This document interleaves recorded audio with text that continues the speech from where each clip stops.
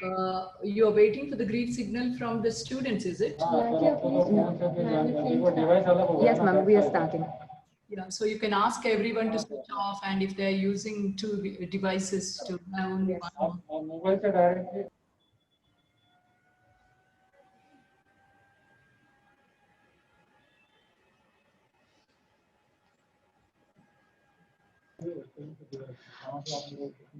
A very good afternoon and a warm welcome to all the dignitaries, the moderators, and the audience members that we have present today.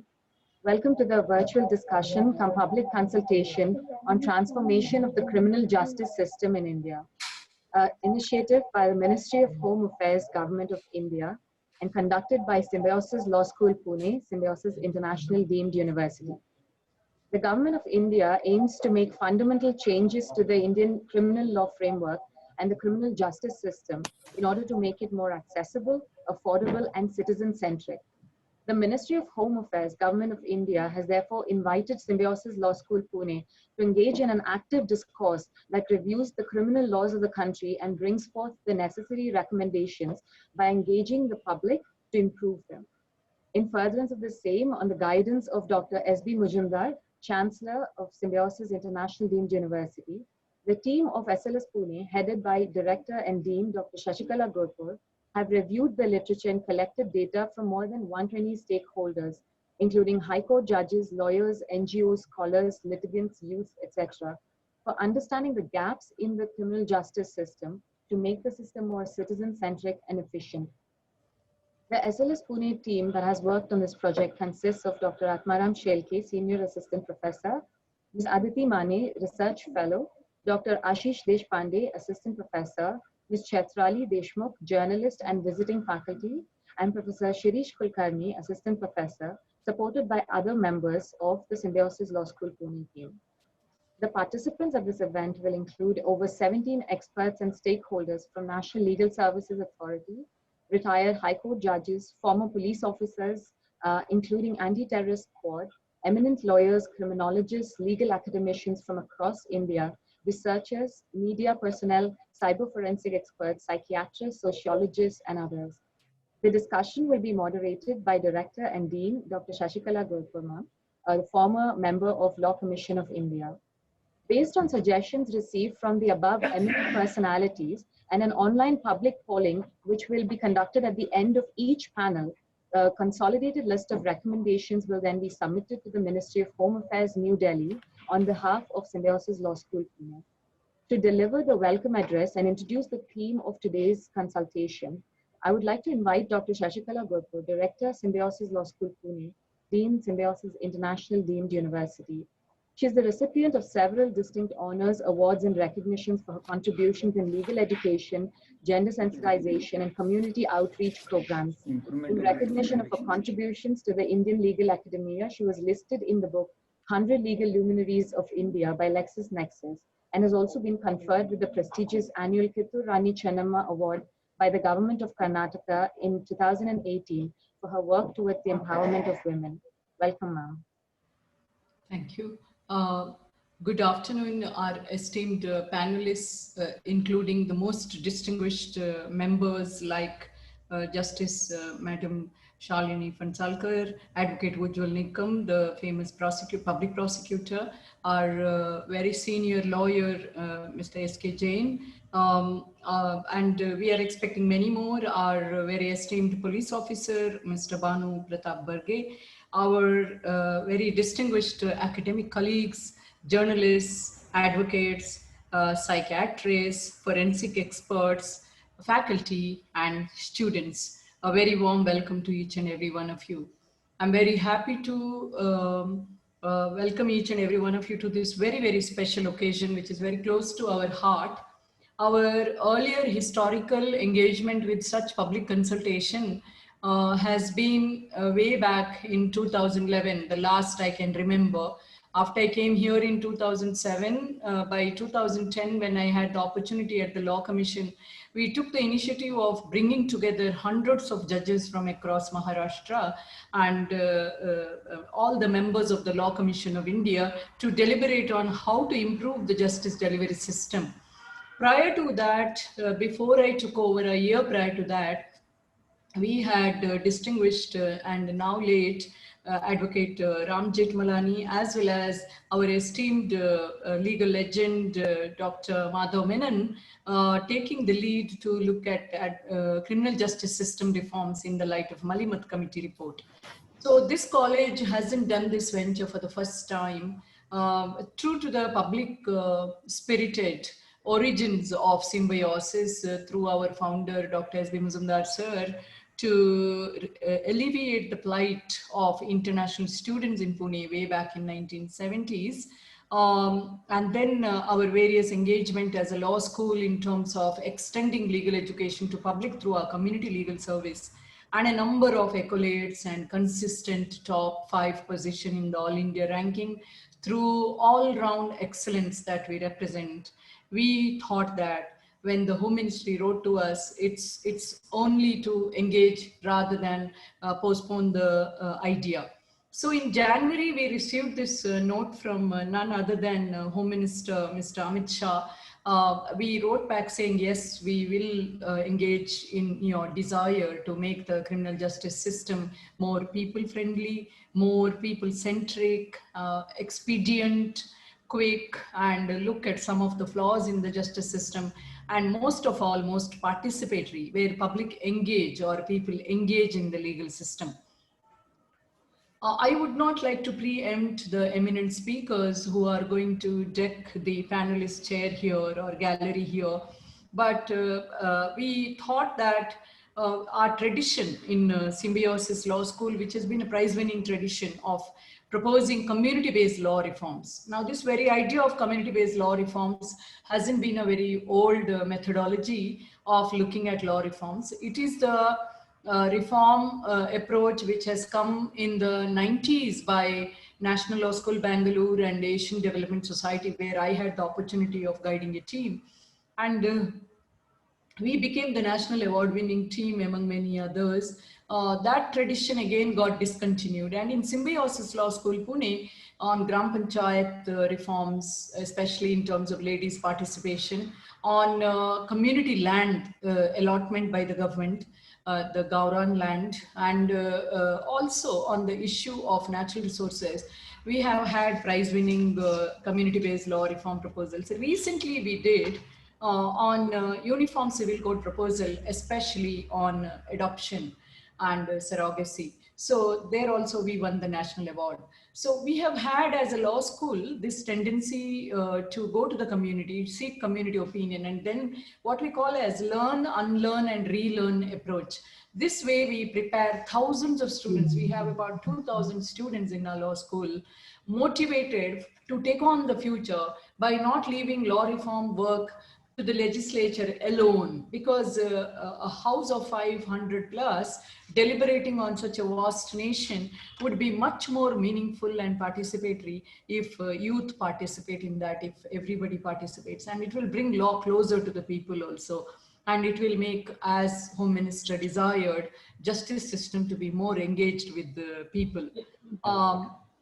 So when the letter came in January, we sent a consent, but then with the COVID, it all got postponed, our initiative. In the meanwhile, National Law School Delhi also, I'm going to present those details in my presentation.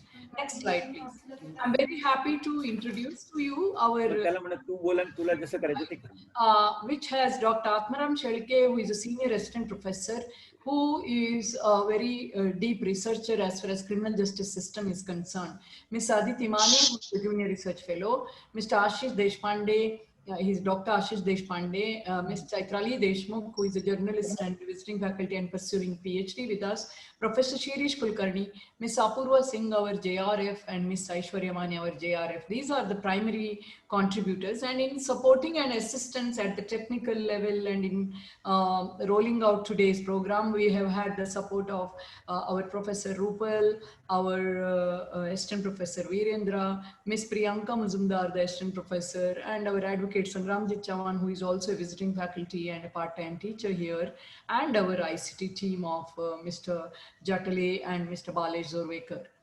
Now, if we look at how we identified key areas. That is the question, because in 3 hours, how a vast ocean of three legislations, actually four, which our Home Ministry wanted us to reflect upon, namely the Indian Penal Code, Criminal Procedure Code, Indian Evidence Act, and Narcotic Drugs and Psychotropic Substances Act.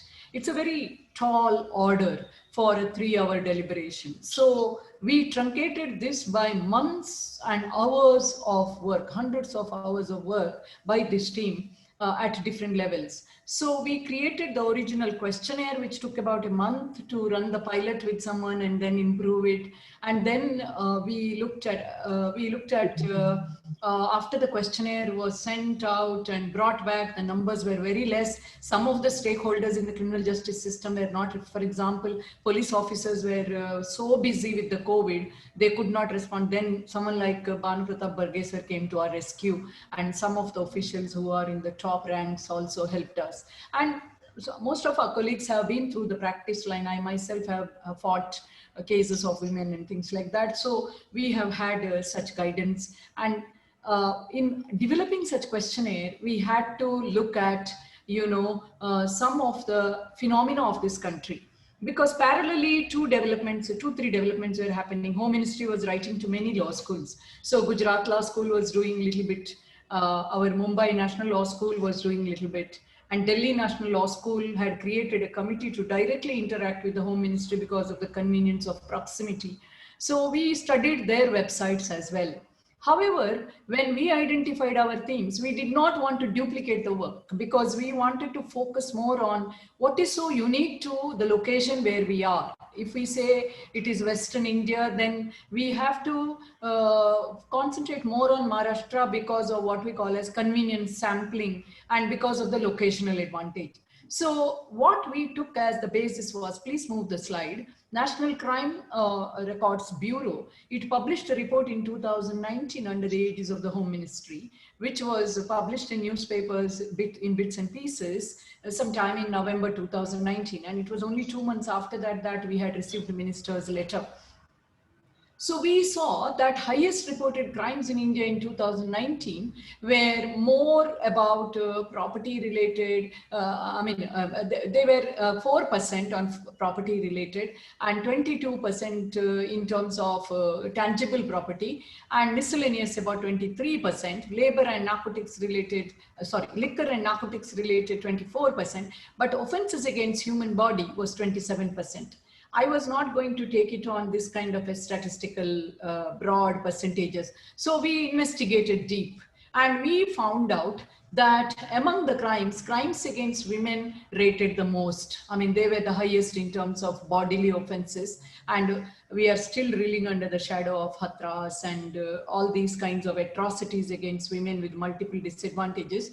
So we saw that when it came to these highest number of crimes, which are crimes against women, and which states were leading, I always had this very great picture about Maharashtra, but I was shocked to see that states like Odisha, states like Maharashtra having a very high number, and within those also, two categories of crimes being on the top level. One is cruelty by husband or relative. So again, marriage has become the focal point here, family and all that. And secondly, assault on women with the intent to outrage her modesty. So the bodily dimension very much sits with the disadvantaged status and female or the other gender kind of body.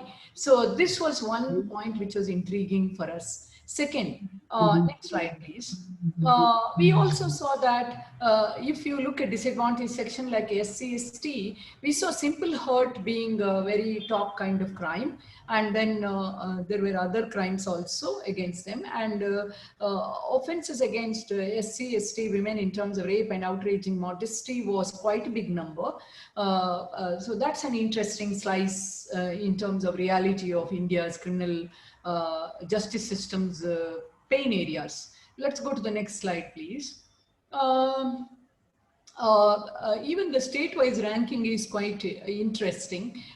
We see that 44% comes in the green zone and that green zone is other crimes, and the blue zone of 30% is simple hurt, and the orange zone of rape in the pie chart is about 8%. And here again, certain states seem to be recurring in terms of number of crimes. So let's go to the next slide, please. So I'm just setting the context. So this is again reflecting the crimes against the ST, where again the blue zone corresponds with a certain state, and here we are speaking of state of Madhya Pradesh. Of course, the population is also highest there of the ST. Then offenses against property reflects in the state statistics. I mean, these are just glimpses, but when we are doing an analytical study where our reforms should be targeting, in terms of offenses against human body, you have Bihar leading the lot, and then we have regionally Uttar Pradesh also being there. So in terms of offenses against human body, we have hurt, we have kidnapping, we have assault, we have rape, and particularly assault against women, and then murder and other crimes. Let's go to the next slide, please. Ministry of Home Affairs wanted us to focus more on safety and security of the individual, the community, and the nation. So it begins with individual. And is every individual the same? I was reading about vulnerability. It was telling that we can't be universal when we look at it. We have to be particular also. Particular was the one which we revealed in the earlier pie charts. Report. Particular situation of women, particular situation of SC, ST. Now, prioritizing the constitutional value of justice, dignity, and the inherent worth of the individual. If you ask me, safety and security we looked at in terms of special types of themes that we have addressed, where we are looking at conviction rates to be improved, providing witness protection, providing victim protection, and also in terms of looking at the issues within the prison system, and how the prosecution can be withdrawn and that whole process can be misused, how technology is going to be utilized in terms of creating a safe and secure India. And then we have constitutional values coming in terms of, once again, within the prison system we have dealt with because of the prosecution being in the focus in the beginning. So we there looked at in terms of how denial of bail could be looked at in terms of being very narrowly cast, because now it is not so rationally done in terms of the reality of overcrowding of prisons, and protection of the liberty and dignity by distinguishing, the classification dimension. So making the system more citizen-centric means, how do you look at the vulnerable? Speedy and affordable justice. How is the Legal Aid Services Authority acting? So we also invite the esteemed audience and panelist attention to National Law School Delhi's website, where they have put a highly technical kind of provisions based recommendations on the three legislations. They have not touched upon the NDPS. That is where we differ. Secondly, they had a deliberation schedule, but we did not see a deliberation report. We wanted to keep the deliberation more participatory, as the ministry wanted, bringing all stakeholders here and bringing feedback and engaging audience in polling. Then we also saw in the National Law School Delhi approach more emphasis on IPC and less emphasis on Criminal Procedure Code and NDPS and Evidence Act, less emphasis on long-term structural reforms such as political interference, quality and role of police and prosecutors, speedy trials. There was less emphasis on prison reforms as well. Whereas our dimension of transformation of the criminal justice system is based on the literature that we reviewed, and we picked these few themes, and we collected data from over 100 stakeholders and their practices, and aligning it with ministry objective. And equally, we emphasized the structural changes and the legal changes. We believe that if you're talking about justice system, previous slide please, we don't want to just concentrate on the legalese, on the technical side of interpretation of the law. We believe that there needs to be better piecing together, integration of the different pieces of criminal justice system working together, and technicalities of the law to be seen in that light to be more effective. Otherwise, low conviction rate cannot be tackled. And then looking at victim protection and rehabilitation, resolving issues with current prison system, misuse of withdrawal from prosecution, and forensic cyber crimes and forensic cyber law and NDPS Act. So we have been very focused on these things, not to sound repetitive and not to ignore the most crucial issues. Next slide, please, quickly. So we also have come across just on Saturday a book published from our Bombay colleagues in National Law School Bombay. So I'm bringing Delhi National Law School's work. National Law School Bombay's Vice Chancellor Dr. Uke and his team have edited this book where they have many points, but most of them seem very academic. But we picked these points which are very, very interesting. One is on digital autopsy to avoid invasive autopsy in postmortem, then wrongful conviction, bail, where narrowing down of the bail conditions to be given, and Law Commission report of 2017 to be focused. Their book has focused more on the juvenile justice, on the POCSO, modesty of women, police behavior, police and prosecution, and over-criminalization of the transgenders. However, we submit humbly before you, the panelists and the audience who are going to be polling, that SLS Pune approach is different because of the multi-level data from the stakeholders that we have collected, the diverse stakeholders we have engaged. Therefore, our tentative recommendations have been drawn up on the basis of these data, which we will authenticate, thrash out, discuss, and finalize in today's consultation come public discussion. So as I welcome all of you, I'm very happy to present before you where we come from and why we are distinct, how this is a unique differentiator. Next slide, please. So this is the next part that is going to follow, and I'm going to hand it over to the compeer. Thank you one and all for your kind attention, and welcome once again. Thank you, ma'am, for your welcome address and setting the stage, emphasizing on the gravity of the theme for today's public consultation and the need for an active public discourse in these matters. To introduce our esteemed dignitaries and experts today, I would like to invite Dr. Bindu Ronald, Deputy Director, Symbiosis Law School, Pune. Thank you very much, Lasya. In this virtual discussion come panel consultation on transformation of the criminal justice system in India, we have a galaxy of star-studded panel of experts, and I have the privilege of introducing our panelists for this discussion come panel consultation. To begin with, we have Justice Dr. Shalini Phansalkar Joshi, Bombay High Court. Dr. Phansalkar possesses the distinction of being the first lady advocate and the first lady judge from Karad. Ma'am joined the judiciary in 1988 in the cadre of Civil Judge Junior Division and Judicial Magistrate First Class and worked at Pune, Nanded and Thane. Thereafter, Ma'am was promoted to the post of Additional District Judge in June 1997, and she also worked at the Special Tada Court and the Special Court for Offences of Atrocities Against Women at Pune, Nashik and Ahmednagar. Ma'am was then the Joint Director of the Maharashtra Judicial Academy from 2009 for 4 years and trained more than 450 judicial officers. Ma'am was further appointed as the Principal Judge, City Civil and Sessions Court, Greater Bombay, until her elevation to the Bombay High Court on 21st April 2014 as the Registrar General of the High Court.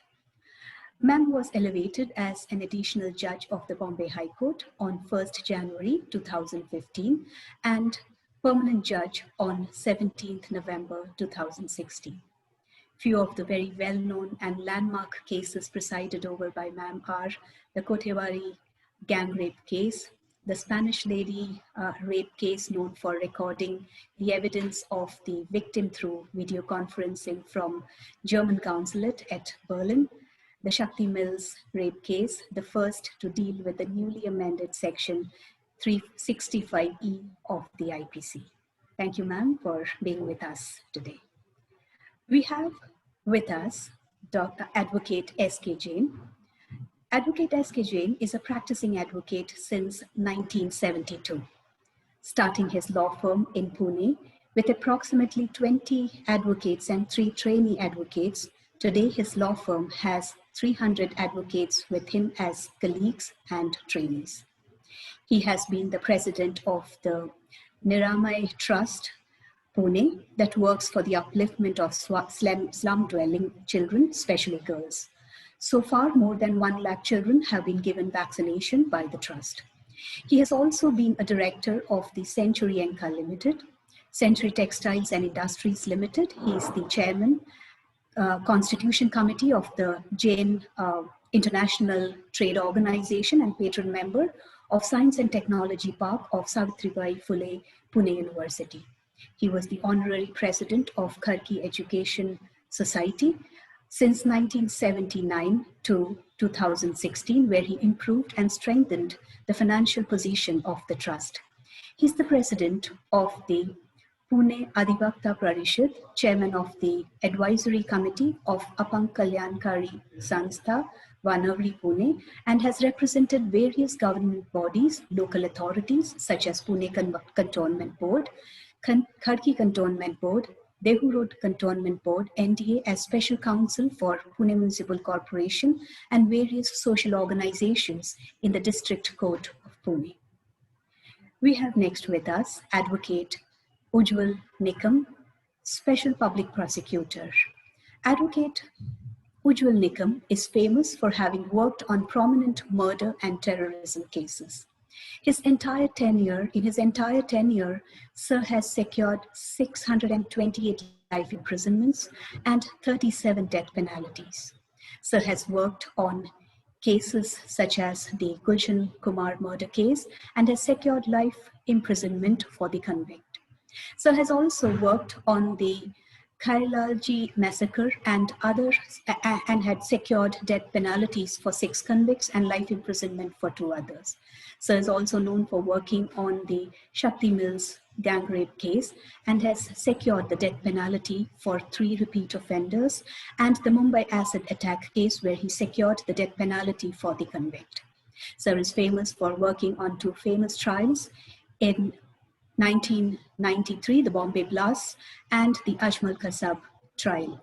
Sir has secured the punishment for life imprisonment for Abu Salem in 1993, and for his role in the 26 attacks. In 2010, Sir has represented the Indian government at a worldwide convention on terrorism held at United States in New York. In the year 2016, Sir was awarded the Padma Shri by the Government of India. Next, we have Dr. Shashikala Gurpur, Director, Symbiosis Law School, Pune, and the Dean of the Law Faculty at Symbiosis International University. Ma'am is a member of the Board of Management of Symbiosis International University. She was the former member of the Law Commission of India. She's currently a member of the Academic Council of National Judicial Academy, Bhopal. She's on the academic boards of various national law schools and universities. She's also a member of the Curriculum Development Committee of the Bar Council of India, and she was awarded the Fulbright Fellowship in 2011. Ma'am received the National Merit Scholarship for top score in SSC and National Hindi Scholarship for the top score in Hindi. And in 1992, she received the Karnataka State Youth Award for Excellence. In 2004, she got the AHRP grant to pursue postdoctoral at Edinburgh University. In 2014, she was conferred with the My Conscience for Equality Award by the Global Ethics Forum, Geneva. She is listed amongst 100 legal luminaries of India in a book published by LexisNexis. Recently, Ma'am also has received the prestigious Kittur Rani Chennamma Award by the Government of Karnataka. We next have Mr. Sunil Chauhan, Director, National Legal Authorities. Mr. Sunil Chauhan is currently the Director of the National Legal Services Authority. Sir has worked as civil judge and judicial magistrate and was also the secretary, Panchkula District Legal Services Authority. Sir was the joint member secretary, Haryana State Legal Services Authority. He was the joint member secretary, Haryana State Legal Services Authority, as well as a project officer, National Legal Services Authority, New Delhi.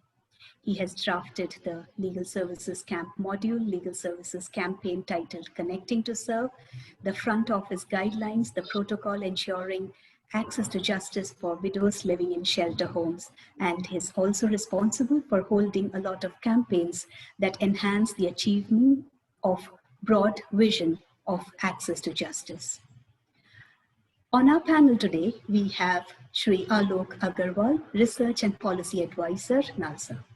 Sir joined Delhi Judicial Service in November 1992. He was posted as the City Judge Metropolitan Magistrate, Secretary, District Legal Services Authority.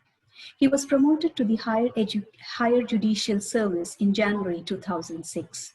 Later, he was posted as the Labour Court Additional District Judge. Further, Sir has served as the Special Judge for CBI. From December 2010 to July 2012, he was the Additional Director and Director, Delhi Judicial Academy. Further, he served as the Member Secretary, NALSA, from February 2015 to May 2020. Dr. S.C. Raina, he is also there and on our panel today. Sir is the Director, KIIT. Raina sir is currently the Director of KIIT School of Law. He was the founding Chancellor, Vice Chancellor at the National Law School, Simla, and former Dean of Faculty of Law, Delhi University.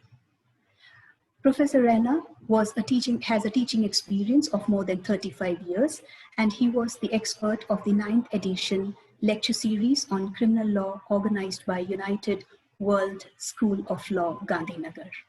He has been remarkably involved in the journey of academia and has inspired hundreds of students with his dedication towards law and unbounding legal knowledge. Some of his areas of interest include criminal law, criminal justice administration, and research methods. Sir is also a distinguished faculty at Symbiosis Law School, Pune. We have with us Mr. Hitesh Jain. Advocate Hitesh Jain's practice encompasses 24 years of experience in all branches of litigation: civil, criminal, commercial, and constitutional matters. He has represented clients in the Supreme Court of India, various high courts in India, district courts, consumer forums, competition commission, arbitration proceedings, etc. He has acted as a special counsel for the state of Maharashtra in Bombay High Court and the Supreme Court of India. His areas of specialization involve a large range of subjects from corporate law, media law and sports law, arbitration and dispute resolution, banking and finance, civil and general litigation, competition law, consumer disputes, corporate laws, intellectual property, labor and human resources disputes, media and entertainment laws, real estate and land laws. Advocate Hitesh Jain has advised several leading media and Bollywood personalities in their legal encounters. We next have Advocate Satish Mani Shinde, who is a well-known criminal lawyer in India dealing with high-profile cases involving top-notch industries and eminent personalities. He started his career way back in 1983 with an internship at the office of the celebrated lawyer, late Advocate Ram Jethmalani. He served as an associate at his office for 10 years and meanwhile took up civil and criminal cases. He represented popular actor Sanjay Dutt in 1993 and Salman Khan in the Black Buck poaching case. Along with these cases, he also managed cases like the Mumbai police inspector Dayanayak's disproportionate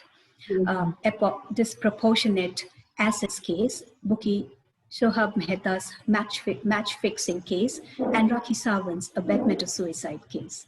He's one of India's top-notch criminal lawyers, advocate, and entrepreneur who has achieved success in his career through dedication towards the field of law. We have with us Dr. Harish Shetty. Dr. Harish Shetty is a practicing psychiatrist, and he has obtained a rich experience in various areas of mental health work.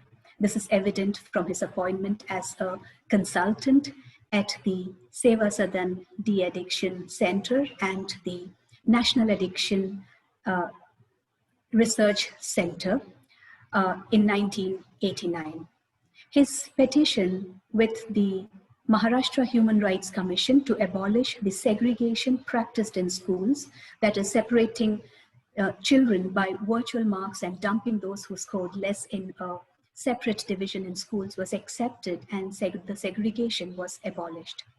As a psychiatrist, Sir has been a member of the committees appointed by the Bombay High Court overseeing the work of MDC centers that houses mentally retarded children. He has been a star witness in the infamous Panvel and Thane orphanages cases of child sexual abuse, where the convictions were granted to the offenders. He has assisted the Bombay High Court on various mental health issues. Dr. Harold DeCosta, our next panelist, and he is the president of the Cybersecurity Corporation and CEO of Intelligent Quotient Security System. He is one of the senior consultants for the law enforcement agencies on matters relating to cybersecurity breaches and cybercrime investigation. He was a part of the Global Cybersecurity Summit, a regular writer in leading newspapers, and an expert in cybersecurities in various TV channels. He had the distinction to train Bangladeshi, Sri Lankan, and Burma Supreme Court, High Court, and District Court judges on cyber law, cyber forensics, and digital evidence organized by National Judicial Academy, Bhopal. Further, he has worked on various cyber cases relating to large government enterprise, Bollywood multinational companies, banks, telecom, education, media, gas subsidies, etc. He has real-time experience in capturing digital evidences relating to various cybercrime cases, relating to banking frauds, data theft, software piracy, cyber defamation, social media cyber, intellectual property rights, cyber terrorism, etc.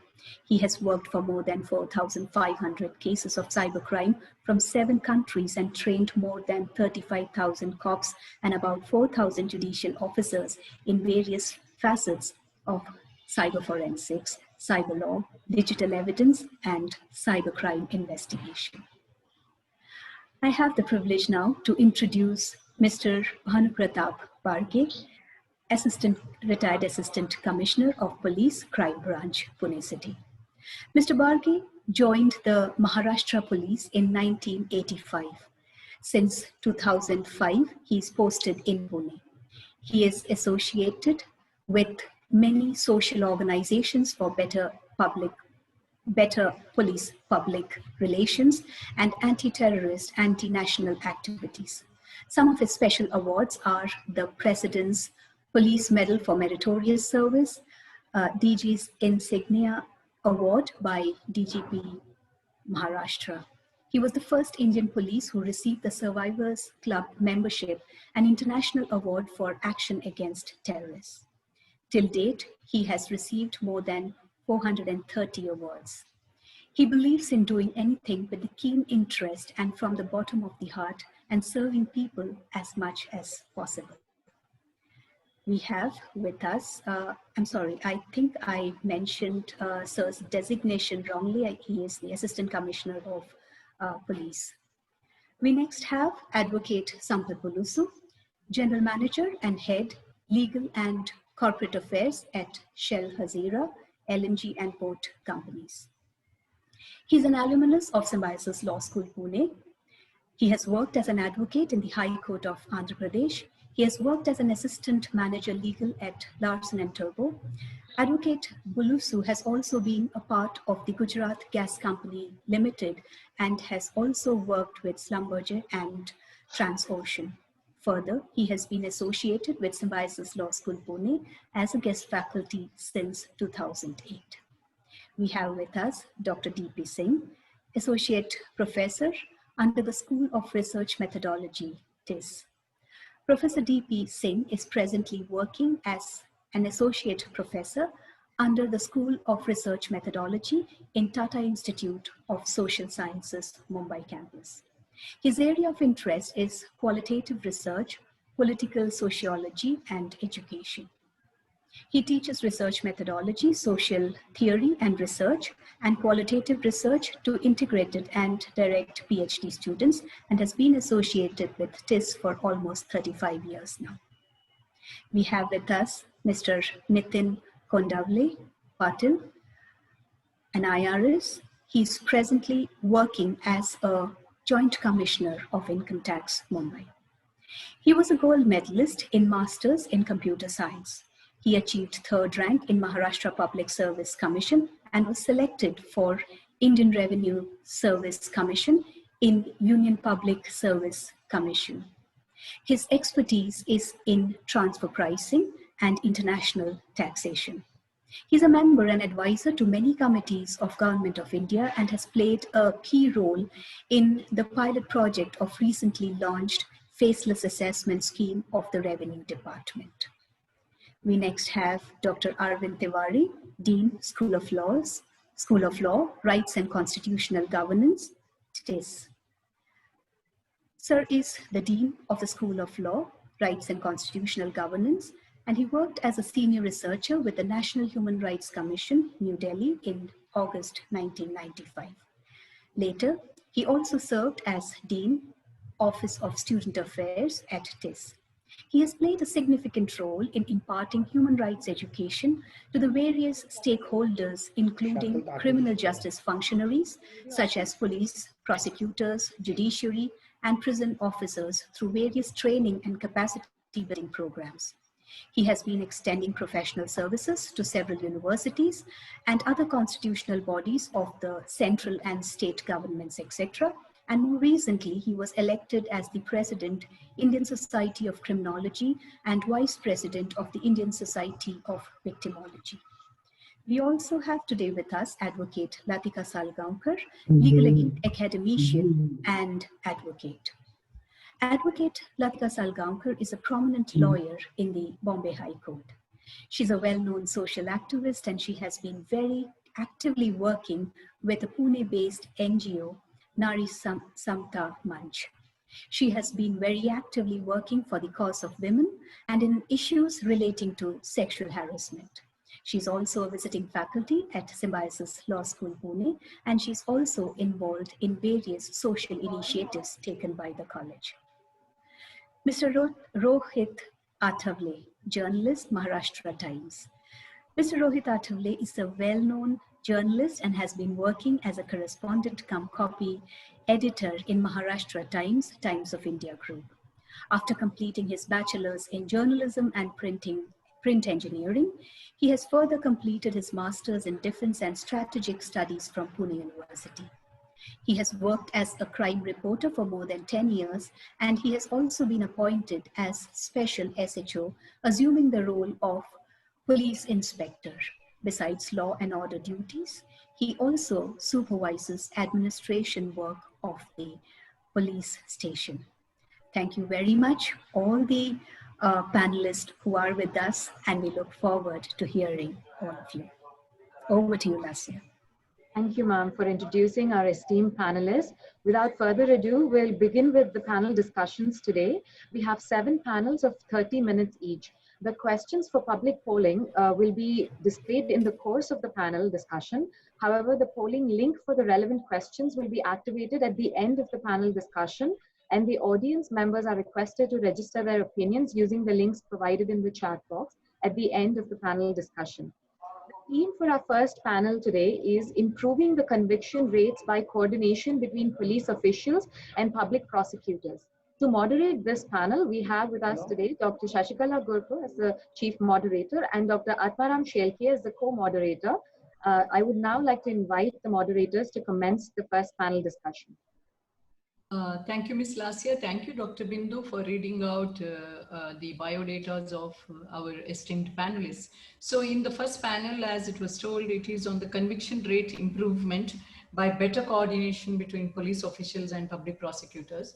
I have the privilege of inviting Dr. Atmaram Shelke to present the important findings from our survey and community-based empirical data.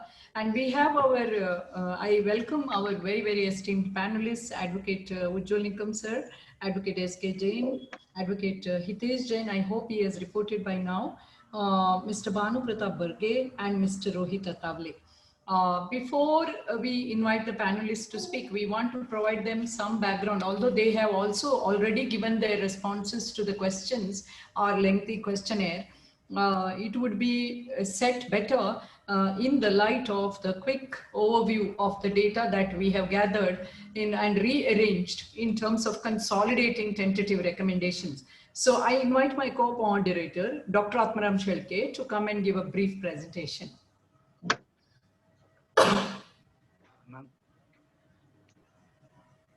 Thank you, ma'am.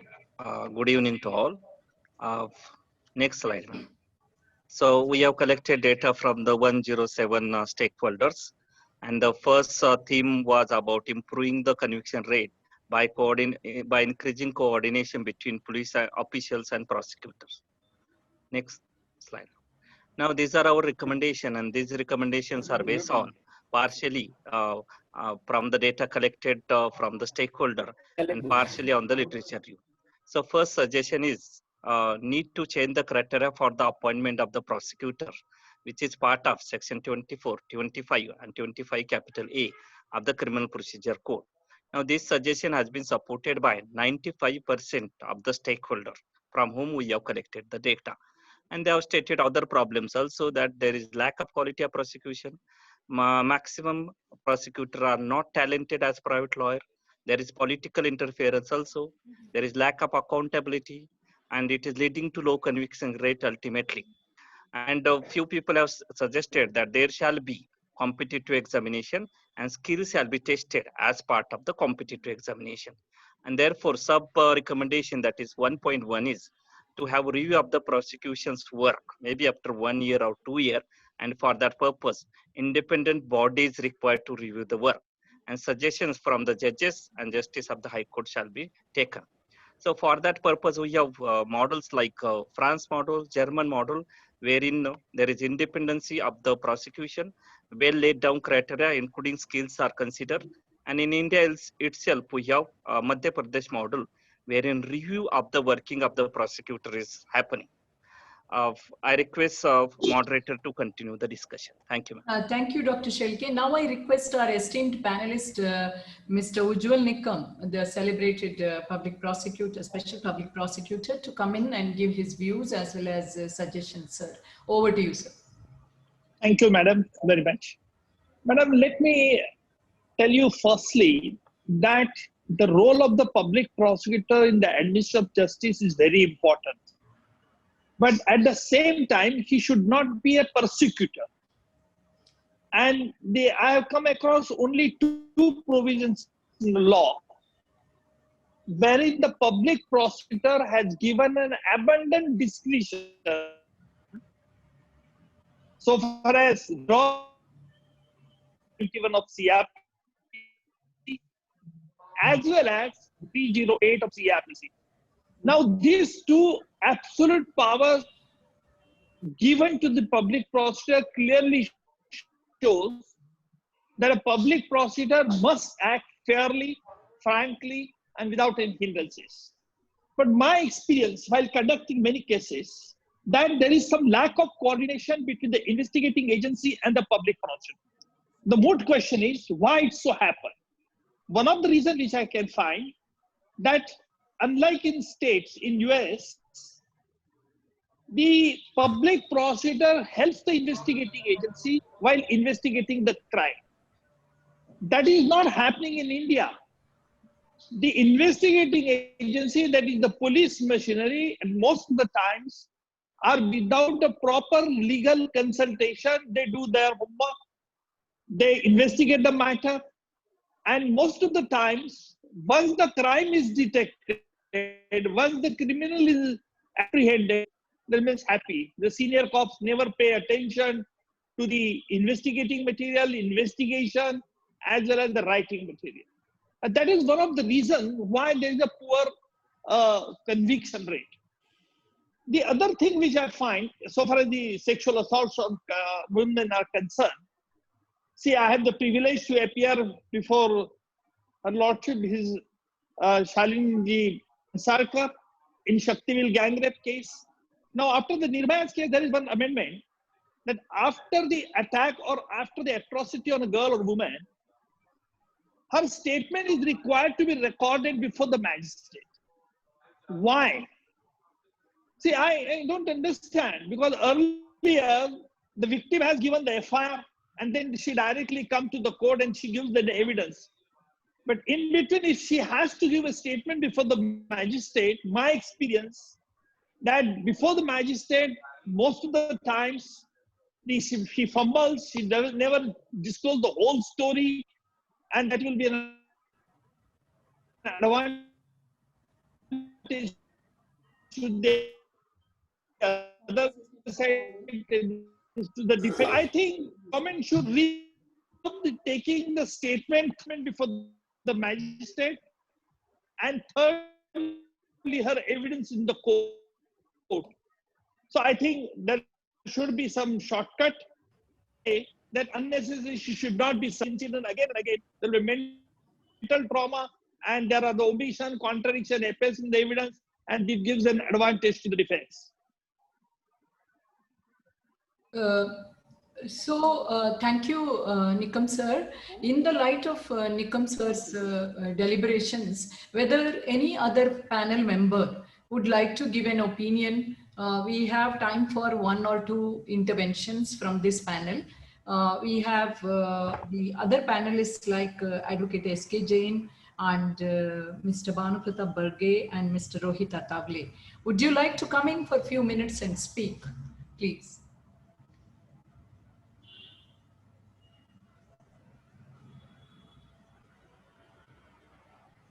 Advocate S.K. Jain, sir.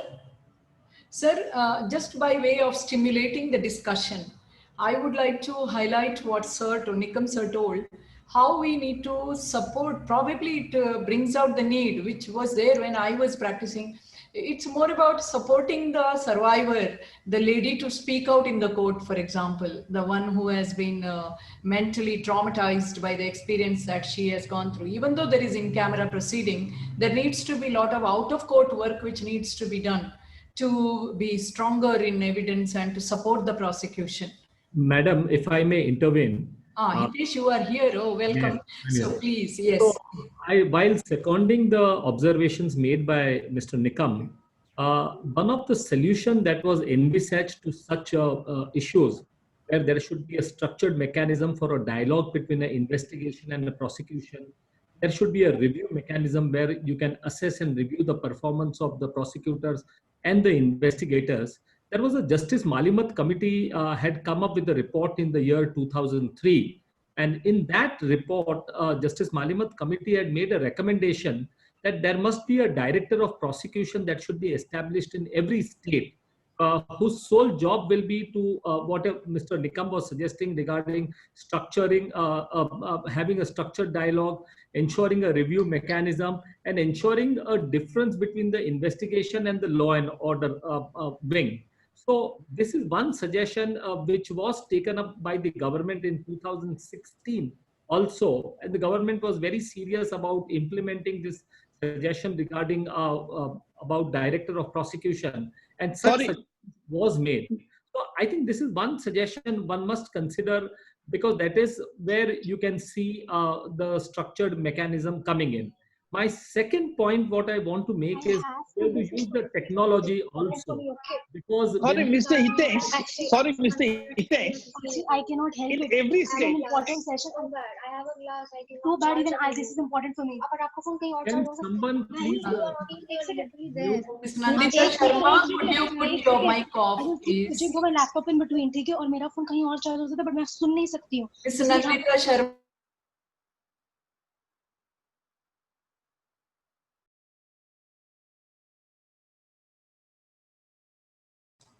Nikam sir, could you continue your response, please? I'm sorry about the interruption. Yeah.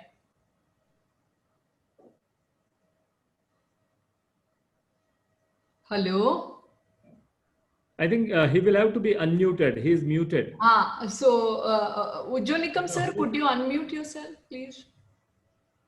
If the host can unmute him, then he can. Host, please unmute Mr. Ujjwal Nikam sir.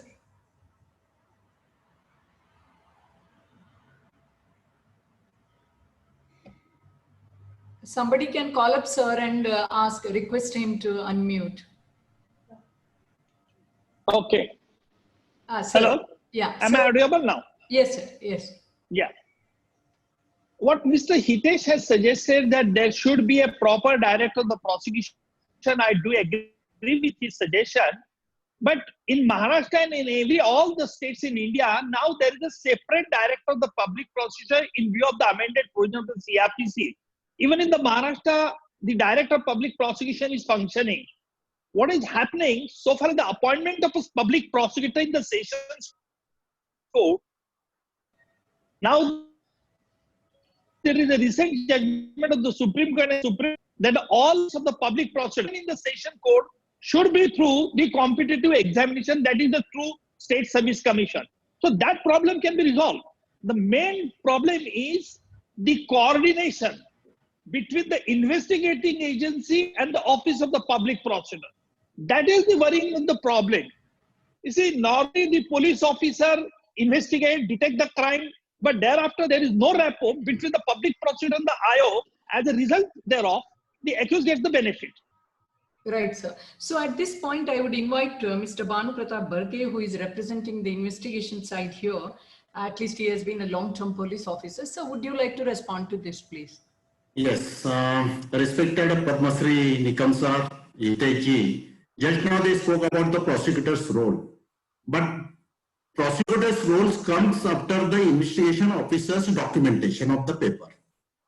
It starts from the FIR, then Panchanama, then witnesses.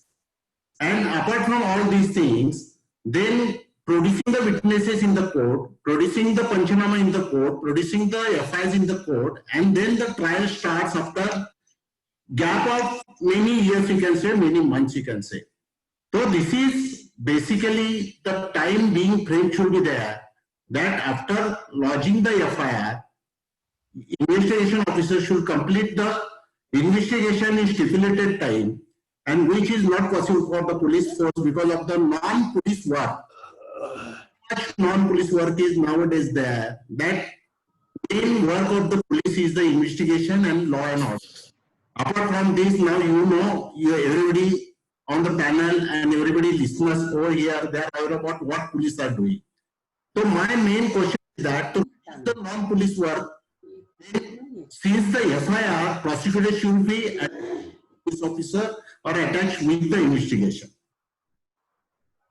Wonderful. So we have the journalist Rohit Tatavle, who is having a kind of what we call as hawk's eye on how the system is working as the fourth estate eye. So Mr. Rohit, would you like to respond to these learned panelists' opinions? I also have Judge Alok Agarwal Saab from the NALSA giving very wonderful comments, which I will repeat for the audience. So would you like to respond here, Rohit? Yes, ma'am. First thing is that it's very important to stop the media trial. And many times IO and also special people took contact to media person and told many things that he don't want to do. And that's why lack of problems of the investigation, problems open to all. So please first time to stop the media trial first. Rohit, my personal experience has shown me that sometimes we use media advocacy as a strategy to strengthen the case or as a kind of protection against corrupt authorities, if there are any. Means at the bottom line is the issue that when you are a weak, a vulnerable kind of a person who is fighting against the system, in let us say torture case against the husband and in-laws, or in an unequal power relationship, let us say it's a tribal group or someone who is fighting, who is encountering a bigger powerful group in the village or in the place, then media strategy is also one of the strategies of advocacy to keep the public opinion and to keep investigators under bay. What do you say? Can we completely rule out the role of the media? Yes ma'am, actually अगर हम लोग देखा जाए तो बहुत से media persons जो है वो कहीं ना कहीं तो एफिलेट है. Other than one thing that आयो एनी पुलिस स्टेशन, दो पर जो ऑफिसर्स होते हैं उनके इंटरनल राइवलीज एंड वो सब चीज़ों की वजह से वो बहुत सी चीज़ें आके मीडिया से शेयर करते हैं. इसका बेसिक एक प्रॉब्लम ये होता है कि एक प्रेशर बिल्ड हो जाता है. स्पेशल पीपी एंड उनके जूनियर्स हो या फिर अदर स्पेशल पीपी हो, sorry to say Ujjwal Nikam sir and other sir, बहुत बार ये देखा गया है कि कोई एक 10-15 ही पीपीज है जो या पूरे ऑल ओवर महाराष्ट्र और ऑल ओवर इंडिया जिनको एक डेकोरम दिया गया है. तो इसका मतलब ये तो नहीं है कि बाकी स्पेशल पीपीज कुछ काम नहीं कर रहे हैं. तो इसका ये होता है कि मेनी टाइम्स पॉलिटिकल पर्सन और होम मिनिस्टर हो या और कोई चीज़ें, ये लोग एक बात देखा जाए, अगर हम लोग अगर जळगाव की बात करते हैं 3 दिन पहले की, तो एक चीज़ हो जाती है कि अगर कोई भी एक प्रेशर बिल्ड हो जाता है, कोई सेक्सुअल असॉल्ट हो या फिर कोई अदर चीज़ हो, तो एक पॉलिटिकल पर्सन आके कह देते हैं कि हम लोग इस दिस स्पेशल पीपी को हमने ये केस हैंड ओवर किया है और आगे ये इन्वेस्टिगेट करेंगे और ये आगे इसको न्याय दे देंगे. ये सब चीज़ों की वजह से कहीं तो मीडिया का ध्यान वहाँ से हटाना है या फिर कहीं तो पब्लिक को ध्यान हटाना है. ये सब चीज़ें करते जो कन्विक्शन रेट है या फिर वो आयोग का उन्होंने जो पेपर बनाया, जैसे अभी बर्गे सर ने कहा कि जो पेपर्स बनाने हैं, ये सब फर्स्ट थिंग दैट कि एफआईआर रजिस्टर होने से चार्जशीट फाइल होने तक आयोग एंड स्पेशल पीपी का कोऑर्डिनेशन नहीं देखा जाता है. और ये सब चीज़ें क्यों होती है, तो एक कोई तो पॉलिटिकल प्रेशर आ जाता है और ये सब चीज़ें करते में main cheese and social things side हो जाती है और कन्विक्शन रेट डाउन हो जाता है. Ma'am, Wonderful. So we have a very technical suggestion here, very learned, experienced suggestion from Judge Alok Agarwal, where sir is talking about the prosecutor should have the discretion not to prosecute the cases with insufficient evidence. This will increase the conviction rate as well as help decongest the courts of unprovable cases. The investigation agency should certainly have the guidance of the prosecution. So sir is also highlighting the need for stronger coordination. And we can add one more point in the prosecutor's training, media management should also be there. So much so in police training, professionalism should be there. And prosecutors' initial suggestion to admit the case or not, to discuss with them with the insufficient case evidence instead of clogging the courts. Sir, Madam, sorry to disturb you. Yes, sir. But that is exactly happening in US. Yeah. US after one. Madam, I think that we are losing the important points. Yeah. Whether to prosecute a particular offender or not. I will give you one example. In England, Crown Prosecution Service is in charge of the whole prosecution. They take the decision. According to our Indian law, only the public prosecutor has the power to withdraw from the prosecution of any person under certain circumstances if he is of the opinion. Yes, sir. Proceed further again. So that is the discretion. And so far as Mr. Athole's grievance is concerned, it appears that he is personally making the grievance instead of talking on the subject in the debate. Okay, we got it, sir. So we would request Advocate S.K. Jain, sir, to come in with the expert comments. I think that, yes, may I start? Yes, sir. Look, we are talking about the coordinations between police officials and public prosecutors. I will take 2 to 3 minutes. I will give one example. Yes, sir. When our district judge Morir was there as a session judge, a case started, occurrence, investigations, charge sheet, and final hearing. Everything was completed within 29 days. Iqbal Mujawar was the prosecutor. Nowadays, what happens that for having a coordinations, by the time the case come up for hearing, the investigation officer from Pune is either transferred to Nagpur or Ratnagiri or anywhere. So when the case is listed for hearing, unless there is a talk, discussions between the public prosecutor and the investigating officer before he opened the case, that how he has investigated, what are the important witnesses, what is to be examined. Nowadays, once he has lost the police station, his trial. So my suggestions will be that two things we have to see. Supreme Court has said that once the case is started, it should not be adjourned unless there is a very, very extraordinary time. Because day to day and within 4 days, the case can be finished. At the most, if there is some special cases, it may take 8 days, it may take 5 days, 10 days.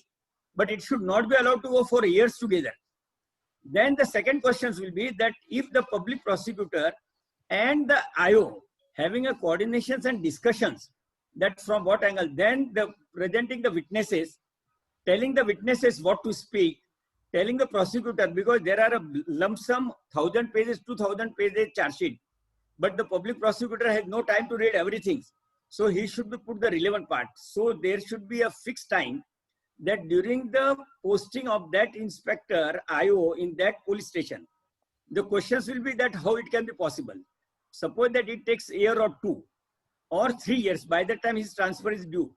Then whatever the cases he has investigated, he should be posted in the same city for some other post. Let complete all the cases which he has investigated. Then he should be sent out of Pune. Otherwise, the witness has no fear of the investigating officers. The witness has no competent training or instructions. And therefore, according to me, the first part is that there should be a proper, without delay, the trial of the case.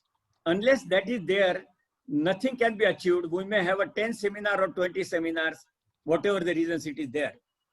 I will give you the one more example, that to have a more convictions or more particular parts are concerned, the investigation should be free from the political interference.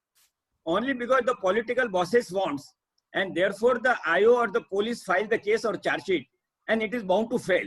Whatever we say, we have a 10 prosecutor or 20 prosecutors. So there is a less interference of the political bosses. Otherwise, the convictions rate will never increase. Then the third part, and I will stop it, that the police officers, if they are allowed to have investigations without fear and favor, I think that the Maharashtra police is the best police force, and you can get convictions even a 90%.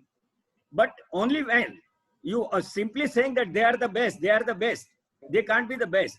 So stop political interference, allow the police to complete their job in their best possible manner, efficient manner, then only you will get the convictions.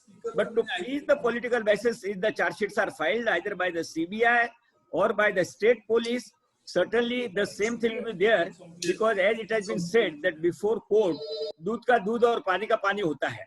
So political bosses के लिए अगर कोई cases charge sheet आती है, so it is bound to fail, or to please the public. Number of cases are coming because of public outcry. So many cases are coming, that why? And therefore, genuinely, if the police are allowed to do work, public prosecutors are allowed to give their opinion, and then the charge sheet filed, I am sure that whosoever the defense lawyer may be, or police and the prosecutor will get 90%, 95% convictions. Thank you. So, yeah, we are almost finishing this panel. I will add only one point, madam. Yes, sir. Yes. Yes, Prakash Singh, ex-director of UP Police. He filed a writ petition in the Supreme Court, and Supreme Court ordered all states to implement police reforms. Okay. Half of the states are not yet implementing the police reforms. Just now, S.K. Jain sir said, what is required, that is a police reforms. It is very much required. So we already have enough of reform ideas, like how Mr. Hitesh also pointed out on the Malimath committee report, and I pointed out on the Law Commission report. So, I mean, here I have 4 or 5 audience expert panelists who are not in the panel, but in the other panel, like Advocate Sampath Bulusu, we have got Colonel Radkar, Chandra Sen, Harish Shetty sir, who are all saying important points of how mental health is also important, and how there has to be better coordination, and there has to be less of political interference. Thank you, learned panel. Now we put the matter for polling. So, Atmaram, could you come in and show us? Before you put it to polling. Now this question will go. Raina sir, would you like to say something? Just a minute please, only. Yeah. Less than a minute. Yeah. I think all prosecutors who spoke and all police officers perhaps have missed that in 1973, the prosecution was separated from investigation. Yes. So we have the legacy of investigation with prosecution. What is happening, all of them conceal, is that when investigating agencies completes the investigation, without any law, they get the things vetted by the prosecution in a different room. They do not speak out that, which is an unofficial vetting. So there is a coordination, but not official coordination. My point is that law should be tightened there. We should have a perfect provision where we say, yes, the investigating officer, after investigation, should get it vetted by the prosecution, whether he is or not. So the transfer of case from investigation to prosecution is shouldered by both the investigating and the prosecution. There's a lack, and the internal coordination. External coordination can be many, mental health, other things. I will not divulge than that. That's not correct. 73 में हमने लिखा ही नहीं उसमें that ये होना चाहिए. Sir, Unofficially we do it, but officially it is nowhere. Yes, sir. Point well taken. We are going to come out with a consolidated recommendation on the segregation of this, as you rightly said, on making law and order as expert policing part and investigation as expert policing part. As Burgess sir pointed out, already government is working on Raksha Shakti University concept and other things for professional policing. Now, before I move on to the recommendation polling, quickly, Sampath Bulisu in one line or in half a minute, if you could put your point, please. Thank you, madam. Hope I'm audible. Good afternoon, all panel members and experts and audience. There is one thing we all have spoken about, the Directorate of Prosecutions. Yes, Section 25, capital A has been introduced in 2009 amendments to CRPC, and this thing has been brought in. There's yet another aspect that we are always missing, and we have been missing it so far, which I can continue with what Rena sir has said. There was a separate directorate for investigation that was envisaged in the 4th National Commission report, Police Commission report, and also in the 154th Law Commission report, which was chaired by late Justice Jayachandra Reddy at that time. Apart from having a separate prosecution directorate, we should also have a separate directorate for investigation, where the law and order duties for the police are kept separate, investigation teams are kept separate. And this is what I wanted to say, and that is something which has been spoken out long ago in the 4th National Police Commission report, which has missed. It has come in the 154th report of the Law Commission by Justice Jayachandra Reddy, and we have just implemented in 2009. There has been a long delay. This is what I just wanted to add. Thank you, Sampath. So let's can I come in? Yes, One small point. Yes, small point. Yeah. Yeah. Thank you. This is I would like to just mention one judgment of Honorable Supreme Court, State of Gujarat versus Kishan Bhai and others. Yeah. In this judgment, very clearly Supreme Court has said that the Home Department of each state will constitute a committee comprising with the police officers and prosecutors, and every acquittal should be vetted and appropriate measures should be taken to tighten the acquittal. So I think we have to also review whether these committees are functioning and how are they functioning, and then accordingly what kind of collaboration they are having. Number one. Number two, in CBI, there is a directorate of prosecution within CBI, and each matter is going to this director prosecution and then reaching, and they are filing the charge sheet later.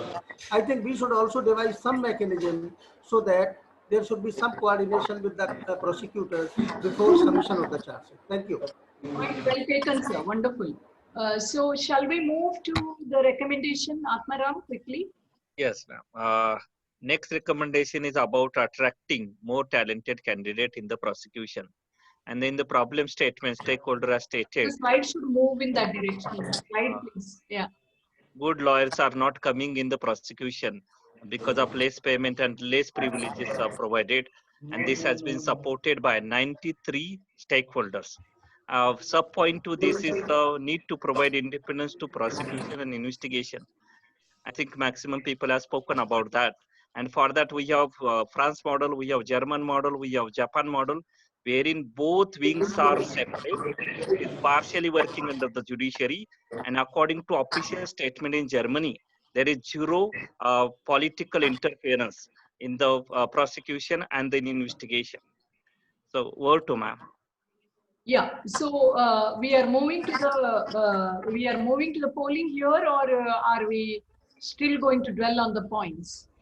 We'll discuss points and then polling will happen in the end. Yeah, but now we have discussed. I mean, the whole panel Yes. has discussed. So what do we do now? Do we move to the polling? And then are we done with this session? We move to the next session then. Before we move to the witness protection. Yeah. So the next polling question can we display after this point? Ma'am, So link has been sent. Can you go quickly to the link has been sent? Yes. And, yeah. And they can poll, and in link itself they can see the questions. And can we move to the next issue, the fourth issue we have raised? Till that time, maybe we can read out other issues, that there is need to increase number of PP. They are less in number. Expert has also spoken about need to increase the cooperation between police and prosecutor. But this is short-term suggestion. We are expecting a different prosecution and police wing. So for that purpose, as Sampath sir and other people have stated, there is need to create two wings of the police official. One is law and order wing, which may be under political bosses. Another is investigating wing, which is independent. And in other country, this investigation wing is working under the judiciary and not under political bosses. One of the short-term suggestion given by the stakeholder was that prosecutor should have the supervisory power than advisory power to overlook the investigation process. Next slide. And can you go to the next slide? We have the next issue of need to create two wings of police, which Yes. Raina sir pointed out. It's already Yes. coming in. So could you highlight that, please, based on the decision of the Supreme Court in 2006?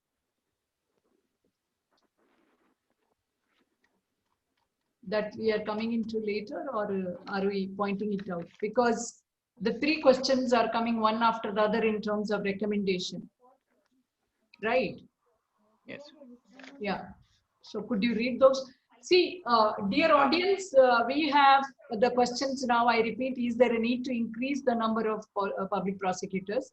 Do you agree that there is a need to increase the cooperation between police and public prosecutors? As we already saw how investigation needs to be advised by them. Do you think there is a need to create two wings of police, law and order and investigation? Yeah. Would you like to highlight that, Atmaram? Yes, ma'am, because in polling, it is seen by the stakeholders. Questions are seen by the stakeholder, but I can talk on that. Madam, next, previous slide, please. This one, next one, ma'am. So, okay, so yes, so ma'am was talking about separate wing and cooperation between police and prosecutor and more number of PPs. So what is found in our data that PPs are less and they are getting lot of work, and therefore they are not able to manage their prosecution properly. So there shall be reasonable work given to the police official, and police officials are also busy with VIP and other duties, and therefore separation is required. Whereas PP are working on only prosecution, but lot of cases are given to them. That is one. Few public prosecutors are not permanent. There is temporary appointment, irrespective of 25 capital A, wherein the office shall be created for the prosecution, etc. So polling will happen on this question, ma'am. They are able to see the question in the link also, in addition to the PPT. So, so far we have finished polling recommendation 6 and 7 based on this as well. Do you agree that there is a need for increased accountability and quality in prosecution? Is there a need of audit for delays in the prosecution? Because the advocate Mr. S.K. Jain pointed out how there was a time-bound one when the individuals were very alert, and how there is a kind of credibility associated with someone like Ujjwal Nikam sir in prosecution. Yeah. Hello, ma'am. Yeah. By clicking on this yes and no, it doesn't show any symbol. So how I know I'm clicking yes or I'm not clicking no? Technical Sir, team, will you explain? Will you come in? Have you tested this Atmaram? Chat box, you have a link. Sir, for attendee, we are not getting link. Those who are in the panel are not getting link. Those who are attending the conference, they are having different link. On that link, they can go and there is option to click yes or no, and result of that is shown, sir. Yeah, thank you. So questions are repeated over there, and the yes no option is also there to click. Yeah. Because sir, So for in panel, addition to that, we have put up the question in the PPT. okay. So shall we move on? Because I'm monitoring the time. We are already having 10 minutes extra on this panel. So quickly, could you move, Atmaram? We are Yes. on the 8th So, recommendation. Recommendations are ready. Can you show it?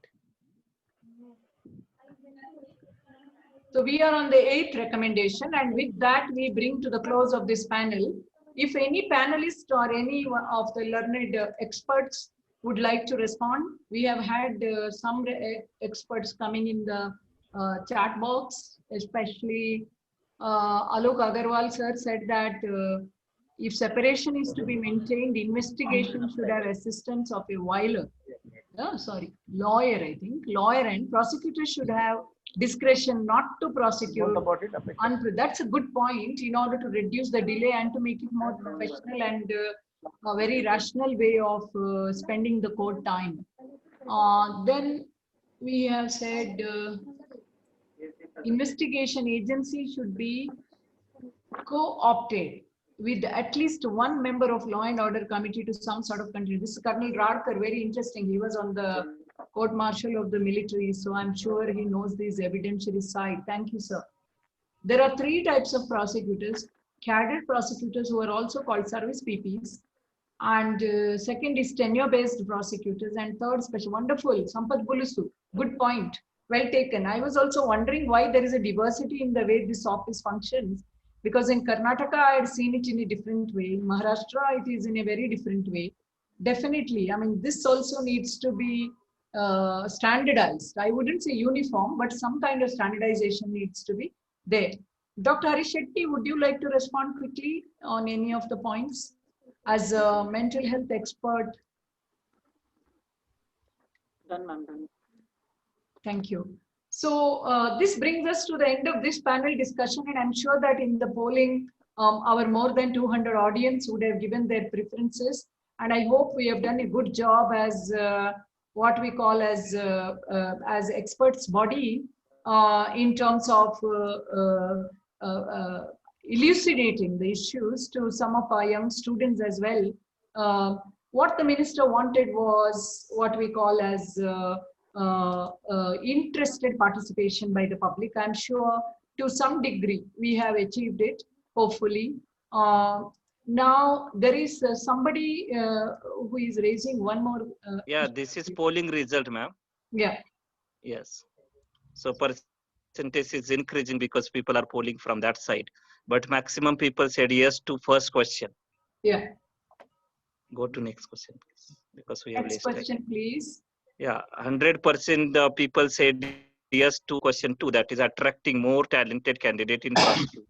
And independence of this prosecution and investigation office shall be provided. See, for example, now for the benefit of the panel, I think Mr. Jain would know about it, Hitesh Jain, that there is a committee which is working on the perks of the judges. And that committee has opined that to attract talented students, we need to revise the perks. Similarly, as it was already pointed out by many experts here, we may need to attract talented people. And for that, we will have to have a commission which will look at the current perks and emoluments of this office. Yeah. And the nature, as Sampath pointed out. Is there a need to increase the number of people? See, there is 100% consensus on this. On cooperation also. Request in the interest of paucity of times, instead of discussing the results, we can push ahead with the session. Yeah, now let's go to the next session. So this is just the indicative poll. So we need not display every result. Indicative that how the public have been convinced about the seriousness of the issue and the technicalities. Thank you, panel, and thank you all the experts, and thank you, Dr. Shelke, for a very structured presentation. And there is one recommendation. Do you agree that there is a need to have more forensic labs and forensic experts and computer experts? How does this come in? Because we want to have more conviction rates. Yeah. Yeah, according to some of, may I, ma'am? Please. According to some of the stakeholders, they are not getting report from the forensic lab and computer lab. It normally takes 1 or 1.5 years, and they have time to submit their charge sheet, that is 60 and 90 days. So that was the problem stated by the stakeholder. So about that problem, quickly, if any one or two people want to respond.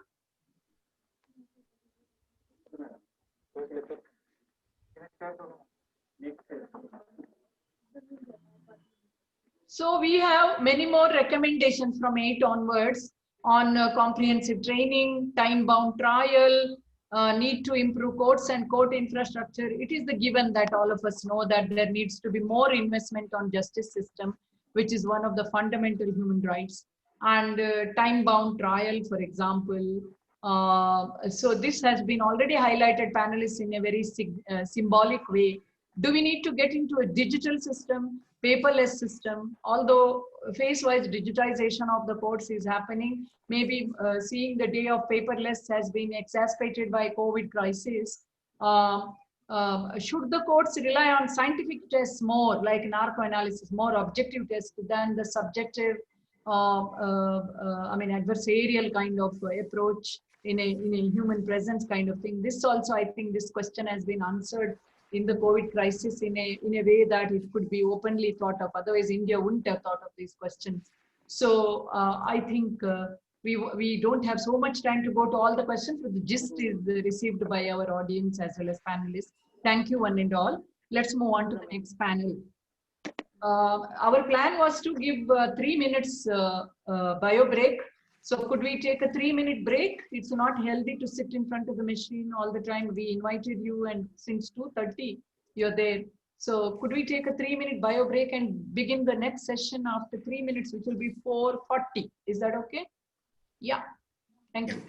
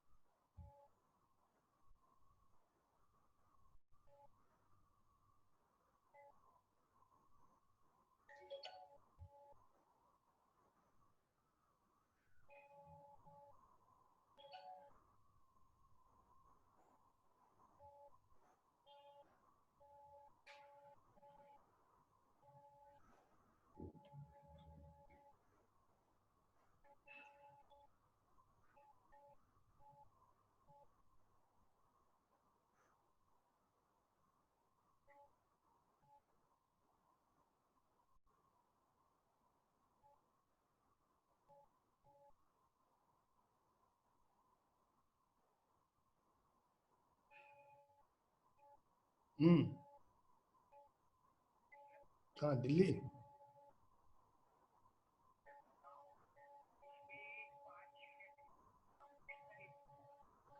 क्यों क्या हो गया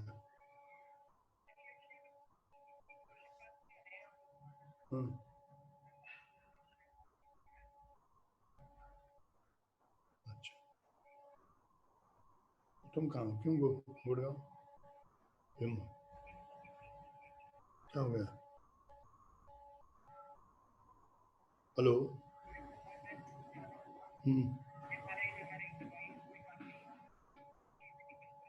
क्या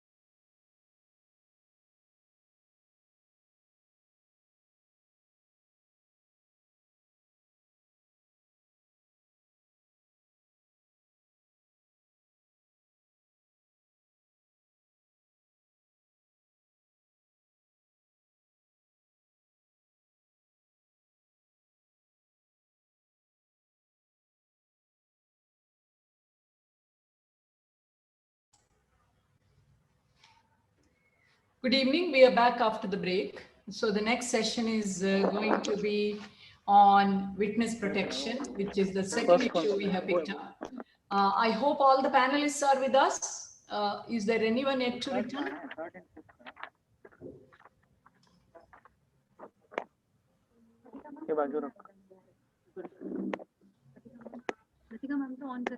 Yeah, taking cue from the first session, in the first session, we have had experts talking to us about practical issues they have faced in prosecuting or defending. And then our researchers have, especially Dr. Shilke and his team, have provided very good, well-researched areas which need reconsideration. And the panel has brought in a lot of other research which is already present in this country. So now we move to the second theme. The second theme is providing witness protection. And I invite the panelists, first of all, our esteemed ladyship, Dr. Shalini Phansalkar Joshi, our distinguished visiting judge scholar here. Mr. Alok Agarwal, the Research and Policy Advisor of National Authority for Legal Services.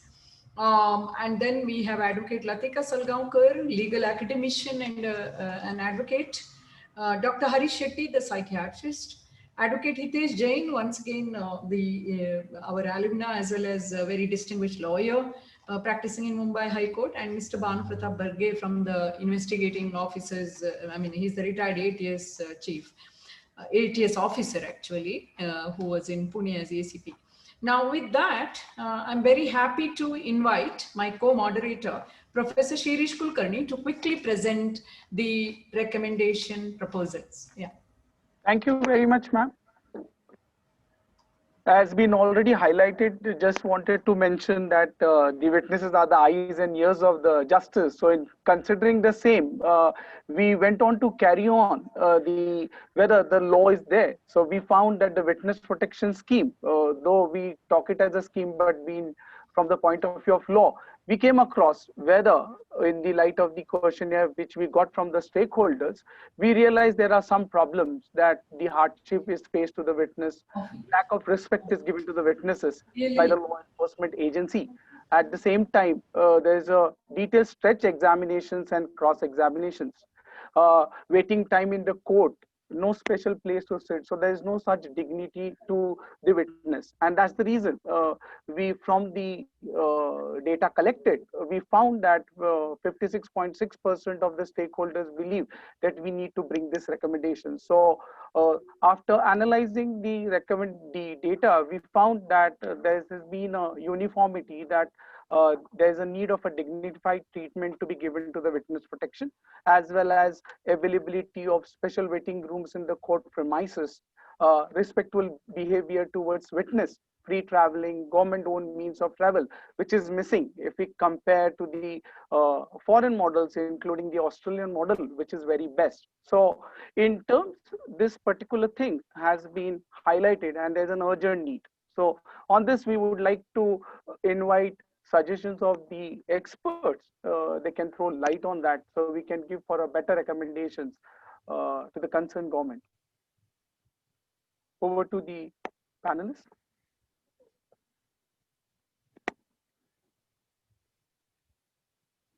Yeah, I request Madam Justice Shalini Phansalkar Joshi to come in and respond. There can hardly be any two opinions that witnesses are required to be given dignified treatment. There should be some special waiting area for them in the court premises, and everyone should be respectful towards them. The question is about the infrastructure upgrade. I mean, there is hardly any, sometimes there is not sufficient space for the chamber and court hall also. So we know the things at present. So availability of special waiting rooms in the court premises, it is a must. And respectful behavior, yes, it has to be given, because ultimately they come to assist the court and therefore they deserve all the respect, and that is 100% yes. Right, ma'am. So Shirish, would you highlight the next point? And here we are going for the poll point, which is the recommendation that there is a need to incorporate dignified treatment with all these infrastructural facilities and providing them expenditure remuneration, no one takes interest in the justice system because there are delays, they have to come and wait. So as a result, the cases fall through, and even the delays result in forgetting the crucial details. Once again, there the briefing of the witnesses by the prosecution, relationship building, all these points come. I mean, I remember in women's cases, the kind of work we used to do at the grassroots used to reveal that none of these issues are distinguishable or strictly separable from the earlier part that we have taken. These are interconnected. Anyway, I request Kulkarni sir to move to the next idea. Yeah, please. Yes. So with the first poll, which we have already done, the next is we found from few of the stakeholders that when the time being provided by the witness protection to help the trial, they complained about that there was an absence from the work. So there is no such support. Then the lack of prescribed provision for leave from office is not taken care of the scheme, which is in the form of a law. So we went on to talk about that is not sufficient to check the problems of not only witness but hostile witness also. So the problems which we highlighted, the justification on that basis, we got 56% of the stakeholders. They want that these are the urgent things needs to be done to make the scheme or the law foolproof. Yes. Over to the panelists over on this issue, please. So I request the other panelists, maybe I would request Mr. Alok Agarwal, Research and Policy Advisor to NALSA, to come in and respond, alongside Advocate Latika Salgaonkar, followed by Mr. Harish Shetty, Advocate Hitesh Jain, and Mr. Banu Pratap Barge. Any one of you can take the cue and take it forward on these two issues and earlier issues that we discussed. We have a few more points. Yeah, please. Good afternoon, everybody. Am I audible, ma'am? Perfect. Hello? Yes, sir. Yes, sir. You are audible. Yes. Yeah. Thank you. You see, these are the hardships that he has to take leave from office and or otherwise loses labor charges in case he's a laborer. But so the only solution to this can be to have different time slots for different witnesses. See, the court should fix a lesser number of cases which they can manage. They should have in advance the list of witnesses who are supposed to come, and then allot time slots. On this point, I would say only that. Time slotting is necessary. Okay, Advocate Salgaonkar, ma'am. I would say that the witness protection should start right from the police station level, where investigation is done and statements are recorded. Because as we see that the witnesses are hardly aware, or perhaps they are scared, as our experience as a part of a women's NGO, when women would go to the police station as witnesses, either maybe the prosecutrix herself or maybe witnesses, they are not aware that they will be taken care of, or there is some kind of protection for them if they give the statement. So, and as the statement given at the police station forms the foundation of the trial later on, where the prosecutor has no control on it, there the witness protection should start right from the police station level. Secondly, as I see that as today, the protection or the right of an accused to get police to get legal help or to call his relatives is exhibited in every police station in Maharashtra. Similarly, the witness protection scheme, or there is something like witness protection, is not known to the general public at all. And why people are faltering or why people are reluctant to act or appear as witnesses is because they are scared that later on there may be repercussions on them, or there may be threatened by the accused, etc. So if the witnesses are confident and the witnesses are sure that if they speak the truth or if they give the correct position as related to the crime, they don't have anything to worry or they don't have anything to fear. I remember in 1993 or 94 when there was a Jalgaon sex scandal trial in Pune, and the trial was shifted to Pune, and at that time strict secrecy was maintained about the whereabouts of the girls who were raped of the witnesses, and even as part of women NGO, we were not allowed to have any access to them to help them. So that if the police can, that time the witness protection scheme was nowhere there.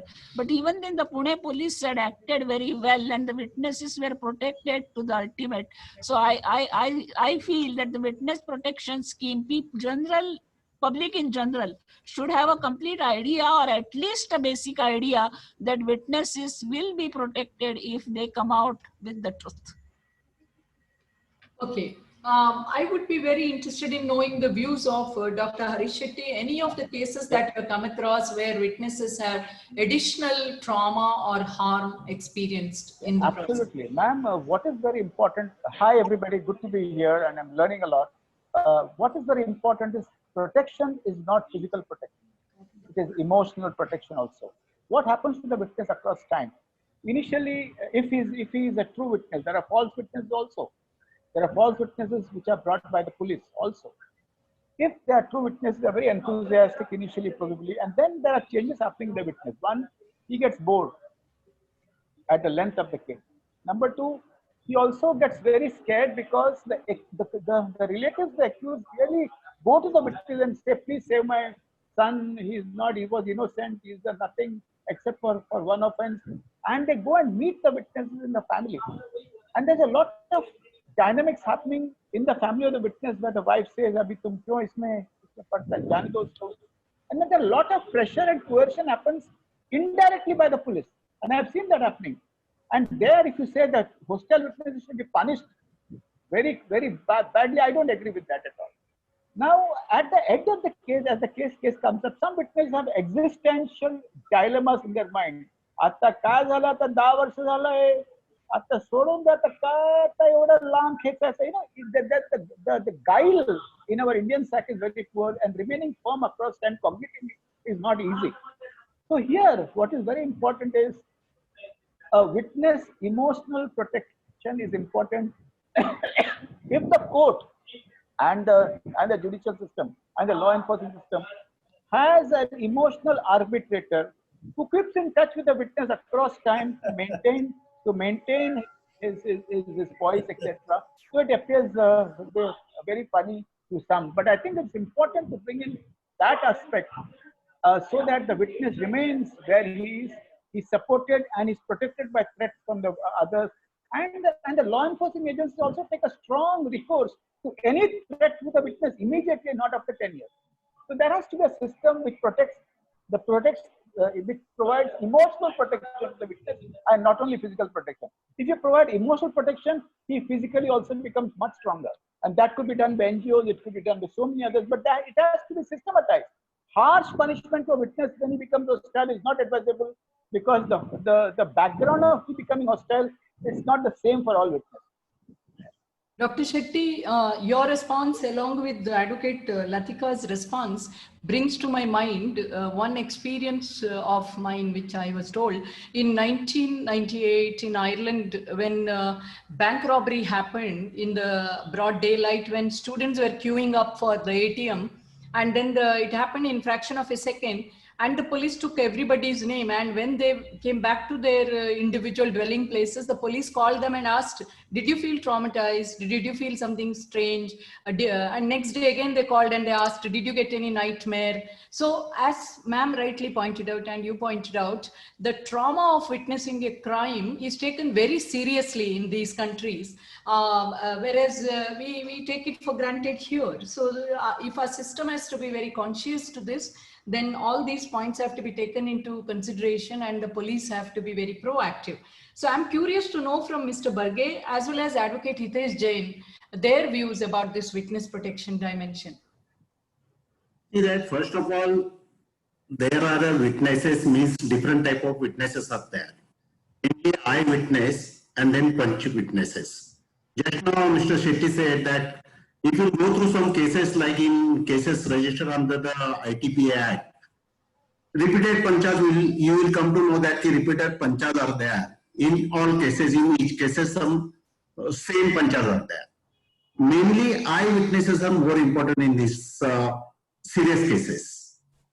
And I think witness protection is not needed in each and every case. It is very limited to very low number. That like Indira Gandhi's murder case is there, like 9/11 is there, that 26/11 is there.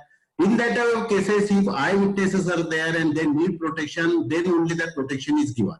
The protection is given as per the TAR, means traffic analysis report given by the concerned DCP or concerned additional CP.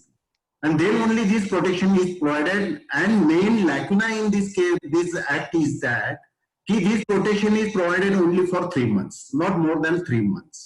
Limited funds are there. I think, I don't know about the court, and court should look into this, that key protection fund should be available to the police or to the government. Government should see that this protection, whatever protection is given for that funds, accommodation, name change, whatever legal formality, it should be completed by the government, not by the police.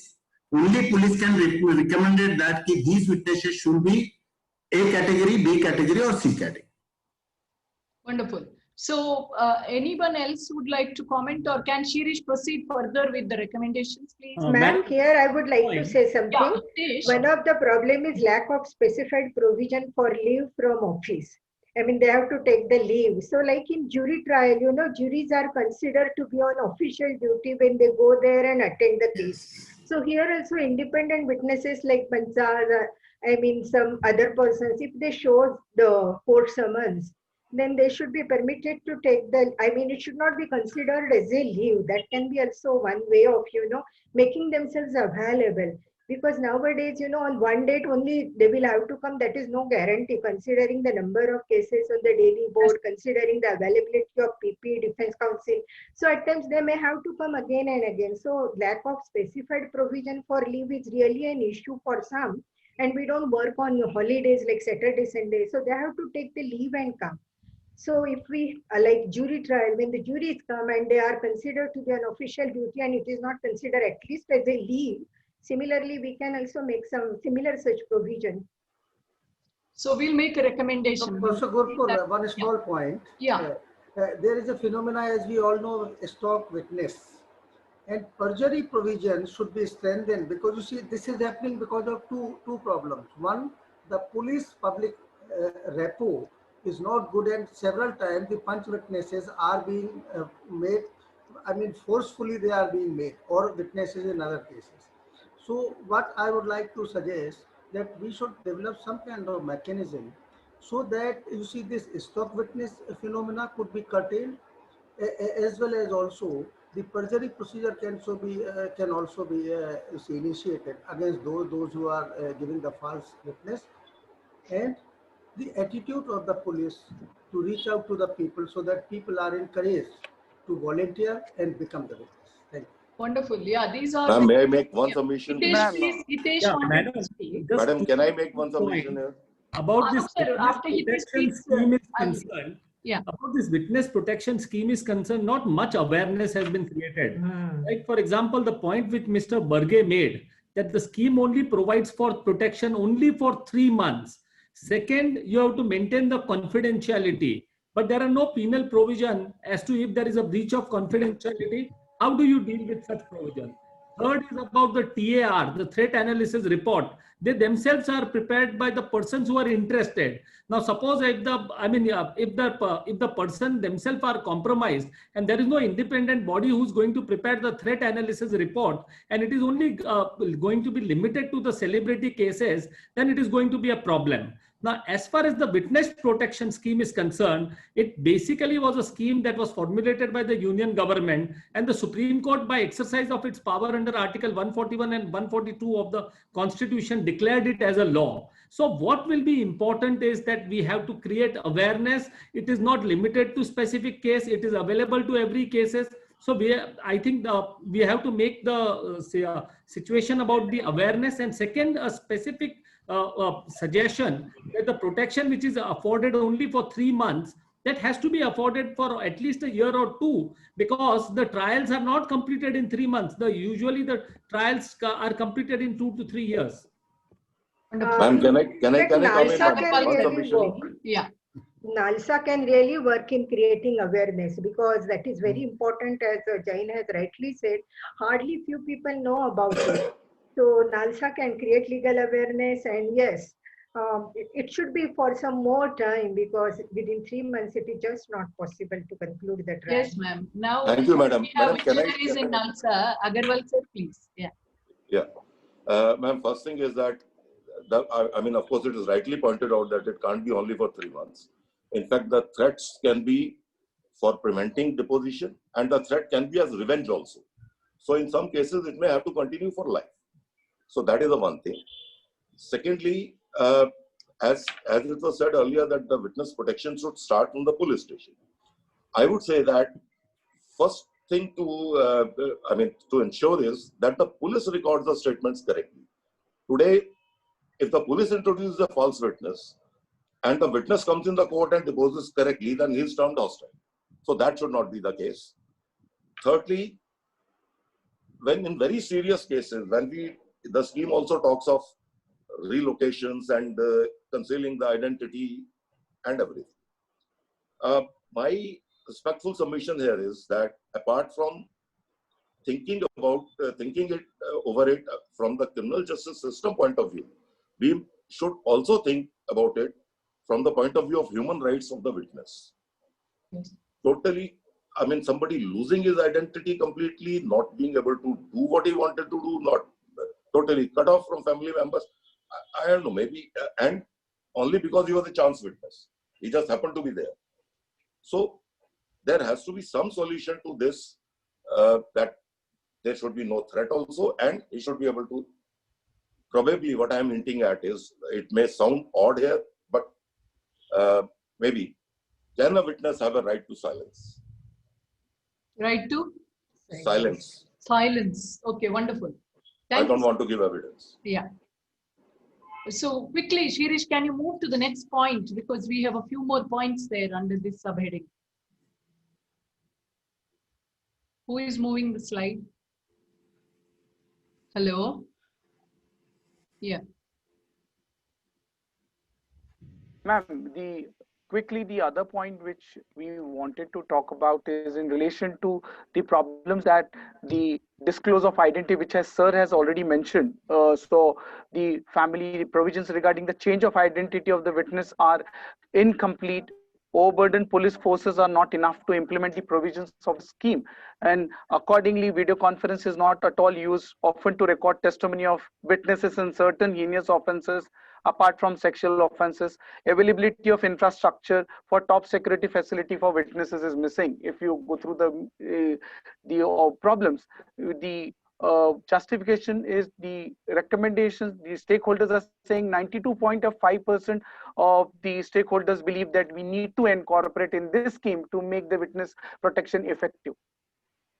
Okay. So there's a scheme which was rolled out in 2018. How far is it rational? So this is the point I would request a learned panelist to respond to. Over to the panelist. Thank you. So are we done with all the data that we have brought to the table, or is there any more slide? We're done with the data. So now the polling will be on which theme, which line? Yes, ma'am. Rupal ma'am, will you show the Rupal? Yes, ma'am. Rupal ma'am is connecting to the polling. Yes. Yeah. So the polling will be on these questions. Do you agree that there's a need to incorporate dignified treatment? And then we go on the other sub points, which we talked about the scheme and what the learned panelists brought out. When should it begin? Should there also be not only physical protection, but as Mr. Shetty said, the counseling from the beginning? And as I experienced, I told the experience from Ireland, and as Latika ma'am said, and as Justice Madam mentioned, that there has to be a kind of official leave sanction and also protection given. So there are many dimensions which are going to be put for the poll. As we move on to the polling, and as the polling is happening parallelly by the respondents who are outside of the panelists, I also thank all the panelists, including Justice Shalini ma'am, and Mr. Alok Agarwal, Advocate Latika Salgaonkar, Dr. Harish Shetty, Advocate Hitesh Jain, and Bhanu Pratap Barge sir, for wonderful contribution, and also some of our experts like Professor Tiwari, etc., and others. Now we move to the next panel. Over to the computer, please. Thank you to all the moderators and the panelists, esteemed dignitaries that are engaging in this public discourse. We will now move on to the next panel, panel C, consisting of the theme on advancing victim protection and rehabilitation. Now, in the interest of time, we are going to post the link for polling simultaneously as the panel progresses. And as the recommendations are made, the relevant questions would come up on your polling. So the audience members are requested to continue polling and expressing your opinions on the recommendations simultaneously as the discussion is progressing.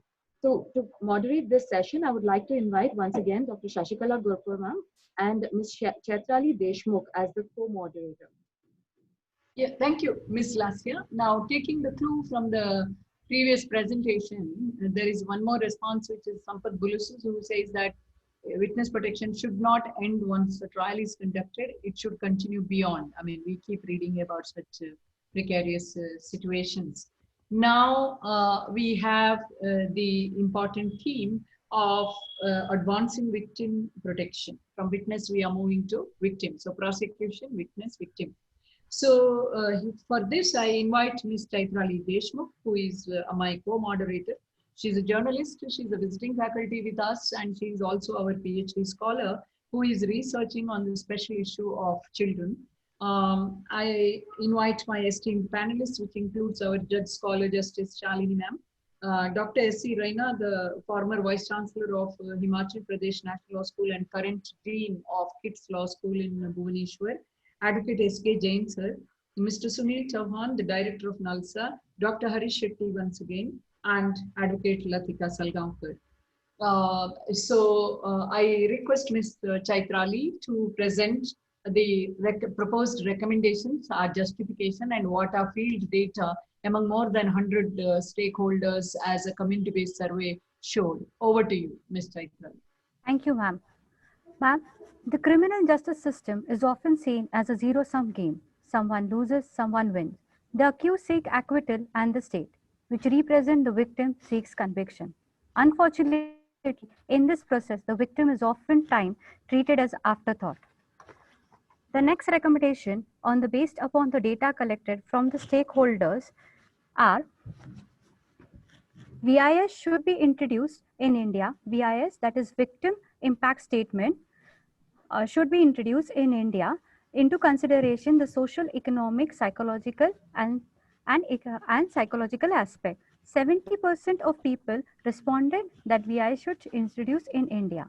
The second important aspect was considered under Section 357 of CRPC, where judges' discretion to grant compensation. It is seen that 61% seen that judges do not follow such provisions, and delay of payment was the section was asked. 73% of people stakeholders replied delay in compensation result in inconvenience to the victim.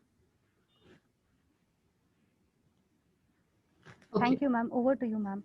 Thank you. And there is also a third recommendation that there's a need to strengthen the coordination between state and central government.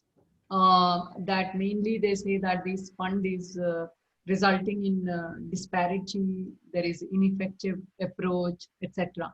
So with all these 3 points which have come from our field survey, I request the first panelist, Dr. Shalini ma'am, to respond. There is absolutely no dispute that there should be uniformity in the victim compensation scheme, and that was taken note of by the Supreme Court also in the Taken case, Taken alias Tekaram versus State of MP in 2016 itself, then in Nipun Saksena's case in 2019.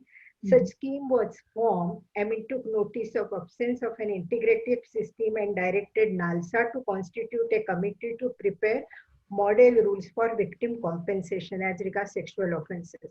So uniformity has to be there, the compensation has to be paid in time, and the experience definitely shows that when it is left to discretion, sometimes the discretion is not exercised, And therefore, Supreme Court has also in these two cases said that it is not only the power of the court to award the compensation, but it is also the duty of the court to award the compensation both interim and at final. And if the court is not using this power or duty, then the court has to assign the reasons. So at present, there are sufficient safeguards as regards the award of compensation, amount of compensation, several criteria are also there. The only question which, I mean, some point which troubles me is about the, sometimes compensation is made dependent or conditional on victim testifying or victim testifying truthfully. I mean, in some of the schemes of compensation, I mean, there are several schemes, Manodhaya is also there in Maharashtra. It is said that unless the evidence or deposition of the victim is recorded, she will not be paid compensation. In some schemes, it is also stated that if the victim turns hostile or has not supported the case, then if any compensation is already paid to her, that should be recovered. So I think that neither the Act, nor the scheme, nor CRPC, nor rules, nor the POSCO Act, nowhere it is said that payment of compensation is dependent on the victim's deposition. So we should, in the schemes which are at variance, we should not make it dependent. That is one more aspect. Compensation should be also adequate, fair, reasonable, and interim compensation is paid in very rare cases. This power is to be exercised by the court suo moto also without application. So again, it needs to be created, more awareness because judgments are there which give its direction.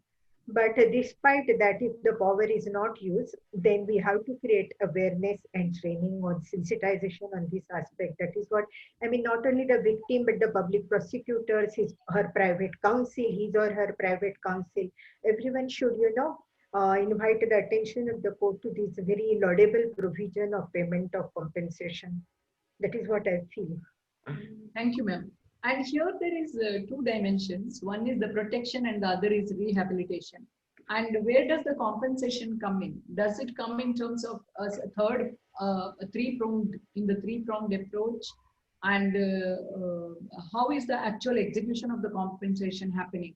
So these were some of the investigations that we did with the stakeholders, and that's how we received those responses. Thank you, ma'am.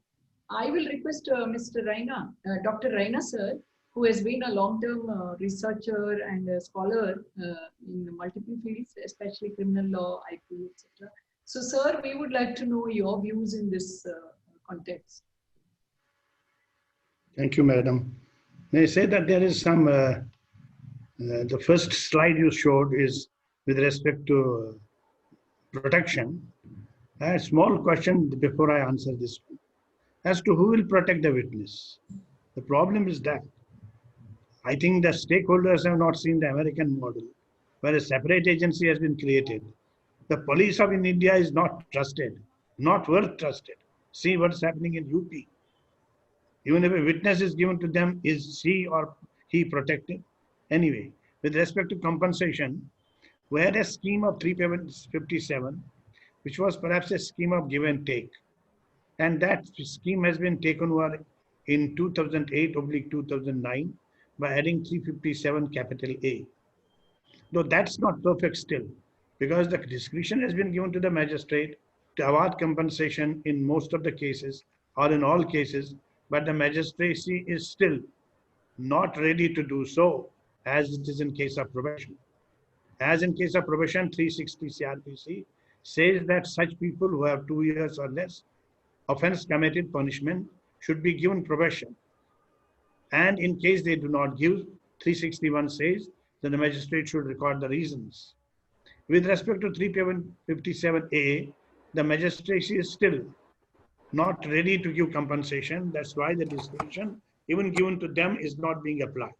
The third thing is that we are signatories to the United Nations Charter on all issues of compensation, which includes three things: compensation, rehabilitation, and assistance. We are applying only one in 357A. That's compensation, what Madam was speaking. Whether we use money, we leave them just like that. The rehabilitation part is not part of 357A. It's nowhere there. That's very important. God forbid, for example, for a rape victim, we give 2 lakhs to her. Will she be satisfied? Unless there's a rehabilitation. Who will rehabilitate? I have seen working with an NGO that NGOs start rehabilitating them. How long will they do it? There's nothing as government scheme of rehabilitation of victims. The assistance is given in the form of restitution. We are still languishing between two words, compensation and restitution. We have restitution that is some saucer. We may give 500 rupees to them to be silent. Okay, this is that ointment you can apply on the wound. But compensation is to be calculated on a certain specific way, as do we calculate in labor laws, that the time period one can live, the capacity of the person to earn, that's not being applied. There's no mechanism. I think the stakeholders should make a recommendation as how to compensate or compound compensation by the magistrates. And their scheme, as we have in Motor Vehicles Act, the compensation should be calculated in terms of age, in terms of earning, in terms of social status, in terms of everything, whatever it is. That should be mandated. And every judge should have a mandate to grant compensation. I don't say that in crores of rupees, as the scheme suggests. But not giving is a problem. Rehabilitation is zero. Who will give it? With respect to what Madam Gurpur says, that state and central, there is a scheme of creating funds. One is that philanthropic people can donate to that fund. Other is the fine which we actually charge from the people, that also comes in crores of rupees. And the third is that center or the state may give grant to create a corpus. The problem in Hindustan mein hoti hai ki paisa baante kaun. There's a big problem because money is everything for us. That the problem of distribution of that was actually solved when we passed a small memorandum in Bangalore. We call it a declaration of 1986. And I think the Professor Tiwari will bear me out. He was a young man. That this was the Victimology Society which passed it, that the government officials should do it as we have a legal authority. The Legal Services Authority should take the responsibility of distributing such compensation to the victims, which the court has granted. If the court has granted to me 5 lakhs, court will not give it to me. Court may pass a judgment, then some nazir or some clerk has to give it to me. The court should pass the judgment and pass it on to the Legal Service Authority. The Legal Service Authority should come to my rescue and give money to me. Ab to wo bhi nahi hai. Ab to Modi ke zamane mein, it should be a digital process. I should have an account and the money should directly go from my court to my account. That's easy. These are the things which we need. I think the recommendation should be in those lines or in that direction. Actually, in this respect, Madam, I would like to add here something. 357 says, 357A says that court can recommend the compensation. Whereas under POSCO Act, POSCO Act and the rules which are framed very recently in 2020, they are all, there the court has to direct the DLSA to make the payment of compensation. And from the receipt of that order, the payment has to be made within 30 days. So the POSCO Act provisions for payment of compensation are very, very elaborate, especially the rules. They let down on the basis of which the compensation is to be paid, who has to pay it, and how it is to be paid within a certain time limit. It also provides for legal aid, medical counseling, everything, as regards restitution point. And in these one-stop centers, they will be really useful. They will be like victim examination suites, which we have in England or other foreign countries, where once the victim goes, she gets everything, and from time to time she will be provided with the counseling, medical aid, legal aid, medical examination, everything. So these one-stop centers can be, if they are really implemented in the spirit in which they are meant to be, they will resolve majority of the problems. So that is what, but we should implement it. I understand. So both of you have given such practical suggestions. Here we have Dr. Harishetty in the chat line saying that burden of disease can be measured with mental trauma, emotional disability can be measured too. Compensation needs to include these. Compensation should include counseling costs as well. So when the judges are calculating the compensation, some of these factors could be given as a checklist and they could seek expert advice, or the checklist could be made with expert advice, like how the NGOs helped the courts in Mumbai initially to develop this parental planning in case of alienated parents. We could have such expertise coming in. Now I invite Advocate S.K. Jain sir, if you have any point to contribute here to victim? I need to make one point, ma'am. I think Yes. what is also important is unlearning of the judiciary. Compensation depends upon the attitude towards a crime or an event by different judicial officers. We have found that though there are scientific ways of analyzing, Yeah. we need to bring about the harmony and equality among the entire the judicial officers to make a scientific assessment of what Absolutely. Scientific assessment. Yeah, yeah. I'm an example in the marriage courts long ago. Now it is very good. Long ago, it could depend on what the judicial officer felt the girl would need or the boy would get on that has gone away. But there's a lot of social stereotyping which happens in the minds of the cops and other law enforcement agencies also. Itna paisa kyun chahiye? So that has to be purely scientific. Agreed. So how do we bring that scientificity into that? We have good examples evolving out of judicial practice as of now. So those best practices could be emulated. I would request Mr. Sunil Chauhan, since this NALSA issue also came about. Sir, could you come in and give us your reflections, please, on the points that has been highlighted by empirical research? Good evening to one and all. Very happy to be here. First of all, I would like to throw some light on this thing. I'll just take two. As far as section. 1 second, sir. The technical organizers, could you just see whose mic is on and they're talking? Could you mute their mic, please? Okay, please go on, sir. Section 357 contains the accused paid compensation concept, and section 357 capital A contains the concept of state paid compensation. Under section 357, compensation can be granted only when there is conviction, and that too, it is determined by the court and paid by the accused. As far as section 357A is concerned, compensation except in POCSO cases is not determined by the court. It is recommended only. The determination is made by the District Legal Services Authority, and disbursement is also made in most of the states by the State Legal Services, District Legal Services Authority. Now coming to section 357, there is no provision of interim compensation if you read section 357. So that is something which should be added.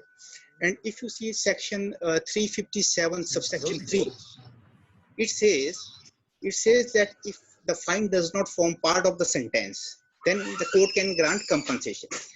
But if you see the serious offenses, then the serious offenses in serious offenses sentence contains fine. For instance, if you see section 325 only or 326, the sentence is like this: imprisonment and fine. It's not or fine.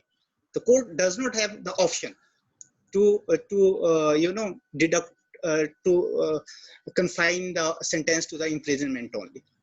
So does not form part of the fine is something which the embargo which needs to be taken out of subsection 3, section 357. Or if this embargo is not taken, then under subsection 1 of section 357, compensation is to be paid from fine. If you see the power of fine of the magistrate can fine up to rupees 10,000, or that power of fine needs to be substantially increased if the embargo under subsection 3 is not removed. One thing. Now the most problem, the biggest problem which comes while making the recovery of fine, which is ordered under section 357, is this: that the accused does not pay. They prefer to undergo the sentence in lieu of the fine imposed. So for this, my suggestion would be that when the convicts, they do earn wages in the jails, their wages should be deducted and the fine should be paid out of the same.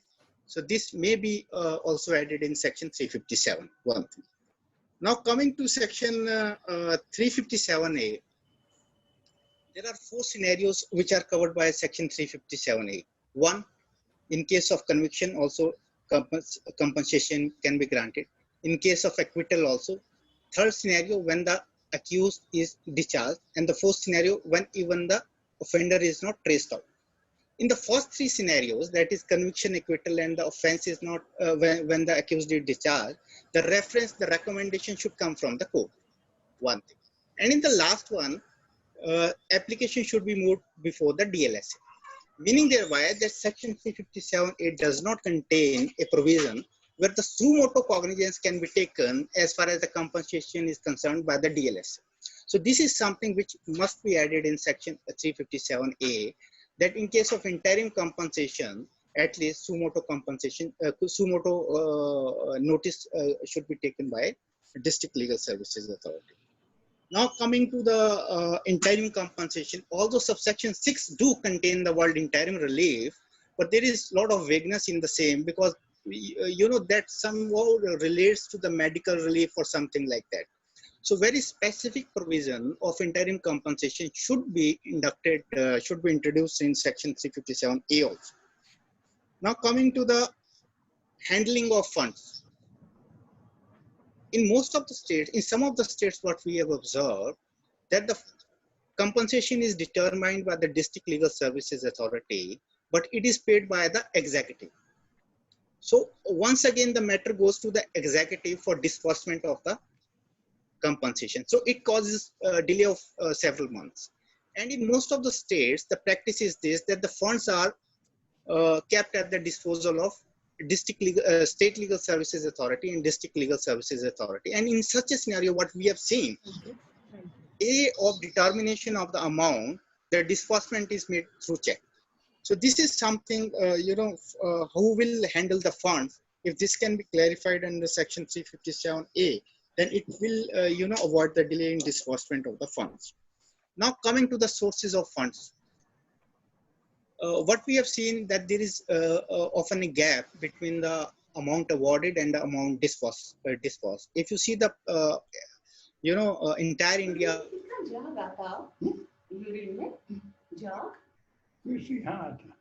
This section specify the sources, because primarily it specify only the state budget, and that is the prime source of source for victim compensation fund. But apart from that, it shall also specify the donations if permissible by state government or the central government. It should also specify the CSR also. CSR fund can be utilized. That will bridge the gap between the disbursement and awarding of them. And another thing is wastage of funds. Most of what we have seen that in some of the states, they do have certain criteria that it has to be deposited in the fixed account of the victim, but some of the states do not have such criteria. So it leads to the wastage of funds, and actually the fund is not utilized for the rehabilitation of the victim. One. And the last point which I would like to say is that, under section 357A, all the states frame victim compensation schemes, but there is lack of uniformity, meaning thereby for the same crime, the victims will get different compensation depending upon their locations. So uniformity is something which is missing. Some of the states have adopted the definition of victim as given in the CRPC. Some have framed their own definition. So in some of the states, the dependents and legal heirs are not included as victims. In some of the states, they are included as victims. So there is no uniformity. These are some of the few points which I would wanted to highlight, and this can be rectified by bringing some legislative change by amendments in section 357 and section 357. Thank you. May I say something on this? Sir, it's a view from the ground, because there is one more advisor from NALSA who is telling Mr. Alok Agarwal that compensation is being adjudicated and distributed by legal services authorities in most of the states. Over to SK Jain, sir, for your intervention, sir, quickly. Yeah. So in my view, so far as the provisions for giving compensations to victim is already there.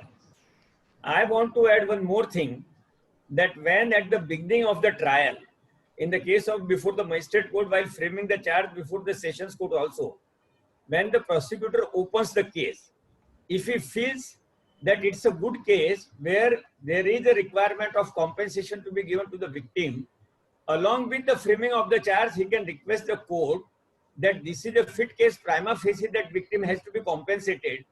And before the accused is called upon to face the trial, considering the financial resources of the victim, even the interim order can be made by the Honorable Trial Court Judge that if you want to enter into defense, then before that, you have to deposit this by way of an interim compensation. Otherwise, what happens that after the trial is over, and if a person feels that I will go to jail, but I will not pay 5 lakhs or 10 lakh compensation, I may be there for a year or 6 months or whatever it may be, or 4 or 5 years. Either there should be a two ways. Plea bargaining is there, where also it can be used for that purpose is concerned, because it's a very wide topic. We have talked about the offense relating to human body, but there are offenses where a poor person is deprived of his land by a land sharker or so far as other parts are concerned. And at the end of it, if there is a compensations in lakhs or crores, the persons will go out of it. Or suppose that during the trial, the person expires or whatever happens because of a long pending these things, then what will happen? So according to me, if there can be a provision that at the initial stage, once the charge sheet is filed, the prosecution can make the applications to the Honorable Court to bring to his notice that it is a fit case where the prima facie case of giving compensations beside the trial, and the accused may be directed to deposit that much amount, and then the trial can be begun. Perfect. Sir, your recommendation is so good that it will make this system to be justice-centered.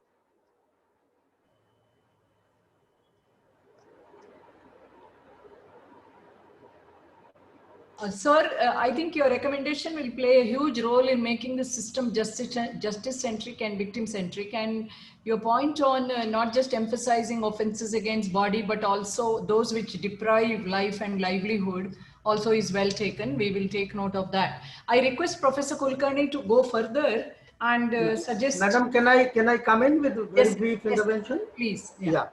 2-3 points I would like to submit.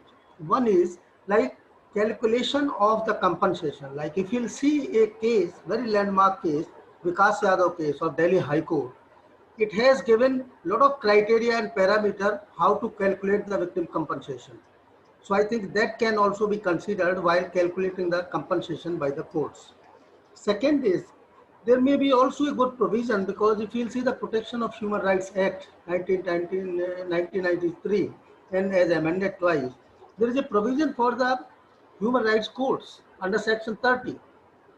And this court of session should be declared as the human rights court.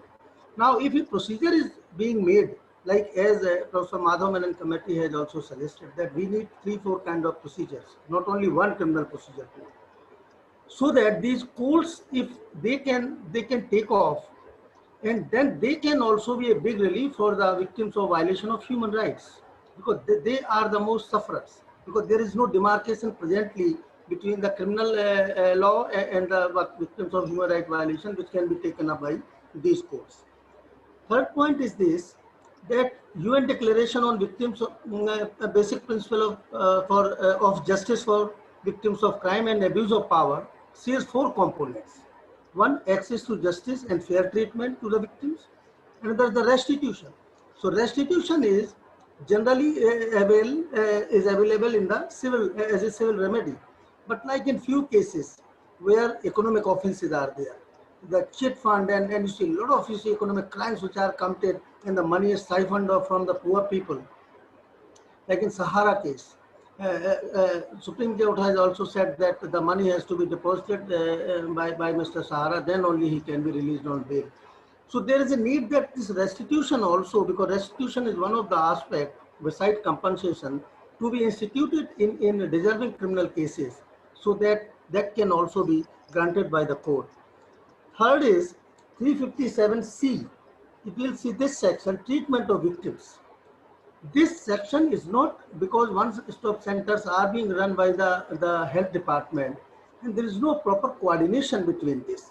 And so far as the paucity of fund is there, if one will analyze the Nirbhaya fund, which is allocated by the Union Home Ministry to various states, this is not properly utilized. So there is not always the paucity of funds, but I think there is also problems in the procedural fault. And finally, as had been said, like the offenders, in one case, the state of Gujarat versus Honorable High Court of Gujarat in 1998, Supreme Court has said that the wages for prisoners should be revised and one portion may be deducted and that may go to that victims of crime. But there is no you see schemes.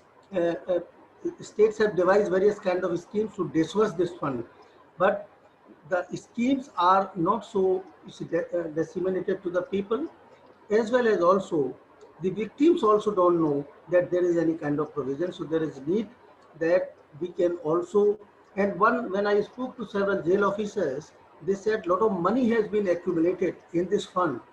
But one major problem which they are facing is that if the court, while giving the final order for conviction, if can write in the judgment that who is the victim in this crime and the address of the victim, then it would be easier to reach out directly to the victims and the money can be compensated to them through that. Thank you. Right, sir. So thank you very much for that wonderful intervention. Professor Shirish, can you move forward, please? We Yes, have ma'am. Advocate Sampath Bulusu's Yes, ma'am. reflection that a procedure can be put in place where a victim satisfaction report and undertaking is taken, and then there needs to be common standards for compensation, because now it is varying from state to state. There must be a common base amount, and this common minimum base amount should be reviewed on fixed intervals. Very good suggestions. So we will put them through. Any other point, Professor Shirish, before we move on to the Yes, polling? ma'am. Yes, ma'am. Ma'am, the next This is not topic. Shirish, this is Chaitrali now, sorry. Yeah, Chaitrali. We have to be quick because how many more recommendations do we have in discussion? Because all the panelists have finished reflecting. Yes, ma'am. I'm 12 there. I'll quickly go through it. So, need of extend one-stop center. No, this has been read by all because the Yes, slide was on. Yes, It is already clear and everybody responded to it. Yes, ma'am. Ma'am, there is something called for third gender also. Everybody are looking for third gender also should be given equal treatment. Another effective point is like the victim shall also play effective role on the state of investigation procedure. And as per section 24(8) and 301 of IPC of CRPC mentions that private lawyer participation is ineffective as the lawyer is required to act as a prosecutor's direction.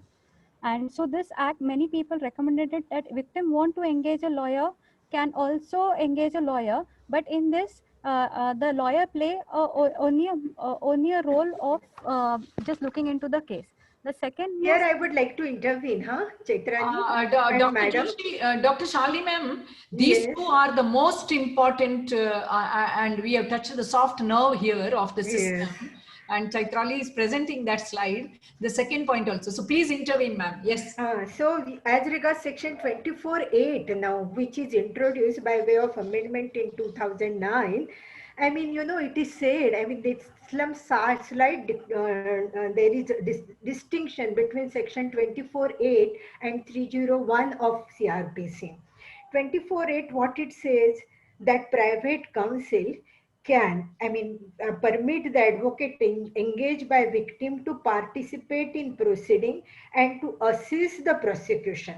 So Allahabad High Court, UP High Court has, you know, interpreted it in such a way that 301 says that he should assist the public prosecutor, whereas 24(8) says that he should assist the prosecution. So it is quite wider in connotation, and therefore in its judgment in Lokesh Singh versus State of UP, that is 26th August 2013, the Allahabad High Court has said that his right will not only include now only to file the written submissions after the case is over, but throughout prosecution, he can assist, he can make oral submissions also, because he is to assist the prosecution and not only to assist the public prosecutor. So now that role of private counsel is quite widened by this judgment. So we may get some more judgments also like this, which have broadened the scope of section 24(8). because of the slight distinction in the wording used in 24(8) and 301 CRPC. They have also said that simultaneous amendment is not made in 301, but we have to make a harmonious construction, and therefore we have to hold that when 24(8) was introduced, it follows that now the legislature want to give more role to the private counsel, and therefore he can assist the prosecution throughout.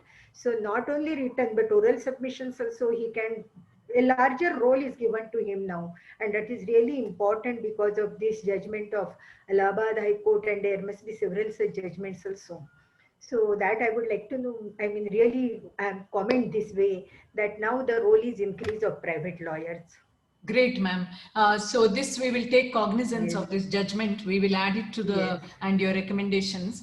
I would be very curious to know what a private practitioner like S.K. Jain sir thinks in terms of, I mean, who always defend the accused. I would be very curious to know what their view is, or somebody who has practiced like Mr. Sunil Chauhan, what they think of this giving interest to the victim in the criminal justice system. And this is one of the intentions of our Home Minister rather, that there should be people's interest. I mean, I have seen helping the victims that nobody bothers. It's not their sister, it's not their mother, somebody else's sister, somebody else's mother. So giving the expert support through a lawyer instead of this impersonal state-centric approach to victims' plight, what could be the other ways of making it efficient, effective role in investigation, as we highlighted? And the second point, Chaitrali, could you talk about the second point, which is a pain point again? Yeah. Ms. Chaitrali, yeah. Yes, Yeah, before Chavan sir comes in, tell the second point about the lady doctor's presence. And yes, ma'am. Ma'am, in the section 164 of CRPCA, it has been like, victim undergo lot of humiliation, and in the it is not mentioned examination of lady victim should be examined by a lady doctor and or by a female under supervision of the lady doctor. Okay, Chavan sir was coming in. Sir. Secondary victimization is something which happens to the victim. And first of all, as far as legal assistance to the victim is concerned, for instance, in case of a person who is arrested, we do have a provision in section 41 capital D that he has a right to legal assistance. But we do not have a similar provision, a general provision for all the victims of crime, that from the police station itself, they do have the right to legal assistance. So that is missing. But what we are doing, that in one-stop centers, we are partnering with the one-stop centers, coordinating with the one-stop centers, so that any victim of any lady, any female who is a victim of crime, if she comes to the one-stop center, so her legal needs are taken care of by the Legal Services Authority. This is something which can be, mandated legislatively, that one-stop centers should be coordinated. Some legal assistance should be provided there only. Otherwise, one-stop centers have no meaning. One thing. Now, secondly, as far as examination in the presence of female is concerned, the provision is already there, but still women are not aware of the same, and due to the paucity of doctors also, sometimes it becomes very difficult also.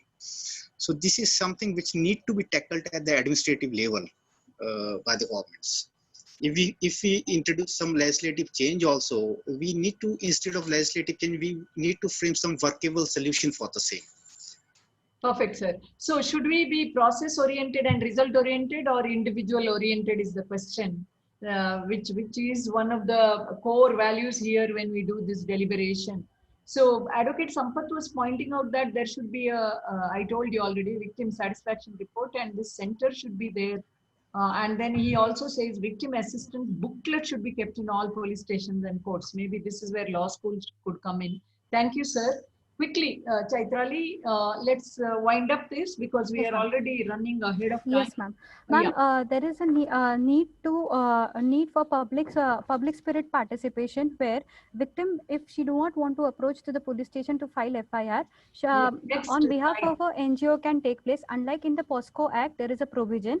Then victim secondary compensation impact analysis should be there. That is like, many have positive about it. And under section 498A, which has now been a bailable section, earlier it was a non-bailable section. As per the new NCRB data of 2019, it has been observed that 30.9% of cases that has been registered this year is crime based on cruelty by husband and relative. So should this section again be reconstructed into non-bailable, and marital rape should be considered as a separate offense. So this is a little hornet's nest, the marital rape as well as 498A as far as India is concerned. But the reality of crime shows otherwise, that it is still a serious issue. Always in political discussion, 498A seems to be a biggest pawn compromised. I mean, even the commission where I was a member, they wanted to make it diluted, and we fought tooth and nail in that committee of 10, why our country is so unwilling to look at the reality and look at the provisions.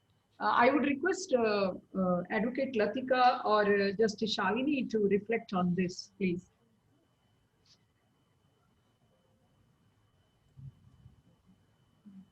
Ma'am, I would like to say that the 490, the victim compensation, I think is a part of a victim rehabilitation.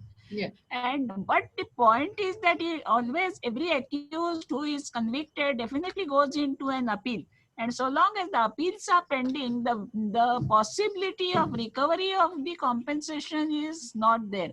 So as it is said, the interim compensation should be made a part of the whole trial system, or as S.K. Jain sir said, that when the prosecutor starts his case or explains his case in the beginning, if there is a possibility that the case is very strong and the possibilities of conviction are there, then the compensation aspect, or at least the interim compensation, was something like an acid attack, or maybe I have seen several burns cases where the women face traumatic situations and medical expenses, there is nobody to pay. So at least for the medical treatment part, interim compensation should be made possible or should be provided to the victim, which will go a long way.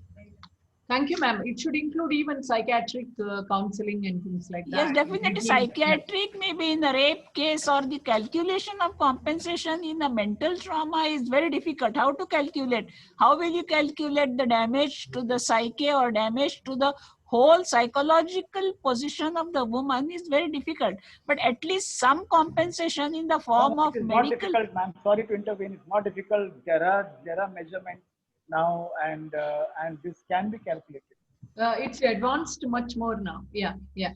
Thank you, ma'am. Also, it should be the right of the person to seek to get psychological and psychiatric care. It should be the right. It's not only a charity by the court. Because there is interdependence of physical and mental trauma as well, isn't it? Yeah.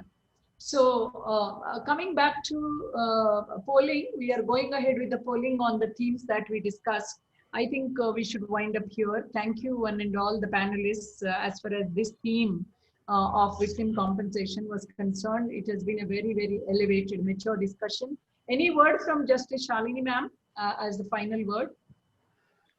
I think compensation concept we have to understand. It is not only to compensate for the loss, injuries suffered by the victim, but it is also to penalize the state for not, doing its duty of maintaining law and order properly. So in the road accident case, we pay the compensation even for no fault liability. So here the victim is the victim of crime and she has suffered. So therefore there has to be the compensation, and on that aspect, we have to really sensitize and create awareness And in the victims, their counsels, I mean, as I already said, that it is their duty also to make the court pass some order. And as regards interim compensation, the Supreme Court has said long back in the judgment of Bodhisattva Gautama that it is you can pay interim compensation and you are required to pay considering the necessity of such compensation. And for restitution, definitely POSCO Act has made lot of provisions, and they can be, transposed or used in the CRPC also.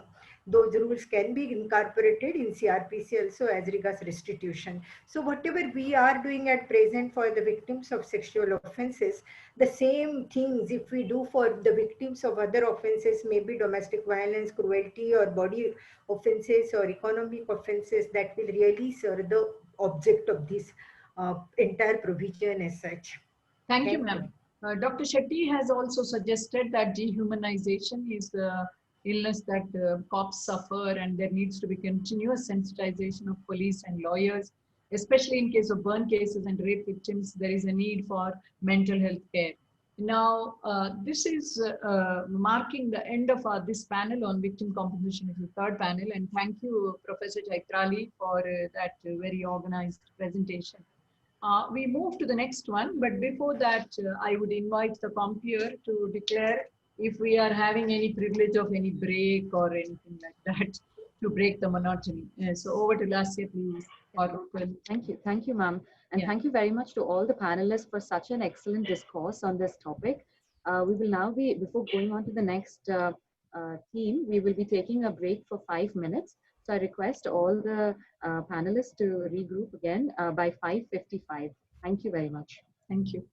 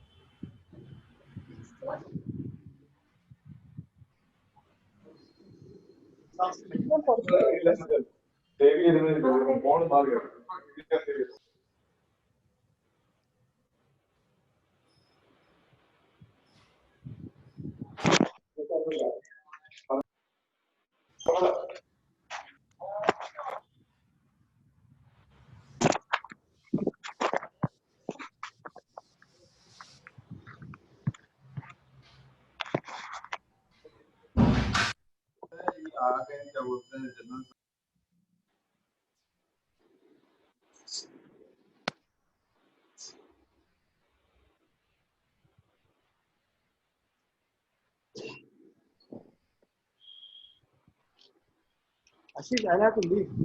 Can I? आणखीन काय आहे का माझं पुढे हा काय आहे का आहे काय चांगली काय आहे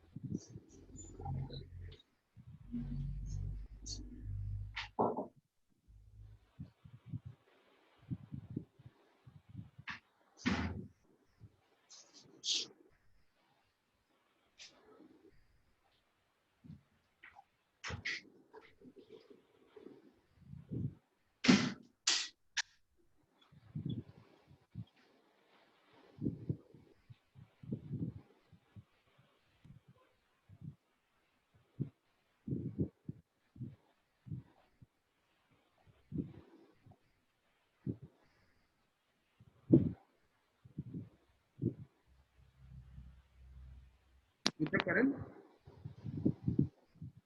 अच्छा it's the last panel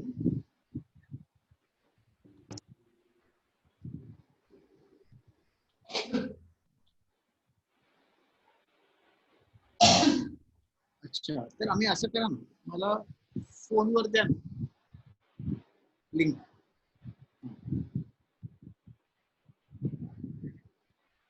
हां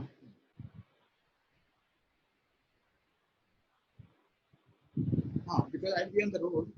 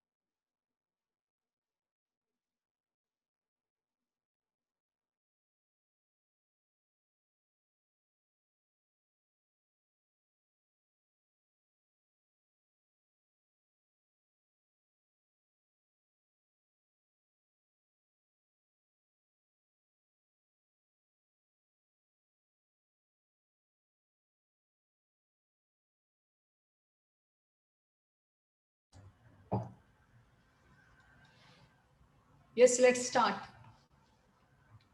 Is everybody there, the panelists? Welcome back to the experts and the panelists and all the audience members. We will now move on to theme D, our fourth panel for today, which is dealing with the issue of misuse of provisions on withdrawal from prosecution. To join Dr. Shashikala Gurpur ma'am, we have Dr. Ashish Deshpande, Assistant Professor, SLS Pune, to be the co-moderator, And I invite the moderators to commence the panel discussion. Thank you, Professor Lasya, and thank you, our esteemed panelists as well as audience. It's our pleasure to get back to the proceedings. This part of the proceeding is going to be a relatively shorter one, where Professor Ashish Deshpande, Dr. Ashish Deshpande will be my co-moderator, and the theme is going to be misuse of provisions on withdrawal of prosecution.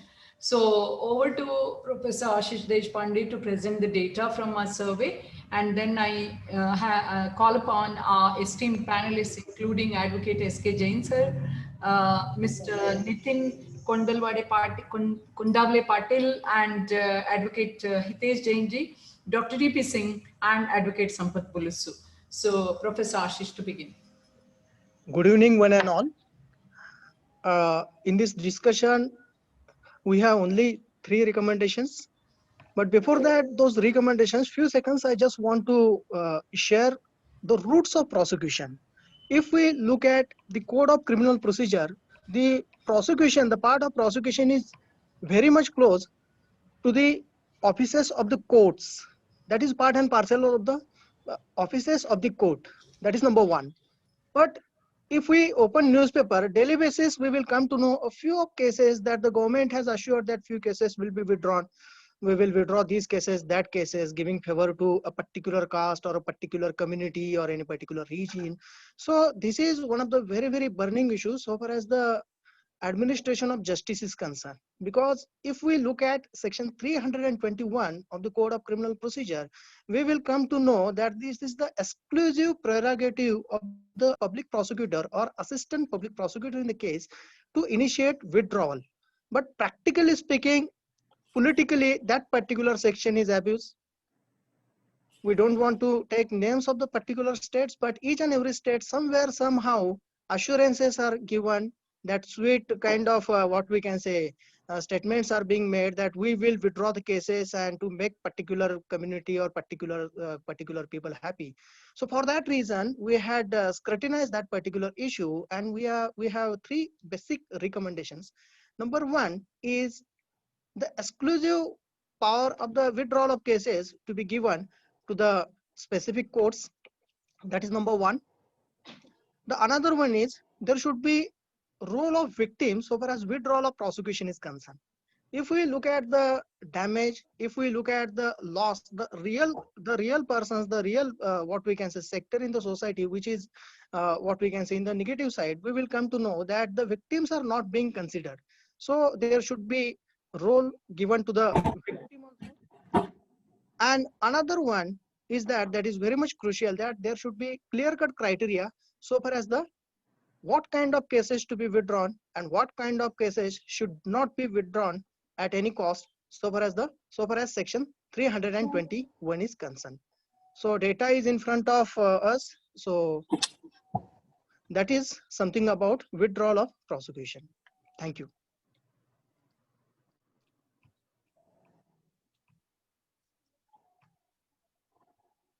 Ma'am, you're muted. I divert my attention to Advocate S.K. Jain in the light of this. What could be the rationality in making withdrawal to be at the discretion of the executive? Or was it simply irrational? Are we continuing the colonial system? Or are we keeping some gaps so that political powers that be have their say?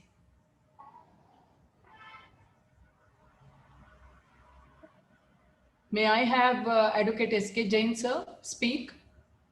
Madam, I think Jain sir is not the radar. Yeah. Okay, then shall I ask Mr. Nitin? Yeah, ma'am. Nitin Kundavle Patil, please. Yeah. Thank you for giving me an opportunity, ma'am. I think Dr. Ashish is having the PhD thesis of this subject itself. So I could see his command over the subject, ma'am. I should congratulate Dr. Ashish for the successful PhD thesis. I went through the thesis yesterday itself. Yeah, ma'am, you rightly said that it's we are just following the colonial model of withdrawal.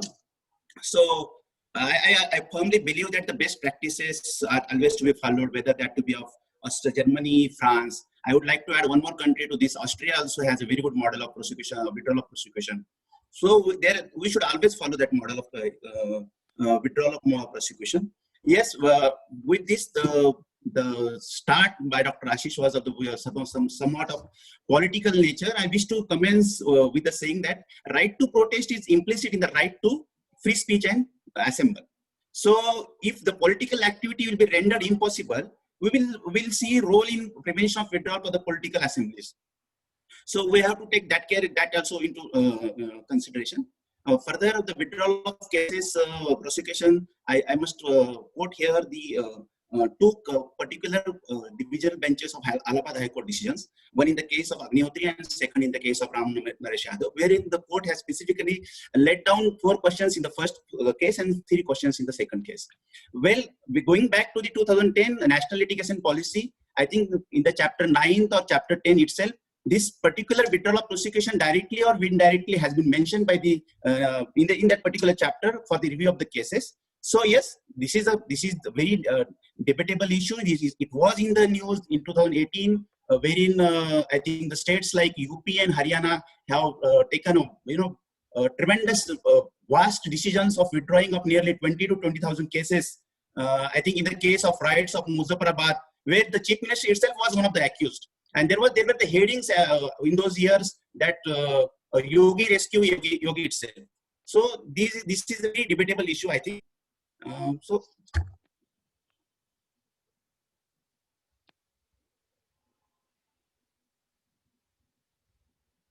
Hello. Yeah. So you have brought very good data, Mr. Patil. I was just wondering, there was this withdrawal issue of 498A, and in Karnataka, I had seen it very closely, where prosecutors were not allowed to advise the victim, or finally they had to go to the Home Ministry and get it withdrawn. And in the Home Ministry, the secretary is the one who signs, and invariably these secretaries are ex-IPS. Now, what is the fun in putting withdrawal in the hands of someone who is non-judicial? So I'm very curious about this. I think Advocate Sampath has been through criminal law practice. Any reflections on this, Advocate Sampath? Thank you very much, madam. Well, I have certain views on this, and I would just take you through all the members of the panel and also the audience. And please bear with me. I may go into little detail. At the outset, with due respect, I would say that withdrawal of prosecution, which is enshrined in section 321 of CRPC, is not a colonial relic. Under the old CRPC, what we had was section 494, which had the title of Effect of Withdrawal from Prosecution. This has been modified in the 1973 code. If I take section 494 of the old CRPC 1898, it says, any public prosecutor may, with the consent of the court, in cases tried by jury before the return of the verdict, or any cases before the judgment is pronounced, withdraw from prosecution of any person, either generally or in respect to one or more offences for which he is tried, upon such withdrawal, the case would have the effect of acquittal or discharge. So this is what was stated in 494 of the old CRPC. Under the old code, it was only on public prosecutors, which meant that this was only with respect to session trials. This was a colonial provision. Section 370, when Section 321 had come onto the statute book in the 1973 code, this has been, enlarged, wherein it was also the public prosecutor as well as the assistant public prosecutor who is in charge of the case with the consent of the court that such withdrawal from prosecution. It's not withdrawal of prosecution, it is withdrawal from prosecution. Both are completely different. Now, if we go to the earliest judgment on this point, and that is on this particular section 321, after it came on the statute book in 1973, which arose in Rajendra Kumar versus State through Special Police Establishment, that is 1980, volume 3, SCC page number 435. The Supreme Court had said, and this was the case that arose out of the Baroda dynamite case, which happened during the emergency, wherein veteran leaders of the opposition, like even George Fernandez, were one of the accused. And what did the Honorable Supreme Court say in this case? It shall be the duty of a public prosecutor to inform the grounds for withdrawal to the court, and it shall be the duty of the court to apprise itself of the reasons which prompt the public prosecutor to withdraw from the prosecution. The court has a responsibility and a stake in the administration of criminal justice, and so has the public prosecutor as in its capacity as Minister of Justice. Both have a duty to protect the administration of criminal justice and against possible abuse or misuse by the executive, and resort to the provisions of Section 321. The independence of the judiciary requires that once the case has traveled to the court and its officers alone should have control over the case and decide what it has to be done in each case. Now, this is where I'll pause for a moment when it comes to Rajendra Kumar's case. The next landmark judgment of a 3-judge bench was Shionandan Paswan versus State of Bihar, 1983, Volume 1, SEC, page 438, which was a 3-judge bench judgment. And what did their lordship say in that by majority? Justice V. Khalid, his lordships have summarized that there can be certain grounds on which the for 4 grounds which can seek withdrawal from prosecution. 1, lack of prospect of successful prosecution in the light of evidence. 2, implication of persons as a result of political or personal vendetta. 3, inexpediency of the prosecution for reasons of the state or public policy. 4, adverse effect on continuance of prosecution, which will bring the public interest in the light of change situation. Now, these were the 4 grounds which were given in Shionandan Paswan's case. However, one of the things which Professor Ashish, and if I'm not wrong, even Mr. Nitin Kondalwade had, if I pronounced the name right, apologies if I pronounced it wrongly, mentioned about the participation of the victim. Now, 321 is silent on the right of victim or the complainant, which is a fact. We have a somewhat similar provision in CRPC, that is Section 169 of CRPC, where the police, where upon investigation find that there is no sufficient evidence and file a closure report before the magistrate. Now, when closure report is filed, Section 169 of CRPC makes it mandatory that the notice has to be served on the informant or the original complainant. And only when a protest petition comes up before the court and the court finally decides, and the application for closure of the case by way of a report under Section 169 of CRPC is not binding upon the magistrate can reject or accept the report. Now, similarly, even in Shionandan Paswan, in Subhash Chandra versus State Chandigarh Administration, 1980 Supreme Court, Abdul Karim versus State of Kerala, the number of judgments, the right of the victim has been to oppose an application, has been challenge the withdrawal from prosecution, has been recognized by the Supreme Court. Now, what the Supreme Court has so far in all the cases that has come is, once the case has been withdrawn, the challenge has occurred. Let us take Abdul Karim's case from Karnataka. What was the actual reason in that particular case? The then brigand Veerappan had kidnapped a famous film star, and the state wanted to release, because there was demands made by Veerappan that certain accused, the TADA cases which were pending in the special TADA court at Mysore were to be withdrawn, and that was only the charges of TADA which will pave way for their bail. The application that was made before the special designated TADA court at Mysore did not spell out anything of Veerappan or the demands. All it said, public interest, we need to withdraw from it. Now, that in the first session that we spoke about the independence of the prosecutor, even here there has to be independence of the prosecutor alone. The state, even if it dictates, the prosecutor should have the right to refuse to file such an application. And when can that be? When the prosecution directorate is strengthened and made fully independent.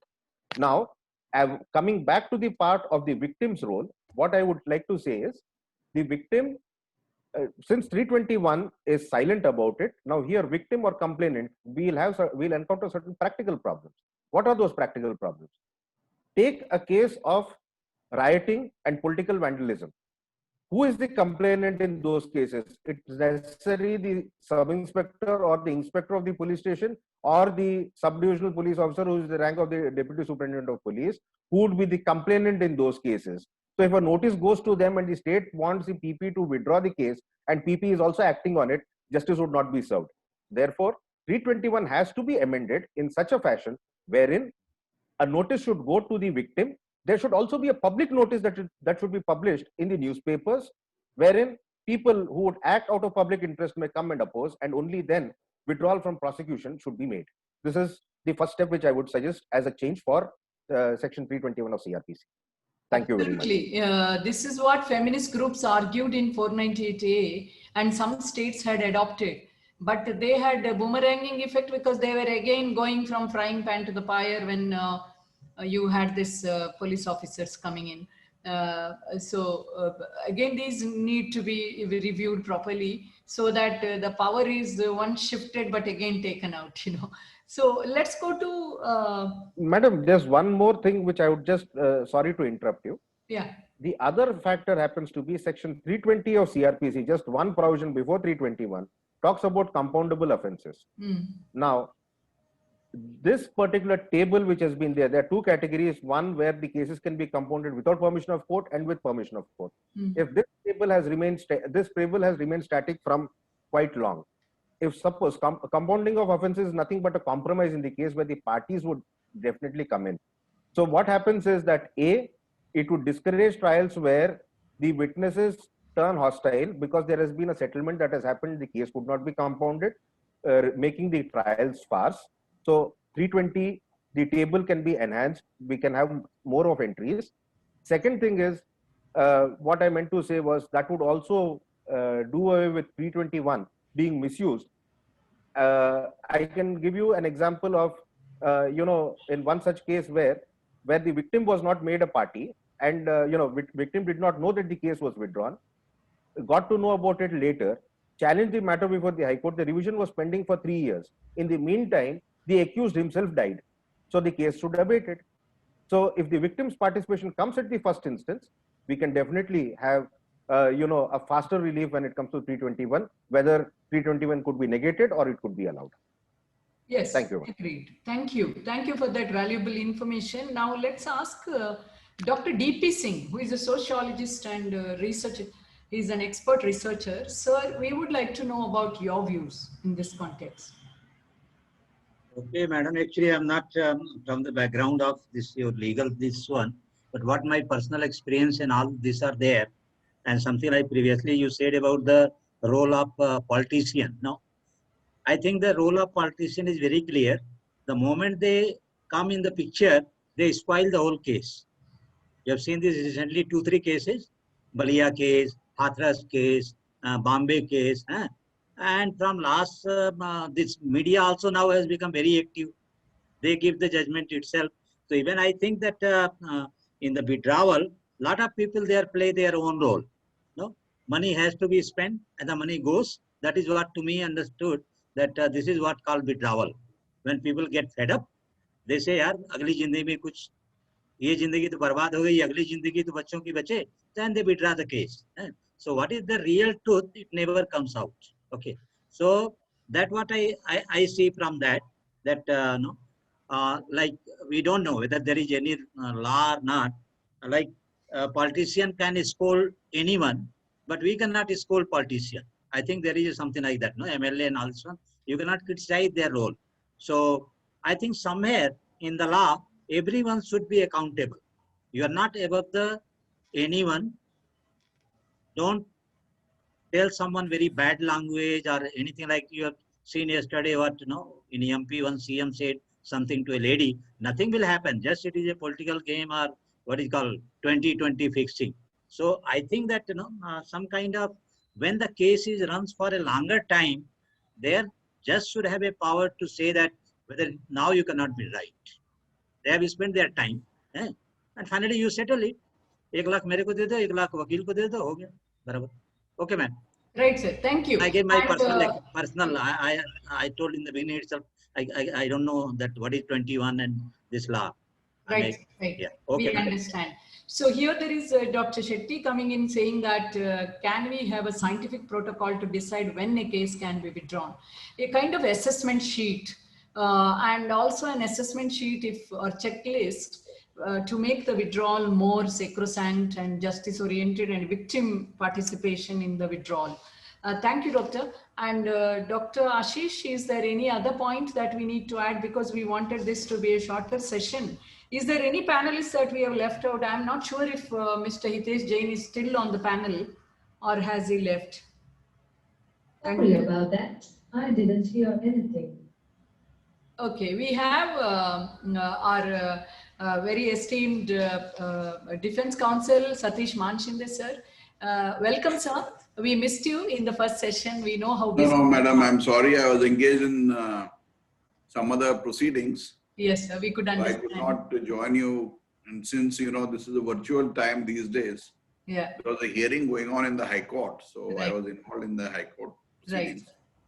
So it's our loss to miss you in the beginning. Anyway, it's great that you have come in at the right time when we are closing on a topic related to prosecution. So do you have any observation to make, even for the themes which you might have prepared but missed, like what we did earlier in terms of polling, on improving the conviction rate, on providing witness protection, on advancing victim protection and rehabilitation, and the current theme of misuse of provision on withdrawal?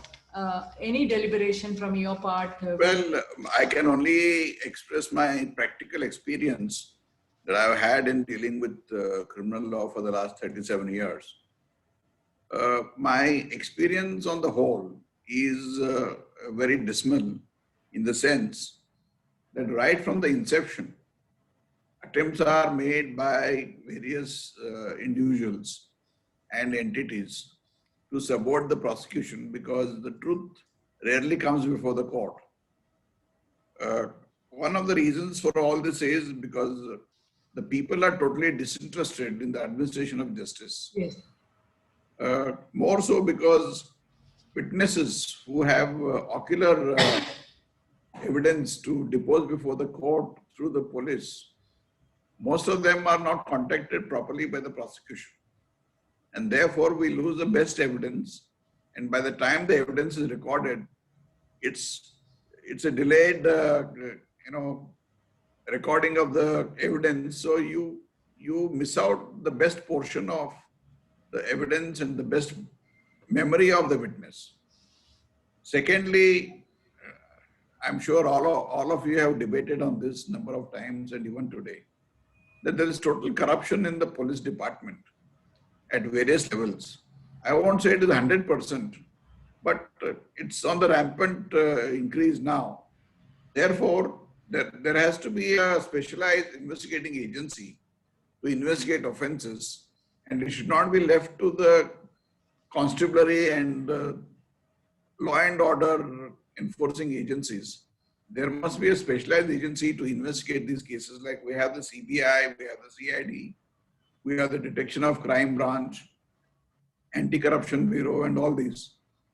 Apart from all that, most of the evidence that is recorded these days, no attempts are being made to record most of them under 164 of the CRPC. Particularly the eyewitnesses. The statements should and ought to be recorded under 164 of the CRPC, because we can use all technical methods of recording the evidence, apart from oral evidence that is recorded by the magistrate, in such a manner that the witnesses who come before the magistrate and record their statements under 164 stand by it, so that we don't have to prove that evidence through some other witnesses in a court of law. Subsequently, what has to be also done is that Namita, just come in. What we must do is the witness protection program, which is now before the Supreme Court. The Honorable Supreme Court has time and again called upon the central government as well as the various state governments to come up with a policy to deal with this witness protection program. And I'm sure that all of you are dealing with this day in and day out and following what is happening in the Supreme Court. Unfortunately, majority of the states have not come up with a policy to frame proper guidelines for witness protection. Now, every political party which comes to power and makes statements, they talk about providing the best judicial system and the best prosecuting system. But moment they leave the government, they are committing crimes themselves. Therefore, the Supreme Court should not wait for the parliament or the state legislature to formulate a witness protection program. Under Article 142, the Supreme Court should lay its own guidelines, like in the corruption cases against politicians, to see that this has a salutary effect on the judicial system. Fourthly and importantly, there is rampant corruption in the judiciary. Though there are a few black sheep, the entire judiciary is getting a blame because of a few black sheep. But I see that, it is on the increase, obviously because of the salary structure and because of financial burden on the judicial officers and easy access to money, and there is no proper watch on these gentlemen. So therefore, that also needs to be plugged. You will see that by the time the case comes up to the High Court or the Supreme Court, the prosecution has been so watered down, and even the delay that is taking place because of judicial system that we have, it is suffering, and ultimately the victims who come before the court number of times are the losers. Now, question of the first informant or the victim's family coming before the court to assist in the prosecution should be encouraged. It is not necessary that they must have a right of audience, but they should have a right in selecting the best prosecutor so that they can guide not only the prosecutor, but help the administration of justice to bring powerful and wealthy accused to book. Apart from all this, what needs to be also taken into consideration is that the number of attempts are being made to curb the victim's rights in the court of law. So the judiciary should come up with some formulae where, apart from seeing that they are present in the court, they should be given adequate notice of the hearings that takes place. Now, electronic age has come into picture. It is not difficult to contact the victim's family and inform them that this is the proceeding that is going to take place. So with these few suggestions of mine, which are practical in nature, and particularly all the service of summons, notices, everything is accepted electronically in all the courts these days, all over the world. So I'm sure that if electronic methods are used, not only at the time of investigation, trial, and in appeal courts. For example, many times it was being contended by a lot of us that just because the Supreme Court is located in Delhi, the poor and downtrodden people who are victims of these crimes, they don't get a chance to approach the apex court and make their submissions. Since the pandemic, the method in which the judiciary is functioning is through virtual courts. So, apart from the day-to-day hearing that may take place after the pandemic is over, my suggestion is that these virtual courts should be in existence. At least half the court should sit in virtual hearings and conduct hearings and hear lawyers and parties from all over the country, so that the amount of money that is being spent on litigation, on filing proceedings, on engaging lawyers, on traveling to Delhi and making presentation before the Supreme Court would be curtailed, and that can be done by increasing the number of judges. If the central government, which has been tasked with setting up courts all over the country, is of considered view that it is not going to take such large amounts of money to set up virtual courts, this method of conducting virtual hearings of various appeals and civil cases should be taken up by the central government with the help of the Supreme Court. And a large number of judges should be appointed, because you don't need a full-fledged courtroom to conduct a virtual court hearing. The judges can conduct the virtual court hearings from their chambers. They wouldn't need a large amount of staff. They wouldn't need the entire pleadings to be filed in physical form.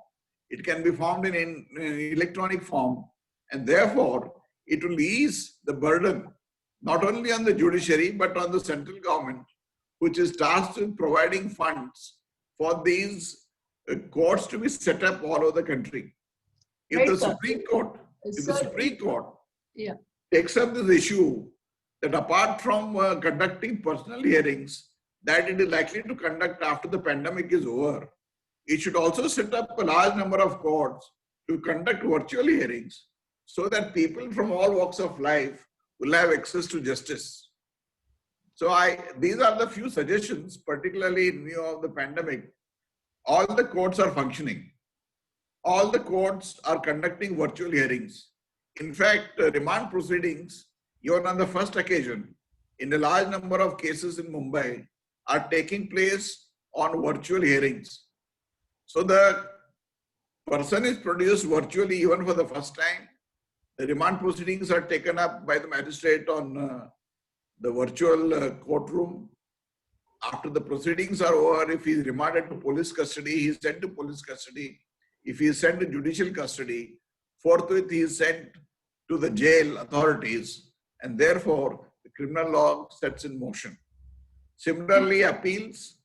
Yeah, And sir, we will take up these points as we move on, because what we are doing is we are doing a thematic kind of splitting up of themes. So true to your spirit of being kind of what we can say mentee of Advocate Ram Jethmalani, who used to say that there should be 4 benches of the Supreme Court. This was pre-COVID. Yeah. And your suggestion is so good that it will definitely protect the right of access to justice.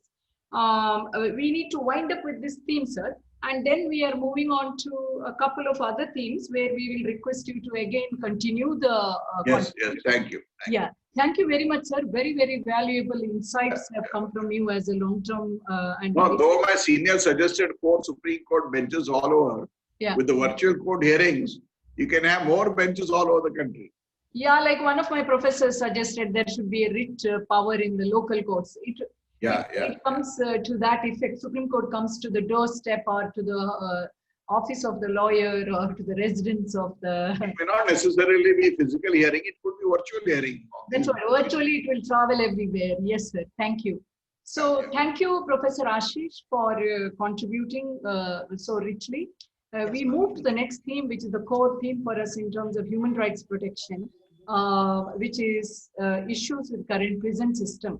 I think this is one area which is not just prison-centric, but prisoner-centric or detainee-centric, where we have lot of under trials, large percentage of under trials, as our news reports and analysis reveal, crowding the prisons, and more than 70% almost, and our prisons being overcrowded with 1.6 occupancy, sometimes maybe 3 times. So with that in the background, I request the computer to set the stage for the next session, please. Thank you very much, ma'am. Thank you to all the panelists of the previous panel for your detailed analysis of the topics that we have been bringing up. We've also received the polling results, which have been displayed in the course of the discussion itself. I would like to remind all the audience members that the polling link would be posted on the chat box simultaneously as the panel is progressing in the interest of time. So we will now be moving forward to the next panel, which is resolving issues with the current prison system. And to join Dr. Shashikala Gurpur to moderate this session is Advocate Sangramjit Shravan sir. So I would like to invite the moderators to begin the panel discussion on this issue.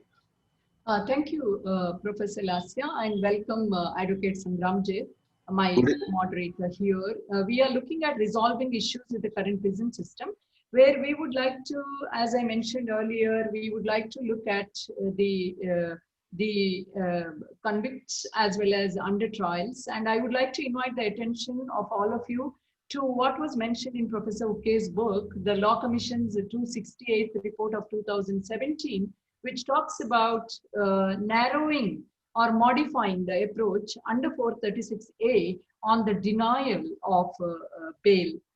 They also suggested that there should be a computer-based accused or criminal tracking network for habitual offenders, and the tripod approach in terms of refusal of bail, So with that in the background, I call upon Advocate Samramjit Chauhan to present our stakeholder feedback-based empirical evidences. Over to you. Good evening, everyone. Due to time restraint, I will keep it short.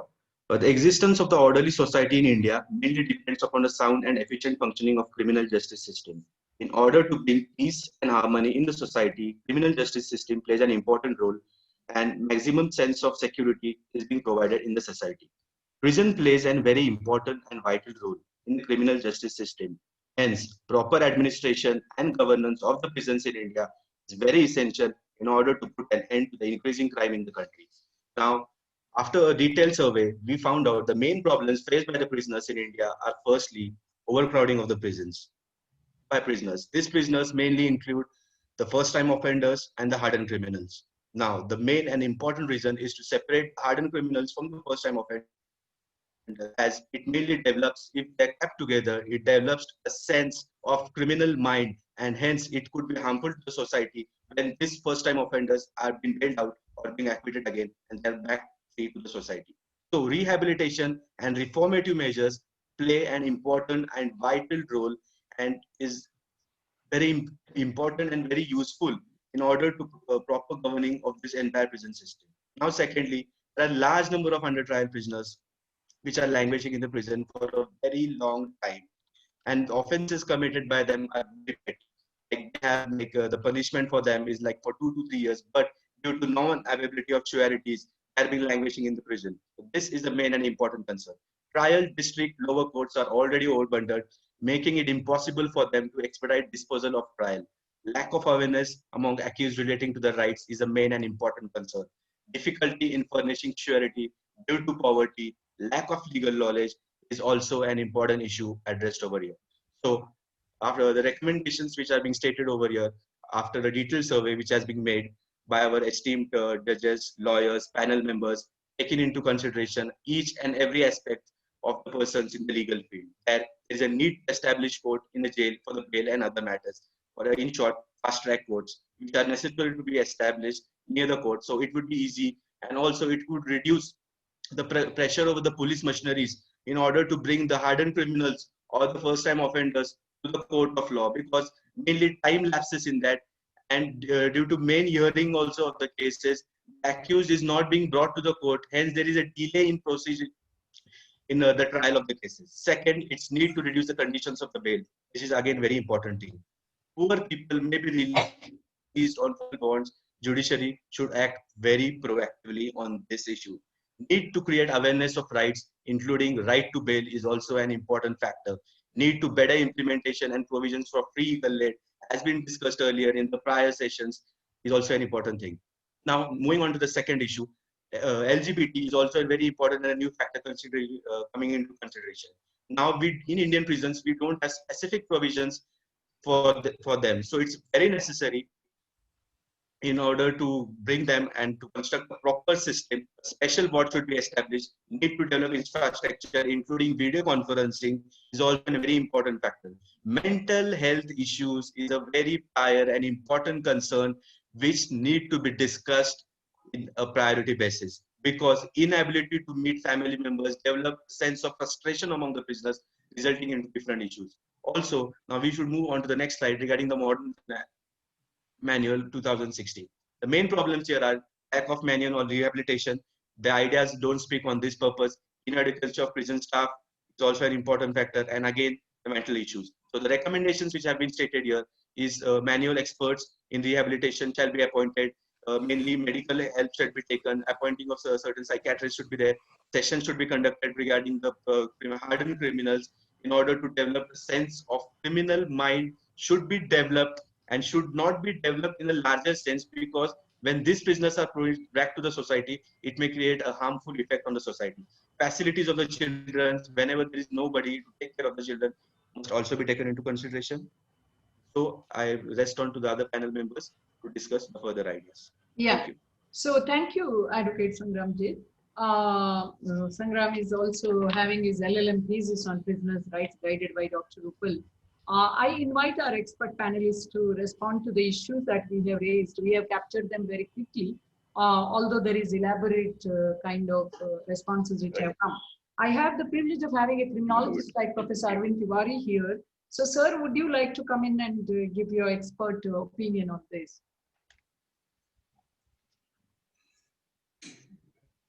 Sir, you have to unmute yourself, I think. Yeah. Sorry about that. I didn't hear anything.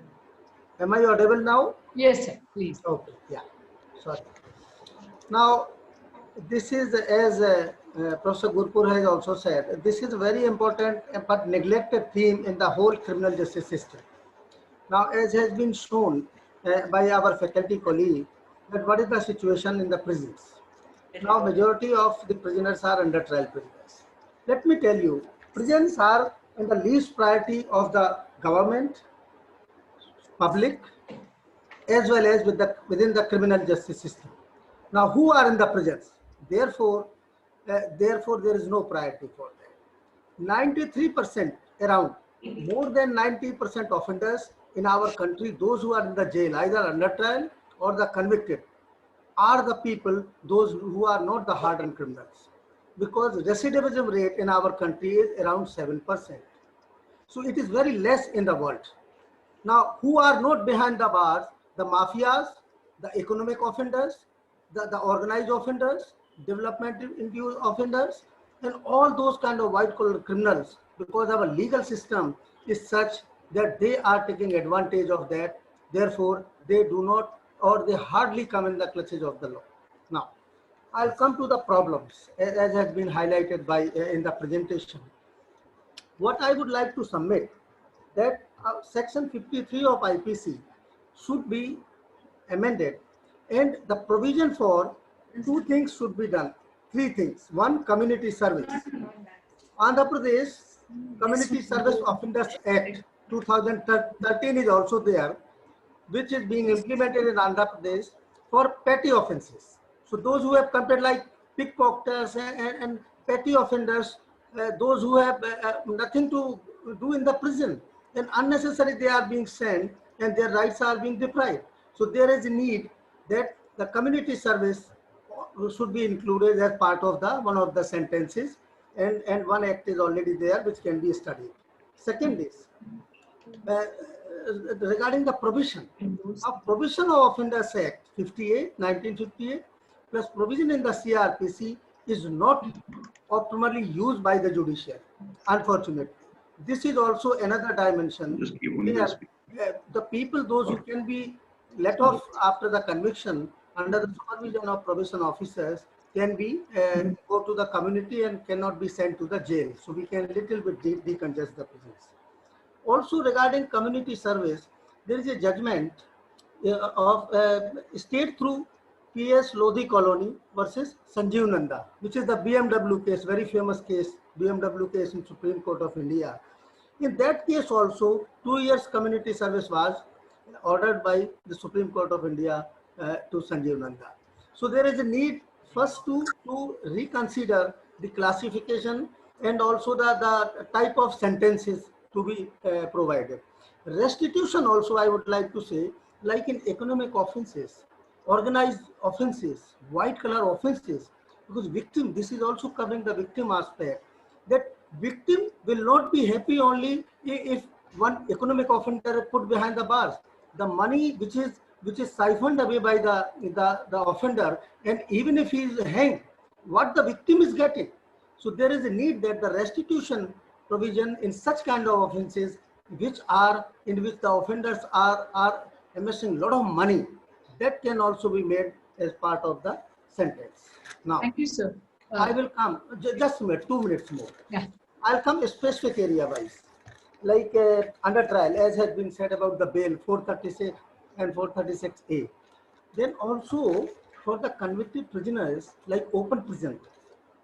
The Supreme Court now in re-inhuman condition in 1382 prisons has given several orders regarding, so we can divert some of the convicted prison population to the open jail. If you'll see the data in Maharashtra or rest of the India, the open prison, there is no overcrowding in open prisons. Rather, the more strength is there, sanction strength, but the less number of prisoners are there. So there is a need to divert the under trial population through bail, through community service, effective implementation of Provision of Offenders Act, as well as the convicted prisoners population to open jail, and also liberalize parole schemes, so that we can decongest the prison and we can humanize the prisons. Because as has been said, mental health, and there are several areas, I'll come in little later. But these are the major things which I think we can consider. Thank you. Thank you, sir. Now, from the point of view of criminal justice system, some of the reforms which have been there in case of prisons, how the courts have overseen, or what is the experience as a judge, Madam Shalini, if you could come in and respond. Ma'am, it's muted. I think you'll have to unmute yourself. Yeah, please. Actually, bail is the rule and jail is the exception. That we are saying since long. But despite that, we find that so many under trial prisoners are there. The reason, one of the reason, maybe the prisons are overcrowded, and as Chauhan has rightly said, that first offenders and repeated or habitual offenders, they should be separated, hardened offenders, so that we have at least to some extent a limited law and order problem. Secondly, under trial prisoners, how to reduce it? We have introduced the system of plea bargaining. I mean, there is a separate chapter in CRPC, but that provisions are not used at all. I mean, if the accused really feels that he is guilty and he is having the assurance that some lesser punishment will be imposed, then those as regards plea bargaining, there should be more enlightenment, and as regards bail also, we should have more liberal approach. Secondly, what we find is, it is mostly the use of arrest powers by the police also. We have already tried to reduce it by amending section 41 of CRPC. But then nowadays serious offenses are also increasing to such an extent that under trial prisoners mostly consist of those offenders to whom it is difficult to release on bail. So far as minor offences are concerned, we find that magistrates are really liberally releasing them on bail, or after undergoing half of the punishment also, they are released on as of right on bail. But the under trial prisoners mostly consist of those offences like rape, murder, dacoity, or some serious offences where it may be difficult to grant the bail, and that may be the reason. And therefore, the only solution we can say is to increase the number of prisons. Then we have to improve the system in the prisons, and in that respect, to make it humanized, we should have an independent committee to inspect the prisons from time to time. We used to have such committee of principal district judge, then district collector, and some important functionaries in the district who are supposed to visit the prisons every month or quarterly and submit the report and ensure that whatever deficiencies were found, they should be removed. They show compliance of that report also. They have to overlook and monitor that system. And we used to, when I was a district judge, we used to do that. But now, district judges and district judiciary is also so much overburdened that it may not be possible for them to pay one day for the visit. So these are all the various issues from practical point of view. But even then, we can insist on these measures, so that in independent committee also, if not a district judge who is, sometimes they may be busy, may not be possible due to preoccupation with judicial work, some independent committee should visit and monitor the conditions in the prison. That is what I really feel that it should be done. Thank you, ma'am. Now, on the reformist side, instead of the punitive side, how the prisons could look at mental health and rehabilitation. Dr. Shetty, could you come in and share your interventionist experiences, please, quickly? I worked in the Thana jail for some time with the Gandhians. And there are 3 sections there which are very important. One is the habitual offenders. Their main preoccupation is inform the mother so that they get bail. Find a way to inform the parents, friends to get a bail. The second section was the first time offenders. They don't know what's happened to them. It's just a wall which is them. And the third were gangsters. They were exercising. They had milk, they had badam, they had pista and everything. Now, what is very important is I completely agree with the view that hardcore psychopaths should not be in contact with the first-time offenders. And that is something which is absolutely essential. That's number one. Number two, which is very important, is there has been efforts in jails across the country with Vipassana, yoga, and so many other things. We need to actually humanize the jail through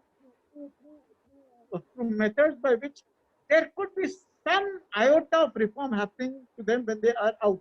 And see that the stay in the jail is not very comforting, but at the same time, it has a reformatory. And the last thing which is very important, ma'am, is that high-risk cases who are mentally ill, there have been patients of postpartum depression serving long sentences or even awaiting a trial. These should be screened and they should be provided care and treatment with the nearest hospital available. That I think is very, very, very important. Thank you, ma'am. Thank you, sir. Thank you, Dr. Shetty. That's a very valuable insight. And I think such interventions, whether jail manual is providing or should we amend jail manual, we will look into that when we send our recommendation. Next, I request Mr. Sunil Chavan, sir. He is rather judge. Sir, quickly, your take on how legal aid services could be helping in alleviating this pressure on the prison, please. Yeah, first of all, I'll come to the source of. First of all, let me clarify one thing. As it was mentioned in the presentation, that there are 69% of under trial prisoners. That percentage comes when you take percentage out of the total prisoners. But if you see the number of cases pending in the courts, criminal cases, they are 2.33 crore. So if you take out the percentage of under trials from that population, it comes out to be 1.4%, meaning thereby 1.4% of the people accused are in prisons, and 98% of the accused are on bail. That is one fact which I wanted to clarify. Now coming to section 41A. In 2009, this section was introduced, and this section has introduced pre-arrest stay. That is, a person can be called to the police station as a suspect. But as far as the implementation of this section is concerned, that's very poor. And people, the police, they do arrest, they do make unnecessary arrests. Now, if you see section 41 capital D, when a person is arrested, he has right to legal assistance. But if you find such section for a suspect, you won't find such section in CRPC. You have to go back to Nandini Shatapati, where it is mentioned near custodial interrogation, right? So as the rights of the arrested persons have been mentioned in CRPC, so there is a need to mention the rights of the suspects, so that for instance it can be mentioned that he should be informed of the accusation against him, and a suspect has a right to legal assistance. Now, what legal services authorities have done in this regard? Last year, they have formulated a protocol for providing legal assistance at the police station and at remand stage. So in police stations, what we are doing, we are providing legal assistance to the suspects who are called to the police station, and even to the persons who are arrested but not produced before the police station, before the magistrate. This is one thing. So first suggestion is this, that the rights of the suspect should be mentioned, and it should be mandated. Police officials, police officials should be mandated to follow the said rights. Second thing is that there are victimless crimes where there are no victims. For instance, in Excise Act, in Shop Act. So these victimless crimes should be decriminalized. There is no need to arrest a person and produce him before the magistrate just for the sake of, ultimately fine is the main thing which is required in such offenses.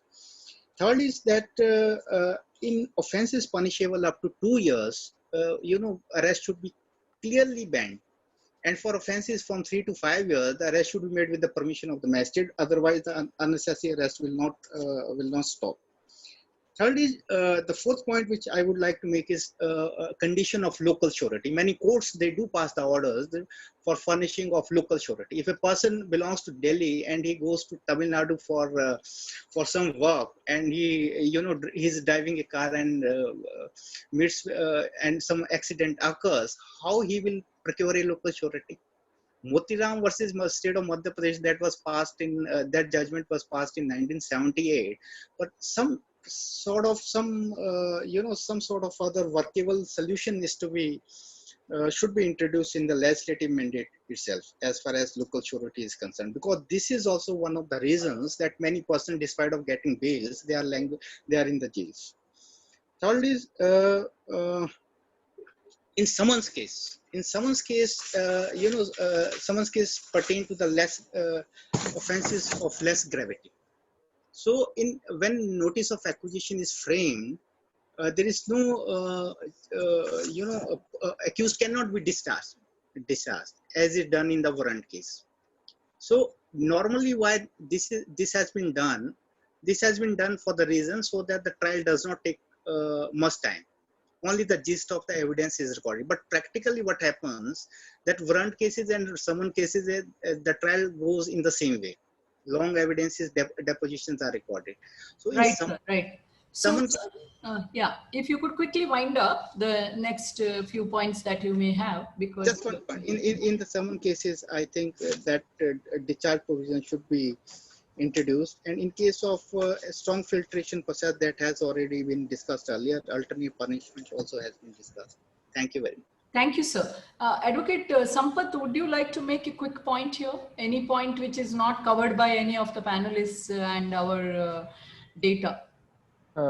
Yes, ma'am. Thank you. In fact, just taking the continuation from what the last speaker, Sri Chauhan Sahab, has just mentioned, as far as summons cases is concerned, Section 258 of CRPC, which is power to stop certain proceedings, which can be done by a magistrate of first class or chief judicial magistrate, is also one more method where the trial is, pending for so long. The courts can liberally, adopt or resort to Section 258 of CRPC, 258, which has an effect of discharge. So this can also help in reducing the burden on the prisons. Apart from this, we should also not forget, we were talking a lot on under trial prisoners and jails. There's also something to do with convicts. Convicts in jail are under the prison manual entitled to furlough leave, parole, and this is something which we have seen as in various examples in the recent past. Certain VIP prisoners or certain prisoners do get parole or furlough leave quite easily, whereas there are many prisoners who, despite of having genuine reasons like death in the immediate members of the family, father, etc., where the person has to go and perform his final rites, does not get parole. So there should be some mechanism where the parole or furlough leave should not be just left to the discretion of the jail superintendent or to IG prisons, but there should be some mechanism of some administrative adjudication for grant of these things, because most of these things again end up in the High Court by way of writ petitions. So this is what I would say on one was on summons cases, other one with respect to convicts. Wonderful.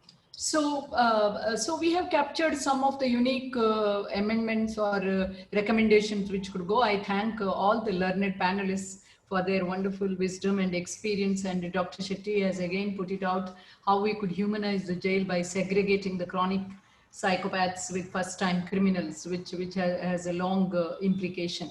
Now, I know that our team is parallelly running the polls with non-panelists, non-experts and audiences, and some of them may be partially experts and academics as well. I request the computer to take over for the next theme, please. Thank you all. Thank you so much, ma'am. Thank you for the expert experts and panelists for your expert deliberations on the very pertinent questions with respect to the current prison system in India. Before we move on to the next panel, we can take a 3-minute break, a short break, during which time the poll results will also be displayed in this on the screen. Thank you. So all the panelists, please take this break. You could grab a cup of coffee or take a short walk and come back. Thank you.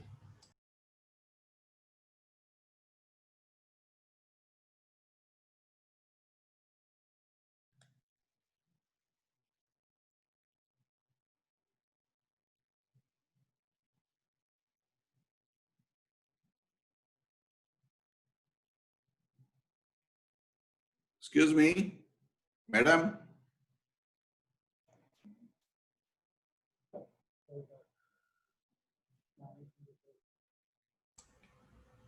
Hello, Hello, sir. sir. If I can help you. Madam, I have to leave. I have to go for a meeting outside my office. Oh, sir, now it is cybercrime. After that, we are going on NDPS. So how much time do you have? You have to leave right away or? No. Since you already risen from the meeting.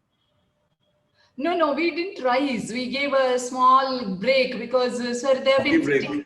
If you can take up NDPS now, it will be more advantageous. Okay, we'll do that, sir.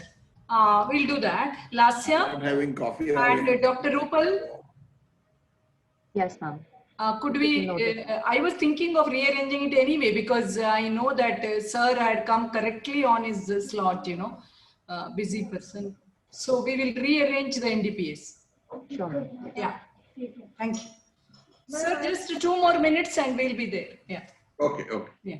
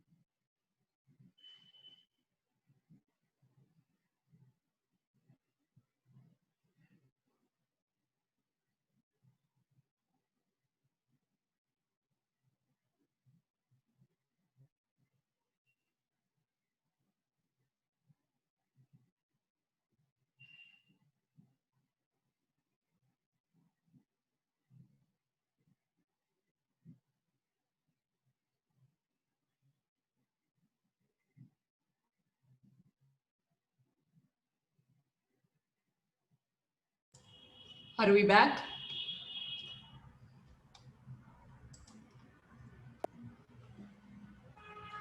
Shall we resume? Yes, ma'am, sure. Yeah.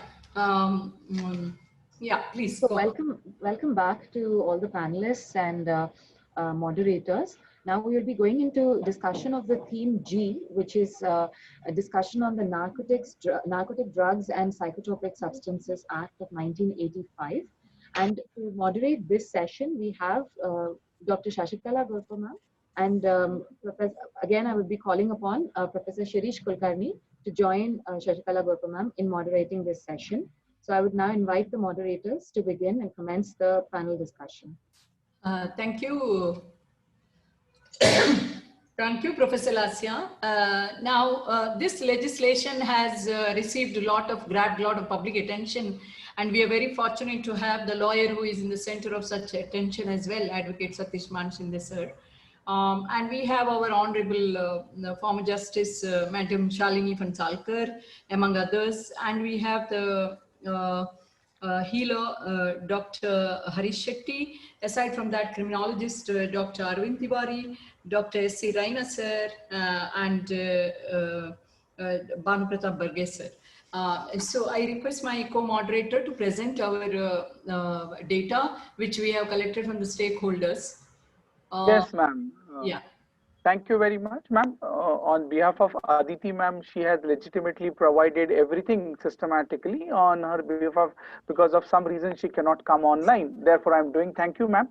Quickly taking inputs from the stakeholders, and as ma'am has already mentioned, what is going on with the NDPS recently because of the Riya Chakrabarti's issue and the Bollywood thing in that. We realized that the stakeholders are also very keen in order to really amend the law. And what we found from taking inputs from the stakeholders that as far as the law is concerned, that to really tone down the technicalities in the language in this highly technical legislation, they also gave the input to reclassify the substances mentioned in the provisions of the act. At the same time, they realized that medicinal drugs has not been also taken into consideration because that has led to the misuse of medicinal drugs. So that this is one of the things the stakeholders went. On this basis, I request the panelists, including Satish Manshinde sir, who has closely, taken up the issue of Riya Chakrabarti and has also assisted in terms of understanding the legislation. Over to the panelists. Yeah, what I mean to say is that the stigmatization as one thing and incarceration vis-a-vis the rehabilitation. And then there has been a lot of movement across the world on legalizing certain drugs, especially the use of cannabis oil in cancer treatment, etc. Are we a little archaic in terms of scientific development? How do we need to revamp this legislation, if at all, while not harming this United Nations movement towards transnational, UNTOC legislation, drugs and crime cartelization? So over to Advocate Satish Manshinde's considered views, sir. Well, the Narcotic Substances Act, NDPS, was first framed in 1985, where all the offences were punishable with a minimum of 5 years imprisonment. Because of the rampant misuse and the hardship faced by various people, the law was amended in 2001.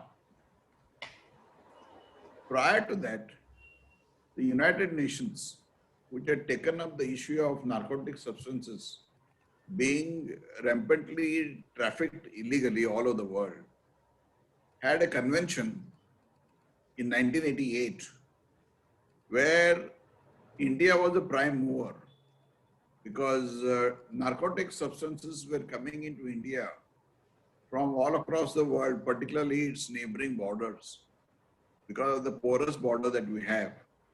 And it was very easy to smuggle narcotics from Afghanistan and Pakistan through the Indian borders, as well as through Burma and other areas like Bangladesh. So the United Nations requested the member countries to frame accordingly laws in their own countries. And therefore,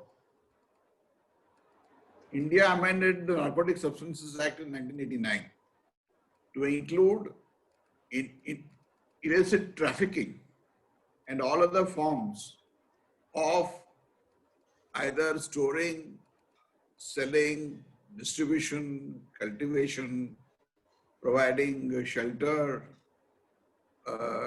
screening offenders. So they were all made punishable with harsher punishments. Where the minimum punishment was about 10 years, which could lead up to 20 years. Subsequently, the parliament found that the law was flagrantly misused, particularly because of the bail provisions, which were very stringent. And a large number of people were languishing in custody without trials. And in many of the offenses, for example, if they were caught with small quantities or for personal consumption, they used to spend more than 5 years in custody pending trial, by which the entire judicial system and the trial system in the country was frustrated because they used to complete their sentence pending trial as under trials. So therefore, the Indian Parliament took up this issue in 2001, 2002 and amended the Narcotic Substances Act in order to define what is a small quantity and what is a commercial quantity, and the quantity in between, neither small or neither commercial, but what would be the punishment. So, for example, marijuana, cannabis, you had a definition of small quantity in the nature of 1 kilo, whereas in other forms of drugs like cocaine and hashish and others, various other quantities were described to make it a small quantity, only in order to see that people who are in possession for the sake of consumption, for personal consumption, and those who are addicts are not punished severely as compared to the people who are trafficking in drugs. Therefore, the law was amended. The punishment was brought down to 1 year maximum for small quantities, 10 years for commercial quantities, and if it is a repeat offender, it is now 20 years. And if a person is found in possession of drugs or found committing any offences, particularly under section 19, 24, 27A, and in relation to commercial quantities, and if he is already a convicted offender, death could be imposed under section 31A of the NDPS Act. So the Bombay High Court, which took up a matter in relation to the death penalty being carried out under section 31A, ruled that not only has a person to be convicted for a commercial quantity in respect of section 19, 24 and 27A, but even on the second occasion, if he is found to be violating section 19, 24, 27A in relation to commercial quantities, only then death punishment could be imposed. So, stringent law which was being misused by awarding death punishment even to people who were caught with small quantities had some breather. Now it has come to light that a large number of people are being released on bail because the general principles of law, according to the CRPC, is that if a punishment is punishable less than 3 years, it is bailable. And if a person is arrested at the very inception and has been told that he is punishable for an offense up to 3 years, then the person ought to be granted bail at the very first instance. Now, the Bombay High Court in Riya Chakravarti's case has held that all offences are non-bailable, relying upon Baldev Singh's judgment of 1999, which was passed much prior to the amendment of the NDPS Act, due to which now there would be some hardship faced by a large number of people who are arrested for consumption and who are arrested and produced before a magistrate. They would not be entitled to bail as a matter of right, but the magistrate has to use his discretion to find out if he is entitled to bail. Therefore, this impediment of section of the judgment of the Supreme Court according to me, should be reviewed by the Supreme Court because the Constitution bench in Baldev Singh's case in 99 passed that law because of the prevailing law that time and the conditions that time. The amendment of Section 2000, amendment of the NDPS Act in 2001 obviously has not been taken into consideration. Though the judgment of Baldev Singh has been followed by a number of judgments subsequently, it does not necessarily mean that it is now a judgment to be followed only because it is the judgment of the Honorable Supreme Court.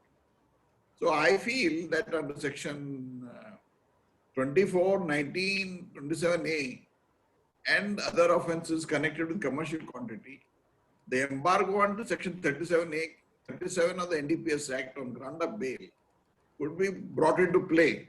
But where it is in connection with small quantities, the embargo under Section 37 of the NDPS Act should not be brought into play, which terms reasonable because of the amendment of 2001. So this is an anomaly which is now we are going to face in trials and in bail proceedings and at the time of arrest of people arrested in small quantities, because we have a judgment of the Bombay High Court which says that merely because the person is arrested in small quantities, he is not entitled to bail as a matter of right. Apart from all this, all over the world, a large number of narcotic substances which are consumed day in and day out, particularly in law campuses and others, are being liberalized. Consumption of drugs, particularly in Denmark and some Western countries, including the US and UK, is rampant, and therefore it has been legalized. Consumption is legalized, but trafficking is not legalized. Therefore, the Indian government and the parliament should take note of what is happening all over the world, because if it is not legalized in India, it's not going to come to an end. Only if you put curbs on a society will the rise in crime be rampant. Whereas if you legalize it, like in the case of betting all over the world is legalized except in India.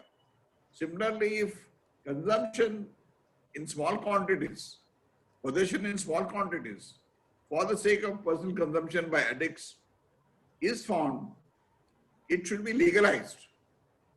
So it may not meet the ends of morality in India, because any kind of substance which is intoxicant is termed as an immoral act.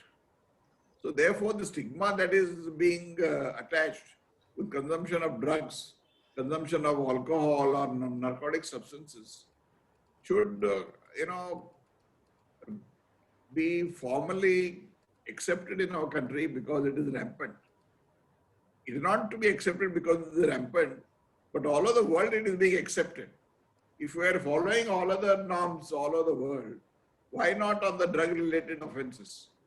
Therefore, these are some of the suggestions that I have to make, and the bail provisions have to be further reformed, that in such a manner that if an offence under the Indian Penal Code, which is punishable with 10 years, bail normally is granted for filing of a charge sheet, whereas in a case of narcotic substances, only because it is narcotic substances, bail is not granted if he is punishable with 10 years. Therefore, these are some of the suggestions that I had to make. I hope you will take into consideration all these and make your recommendations. Thank you, madam. Thank you very much, sir, for your valuable presence and valuable input. Despite your busy schedule, that shows your commitment to the cause of justice and your affection. And to academicians like you. Thank you, sir. Thank you. We only use what you teach us.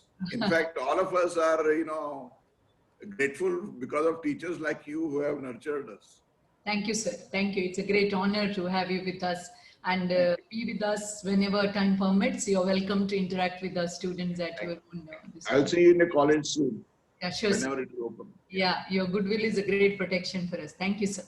So as Sir is taking leave of us due to his commitment, I request the other panelists to enrich the discussion further with their experience. Madam Shalini, would you like to comment, please? I would just like to say that this offense should be have a different treatment, and Dr. Harish Shetty is the best person, at least as regards the amateurs, those who are using it for personal consumption and not for the trafficking. Then they should have a different treatment, and that is for Dr. Harish Shetty to suggest. Okay, thank you, ma'am. The criminality versus the treatment. So, Dr. Shetty, as a therapist and as a psychiatrist, you must be dealing with this day in and day out with thousands of cases. Doctor, would you like to come in and give your views, please? Absolutely. I think the first thing is it all started with a single convention long ago. But as of now, NDPS is harsh on users, but very mild on the drug dons. So many agencies, and they are not able to get their hands around big peddlers, the kings. Iqbal Mirchi also could not be held back, and he died a natural death in UK. Rahul Kapoor is also, we don't know where he is. The most important thing, ma'am, the availability, the availability of the drug is so big. I mean, the availability of the drug is so big. In fact, there are two big philosophies: supply reduction and demand reduction. So supply reduction is bringing down the availability there, and this is where we have failed very badly. Now, as far as naming somebody in the media, absolutely wrong. You need to make a clear difference between the users and the drug dons, and that is something which is very important. So stigmatization, those who have used, is not right at all. They need to be treated, they need to be supported. Age of intake of drugs has gone down. The age is 14, 13 and 14. Now there's a big debate on decriminalizing cannabis or legalizing cannabis. There are two words: decriminalizing for use or for medicinal purpose. There are many different streams of thought which is happening, but it is easy to get a drug, much easier to get a drug than to get remdesivir in COVID-19. The law is also very tough. The lawyers are also very expensive, and the fines are also very big. Three things which are very important, ma'am, is humanizing the care of those who are using. And there is no center across the country which is run by the government for teenagers. They're all dumped into government centers for a week, and you get a fitness certificate, and you know that there's at least NDPS Act allows you to be treated. What is very important in NDPS Act is NDPS Act should be made aware to the entire country. The police should be very clear about not releasing names of people. Front page, 24 people have been arrested and they have been found positive for cannabis. So these are the things which are very important, ma'am, and it is big. Drug addiction in India is big. It all started with the golden crescent, the golden triangle, when brown sugar came all over the country. But now cannabis and chemical drugs, MD, meth, etc., which are made in small labs. The contraband which is seized, the seizures have gone down, and the noise is very big. I see three interventions. One is decriminalization of those who use. They can be seen in a different light, but a lot of pressure on so many agencies which are supposed to really apprehend the dons and see that their cases are fast tracked and they are convicted if the amount which is there is big. Three is that a lot of the court should also encourage or should pass orders. I mean, it's too big for this seminar, that we need de-addiction centers for teenagers across the country, which is run by the government. And three, supply reduction has to go down. The demand reduction part is what we do in our work. I work with the National Addiction Research Center. I work with Sevada and de-addiction center for 12 to 15 years.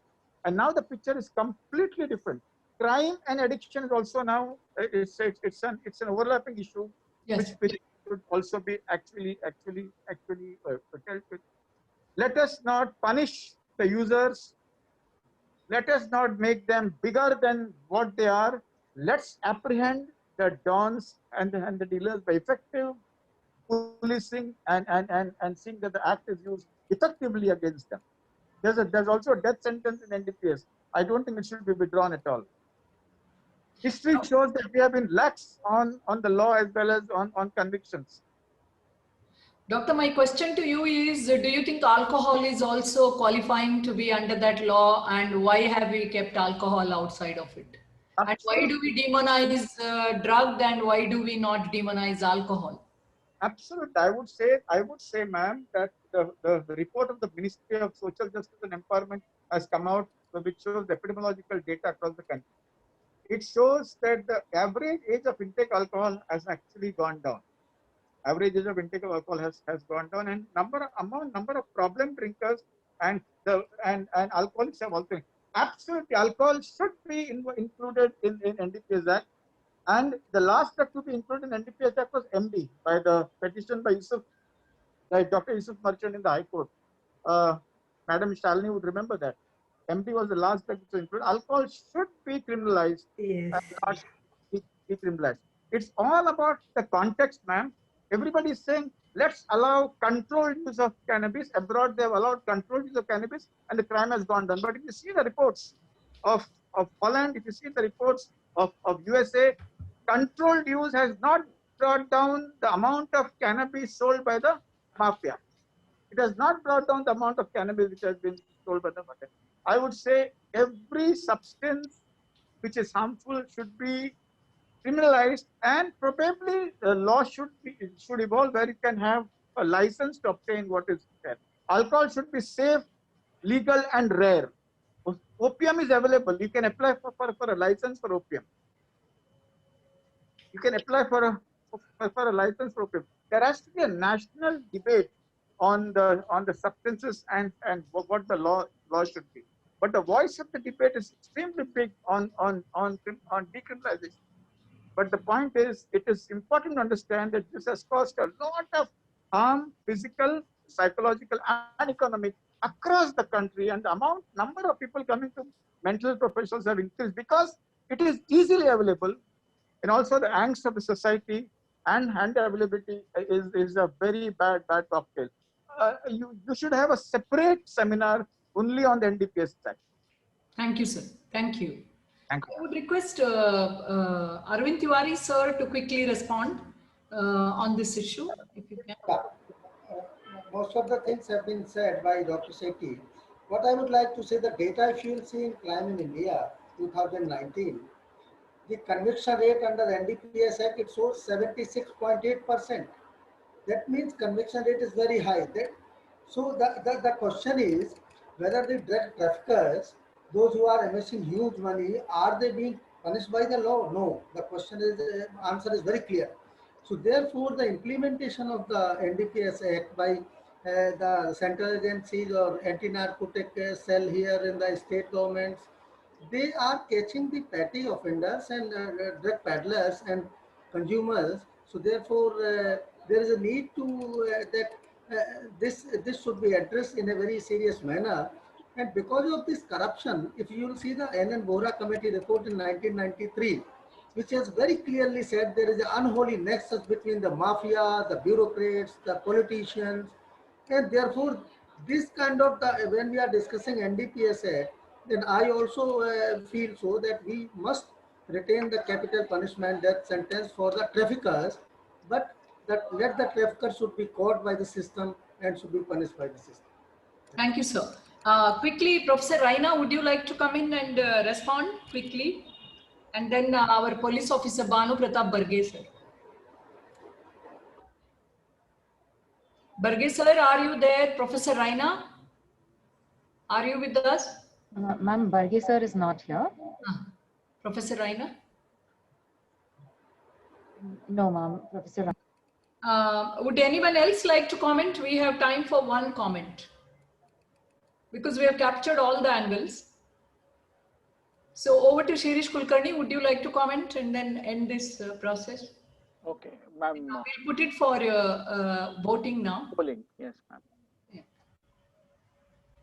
So we have covered, So we are questioning the death penalty and all these legitimacy. So we have covered this theme successfully. We have put it for polling by the audience as well. Thank you, esteemed panelists. Now we will move to the last theme of the day, which was the penultimate theme, but becomes the last theme, which is more like a means as well as approach to investigation and changing the whole face of Evidence Act. So over to the moderator, over to the compere. Thank you, ma'am. Thank you, ma'am. And I also thank all the panelists and moderators for their comprehensive and insightful deliberations from a legal, ethical, psychological, as well as sociological points of view. It's very appreciated.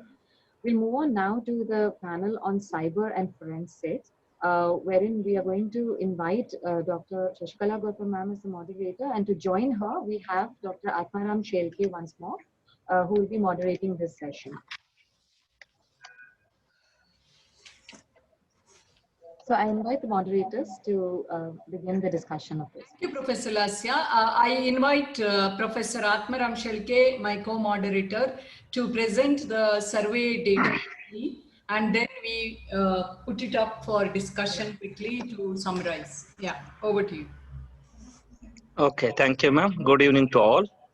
So this is last theme, and it is a combination of cyber law and some question or some recommendation with respect to IPC and CRPC also. So I'll read it out and then discussion will start. So one of the recommendation was about the increase in the lab of forensic and computer science. That was also covered in the prosecutor and police coordination.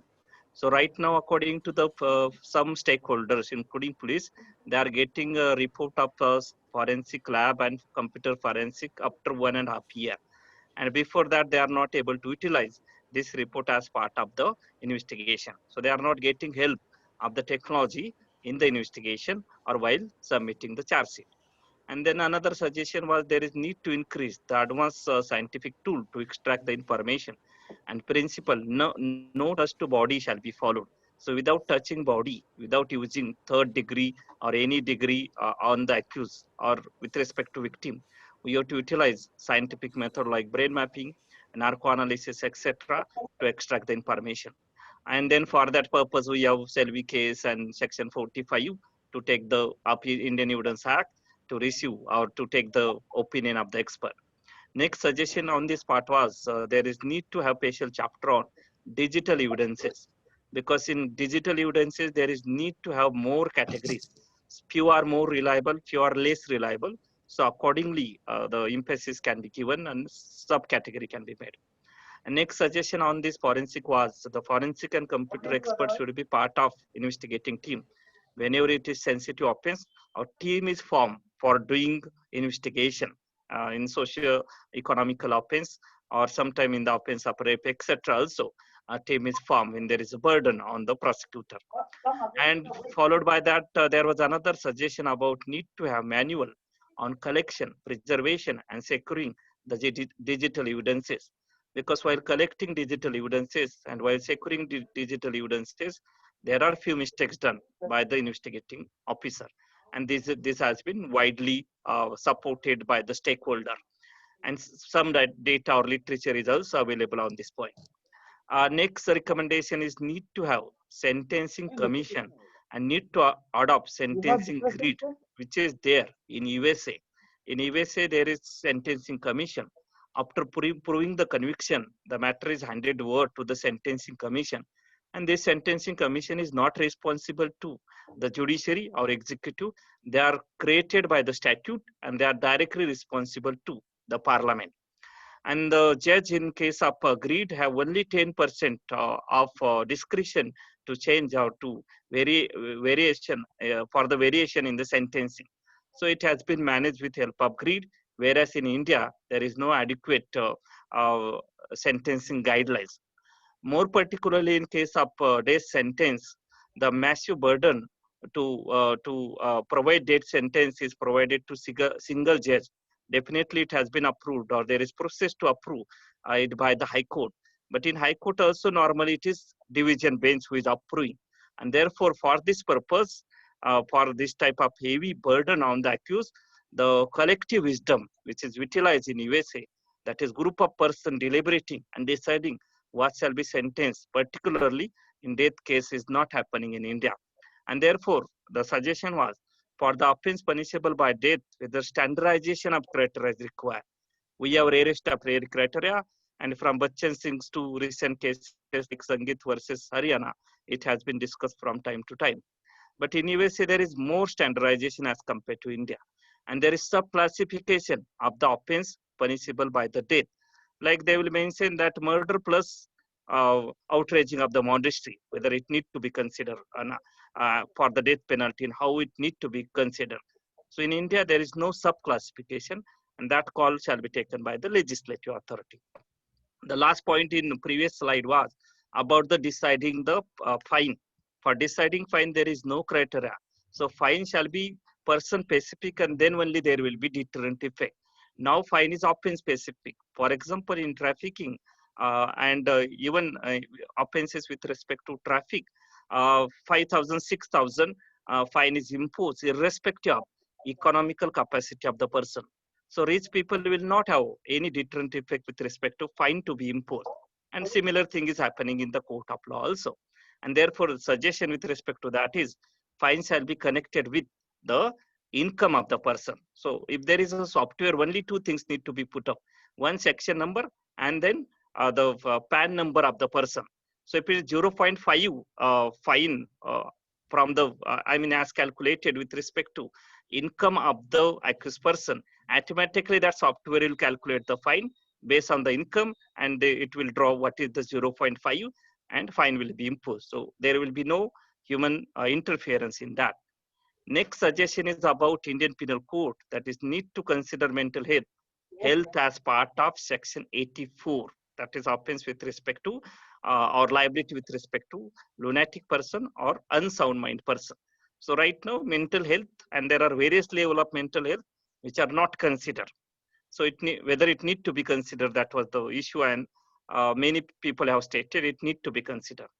And followed by there was next recommendation about mental age shall be considered while deciding the liability. So we have 84 wherein below 7 is completely exempted, between 7 and 12 partially exempted. So that was the issue, whether mental health shall be considered rather than actual age of the person under the general exception of the Indian Penal Code. And last recommendation in this part was about the need to implement plea bargaining effectively. I think previous expert have also spoken about it, and it has been supported by 86% of the stakeholder. And we have right now section 265A2L of Criminal Procedure Code. And according to expert, there is lack of effective implementation of provision of plea bargaining. Thank you. Over to moderator. Thank you, Atmaram. Now I request the panelists to come in and give their views, particularly Harold De Costa. Are you there? Could you give us some insights on this? Yeah, madam, I'm there. Yeah, please. It will be great to listen to you because you have been. Yeah, Anything else happened? Have you been kidnapped? So, what is the role of cyber forensic? And then am I audible? Yes, yes, Harold. Yeah. Yeah, in fact, the role of cyber forensics in today's crime is of a great magnitude. In fact, when you talk of any evidence today, almost about 70% of the cases today have got somewhere the digital evidence in place. But when you talk about the cyber forensics and specifically about the labs, we have got a very big shortage of labs in our country. In fact, there are only 4 states where these 4 states labs are known as the electronic examiner labs. And that doesn't mean that the other states, they don't have the forensic lab in place, the cyber forensic lab in place. But then there's a huge shortage, and most of these so-called cyber labs, they've got the people working on contract basis. I think that's something has to be taken care of. We cannot leave the extraction of the data, which comes from the digital device, to be given up to the people who are working on the contract basis. The other most important issue when you talk about the digital evidence, the data which is extracted from the system, is basically about the Section 65B. In fact, just a few days before, I was just on a webinar, addressing the law enforcement agency. And what shocked me to hear that a constable signs on a Section 65B certificate when he takes the extracts the data from the accused device. Well, that's not a right practice. Sorry. Well, that's not a right practice, because when you have the data to be extracted from the accused device, there are forensic labs. But then these forensic labs takes a lot of time, 2 years, 3 years, for them to have the report to be sent to the court. So the law enforcement takes a shortcut, and the shortcut is that they have today we have some constables, we have some the head constables today who are little IT savvy, and these then they are then been told to extract the evidence or the data from the accused digital device and then have the Section 65B certificate to be produced. I think this has to be taken on record, that we have specific cyber forensic lab, which of course are in shortage today. There has to be an exponential increase in this cyber forensic lab, wherein the accused digital device has to be sent to the forensic lab for this forensic lab then to extract and then present the report to the court and to the investigating officer. I think that's one part of the story. The second part of the story, as to when we talk about the cyber forensic, well, today the field has moved to such an extent that digital evidence can deceive us. The time has come that you can have a WhatsApp account created with a virtual SIM number. In fact, you don't require a SIM to create a WhatsApp account. Well, you want to have a Facebook account to be created, for that matter, any social account for that matter, you don't require any mobile number or a SIM number. In fact, there are so many techniques which are freely available on the internet where a criminal can use a so-called mobile number, which is just available for 10 minutes. And after 10 minutes, the whole particular information regarding that mobile number gets to be completely destroyed. Well, there are instances wherein you have email IDs, which could be bought only for 5 minutes or 10 minutes. A social account could be created. And once the account is created, these email IDs are self-disposable. I think today the law enforcement agency have got to look across from a very rational point of view, and that is, how do they investigate this modern type of cyber crimes, and for which you require the help of the cyber forensics, the cybercrime investigator coming from an industry to work with the law enforcement and also to work in tandem, supporting the judicial system in ensuring that the extraction of the data, the seizure of the data, the preservation has been done, which is morally correct, technically viable, and which could be admissible and appreciated by the court. Well, that's what my say is all about. Thank you, Herald. You have been one of our prime trainers and an expert that we consult all the time. So true to your expertise, we are very enriched with your comments. I would now request from our team of esteemed panelists, maybe Justice Shalini ma'am, would you like to intervene?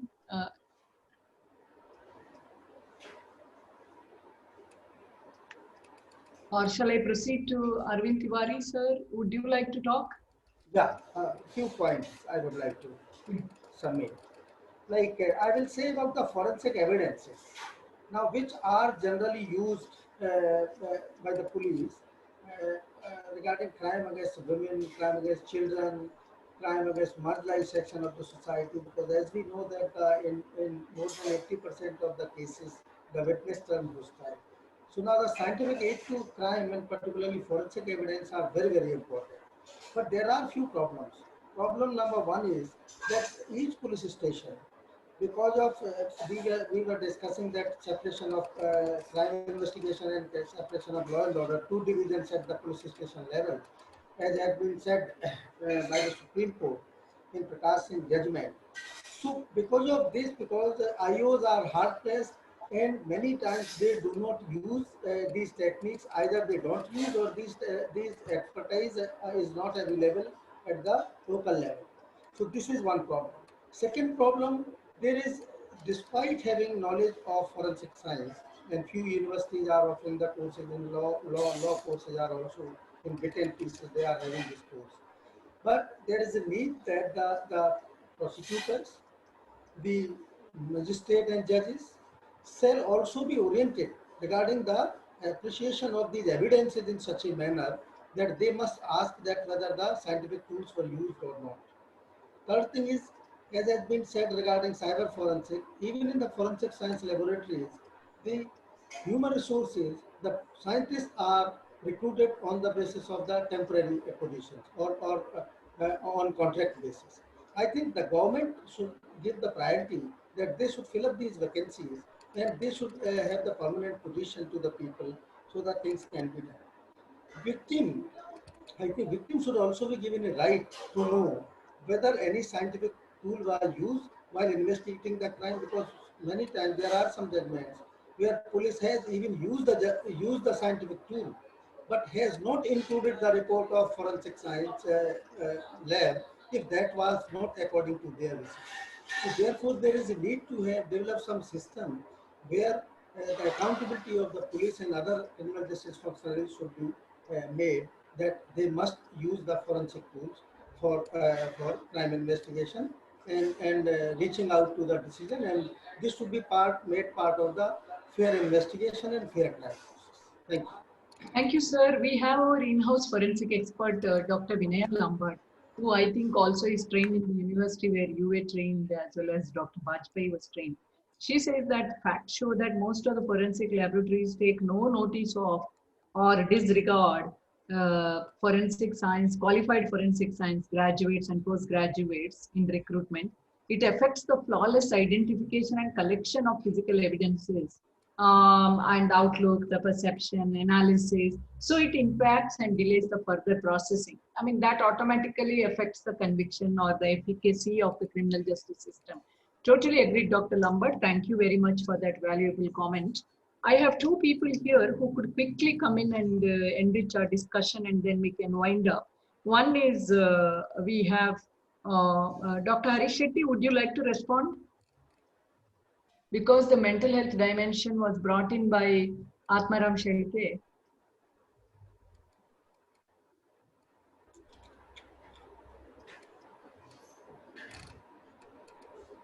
Dr. Shetty, you will have to unmute, I think.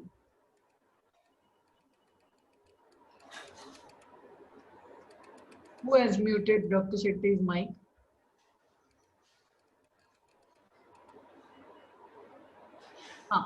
Yes, ma'am. Sir, we can hear you now, please. Yes, ma'am. I think. Okay, ma'am. Issues we have. Sir, Dr. Shetty, sir. Yes. Any comment?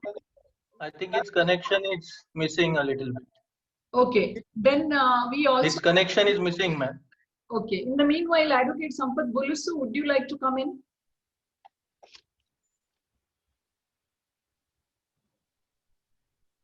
Advocate Sampath Bulusu? Some connection problem. Since Can you hear me? Yeah, Dr. Shetty, please. Me and my friends run an NGO known as Responsible Netism. Sonali Patankar, Umesh Joshi, and me. It is very difficult to get a case resolved because the number of cases are so many. So forget the law. The number of cases are so many with respect to cyber hygiene and cyber issues. Though there are agencies and labs, as Harold said, the issue is so massive that very few people get prosecuted and convicted. They have added simple things in the IT Act which is, so example, if I send an SMS to somebody which has some, so we need to make it a little more contextual in the sense in 2020, what is the role of communication, what are the words used, etc., etc. And I think it has to be contextualized with the debate across the country. The law is made in the parliament, but debates which should happen for the law to become more dynamic and more contextual has not happened. Number two is that all the changes which are happening on the cyberspace is so fast. In fact, the Prime Minister's website got hacked yesterday.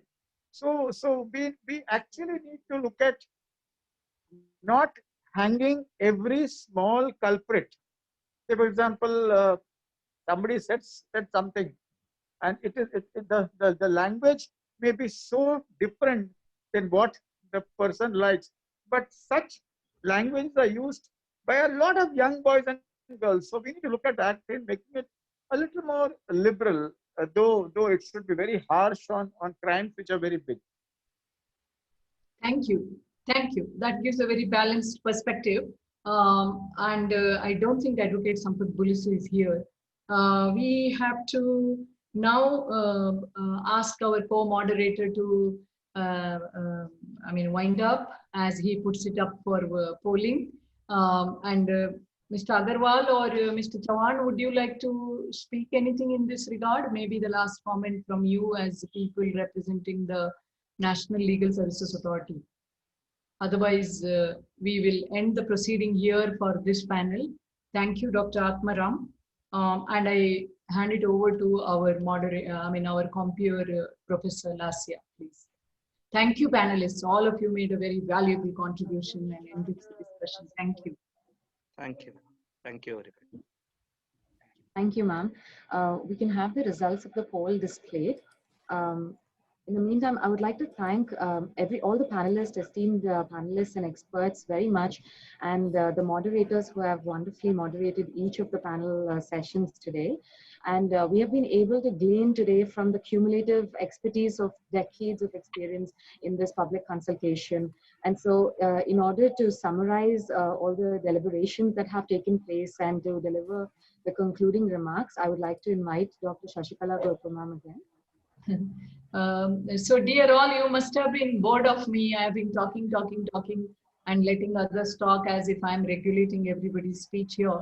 But I must tell you that the background work here has been of more than almost 3 months plus a couple of weeks. So our team has identified the issues based on their research background, especially Dr. Atmaram Shelke and our criminal law experts, including our some younger professors and our PhD researcher, Ms. Aditi Mane, who due to her hard work today, she was so exhausted, who could not be here, but a wonderful presenter and researcher among others. And Ashish Deshpande with his PhD in prosecution. So we have really gained here, not only by the brand and excellence and quality of Symbiosis, but mainly from the experience and expertise of our faculty, who are emerging researchers. My own background in Law Commission has enriched this whole idea, but before the Law Commission, I'm a science graduate and I always believe in applying what I learn and in a very empirical manner. So we also saw the flaw that most of the time, even in the Law Commission, we saw that empirical research was something that was never done. Community-based or stakeholder-based, participant-based dimensions coming into the body of law. So we thought this is our golden opportunity, whereas other law schools are engaging in the technical research, which is again primary data of judicial pronouncements and legislative provisions, comparative law, and scholarly writings. We thought we will also learn from the people who speak a different language in the community, and then experts and synthesize. So part of the synthesis was done behind the curtains. Part of the open synthesis was done today in terms of polling as well as panelists further enriching the discussion. I think what we brought was 60%. It turned into 100% with our esteemed panelists. From here on, what do? Within a week, we will consolidate this And point-wise, we will be making paragraphs and thematic paragraphs of these 7 areas. And the justification will come from the initial quick presentation I gave. And then we will write our recommendations. This format which we have shown, same format, but in a very different manner. In a systematic manner, it will go to the ministry and we will circulate the copies to. We'll acknowledge the effort of each and every one of you. The recording will also go to the ministry. So I'm very honored to make the closing remark and to keep the promise, and also to be enriched by your sacrifice of number of hours and number of ideas and the openness and your commitment to this mission of improving the justice system and criminal justice system in particular. Criminal justice system is having very close bearing with the quality of life, because security is something around which all other constitutional and human rights guarantees could be realized. So criminal justice system is closely bound up with that. Secondly, it's criminal justice system being closely bound up with that, which could have some endangering qualities as far as human, basic human dignity and freedom are concerned. So it's a tightrope walk. It's like walking on sword's edge. So the kind of dharma exercise that we do in criminal justice system is much more tighter kind of exercise.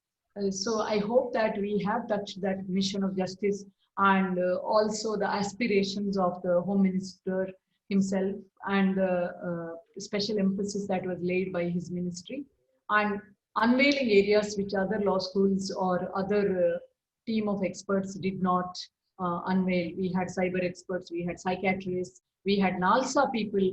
I don't think they were engaged in the earlier different exercises. So I thank each and every one of you. I learned a lot. Today's class has been, I mean, it's a 5-hour deliberation. None of you showed any tiredness or any boredom. You were so willing to give the resource. That shows your spirit, and that also demonstrates your richness in terms of your resources. Some of the people I should note here, Dr. Arvind Tiwari especially, or someone like Harold or Dr. Shetty throughout in every session, and our own alumna and GM legal from Shell Hazira, who had been a very young legal prodigy, Sampath Bulusu, and our another distinguished alumna who is working closely with the government, Hitesh Jain, and his dad, Mr. S.K. Jain, and most of all are reputed lawyers. I mean, if I don't mention a few, that doesn't mean you are not important, but I'm also taking these names because we had, we never thought that we will have an occasion to engage them, be though online, but the output is the same. So we have had Ujjwal Nikam sir blessing us, and we have also had Satish Manishinde sir. So it brings more of authenticity to the effort, because they are in currency and they are working cases. Some of you are writing a lot, publishing a lot, investigating, having your own research projects. And the crowning glory is our team who are working. Even now our work is going on in the Eravada prison. Our work is going on in training the CID officers, the prison officials, different police personnel. So all that has come into a kind of perfect integration and whole in today's exercise. So I'm sure the audience would have been enriched, the panelists would have been enriched, and we would still look forward to any other comment or reflection which will come into your mind. Please don't hesitate. Just mail us. You have our IDs, you have our resource persons and research team which is engaged. I especially thank Dr. Shelke and his team, and Dr. Rupal, my Deputy Director, Dr. Bindu, another Deputy Director, Professor Kshitij, and our admin team, ICT team, for making this 3-month plus exercise coming to a kind of fulfillment that I had visualized in the beginning, and our compere also made it. So thank you one and all, and please look forward to our recording linkage when it comes on YouTube, and our consolidated recommendations copy when we are sending it to the ministry. It should not be later than another week. So once again, I salute you all for your resources and your contribution. Thank you, ma'am, for summarizing all the efforts that have been taken by the army of people who are behind this project. I would now like to invite to deliver the formal vote of thanks, Dr. Bindu Ranul, the Deputy Director of Symbiosis Law School, Pune. Thank you very much, Professor Lasya. as we come to the end of the wonderful and very, very fruitful discussion on the transformation of criminal justice system in India and the various issues. It's my privilege to thank all those who have contributed to the success of this virtual discussion and public consultation. I thank all our esteemed panelists for sparing time from their very, very busy schedule on a weekday, contributing to the discussion and sharing your wisdom. I'm sure your inputs here will surely help the team to further refine their drafts. I take this opportunity to thank our top management, Dr. S.B. Mujumdar, Chancellor Symbiosis International University, Dr. Vidya Yeruvdekar, Pro-Chancellor, Dr. Rajni Gupte, who's the Vice Chancellor, for all the support and encouragement they give to the law school. Dr. Shashikala Gurpur, Director, Symbiosis Law School, Pune, has been the main pillar in organizing and managing the details of this discussion. She's a person who goes into the details to ensure that whatever is organized at the law school is par excellence and contributes to knowledge generation. Thank you, ma'am, for guiding the entire team and also moderating all the sessions today. This discussion has been the result of a lot of hard work by a team that was led by Dr. Gurpur, and I take the opportunity to place on record the contribution of the entire team, namely Dr. Atmaram Shelke, Ms. Aditi Mane, who is the Junior Research Fellow, Dr. Ashish Deshpande, Ms. Chaitrali Deshmukh, Professor Shirish Kulkarni, Ms. Apurva Singh, she's the Junior Research Fellow, Ms. Aishwarya Mane, again the Junior Research Fellow, and also the support and assistance that were rendered by Professor Dr. Rupal Raut Desai, Professor Virendra Singh Thakur, Professor Priyanka Mujumdar, Professor Shimanti Chowdhury, Advocate Sangramjit Chavan, and the IT team, which was led by Amit Jatale and Balesh Jolvekar and all the others. I also thank all the participants who have been part of this virtual discussion. Your presence definitely increases our confidence to do even better. Thank you once again for being here and being part of this discussion. Thank you. Thank you all. I hope we have taken some group photograph, and I must also put on record a wonderful person who has been our mentor and our colleague and our inspiration, Dr. Shalini Phansalkar Joshi, who from the beginning till then was on all the panels along with Sampath Bolusu and Dr. Shetty. So in particular, and Latika Salgaonkar, our visiting faculty. Thank you, ma'am. It was really interesting and enriching exercise. Thank you so much. I request all the panelists who are available now and the participants of the discussion to kindly switch on your videos so that we can get a group photo. And our research team of Chaitrali, the Atmaram. Please put on your videos. Dr. Shalini ma'am, could we have your video on? Dr. Shetty, with all your PPE. Harold, I'm sure most of you are here. Yeah. Latika ma'am.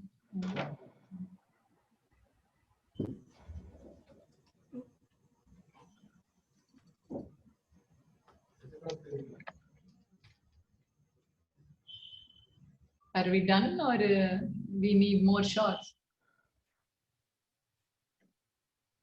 Thank you. Thank you very much.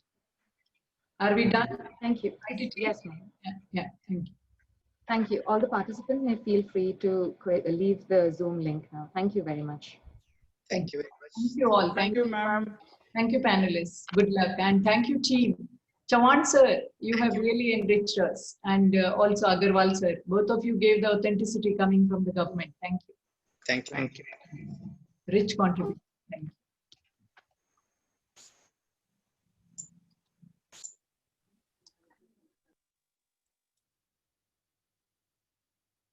you.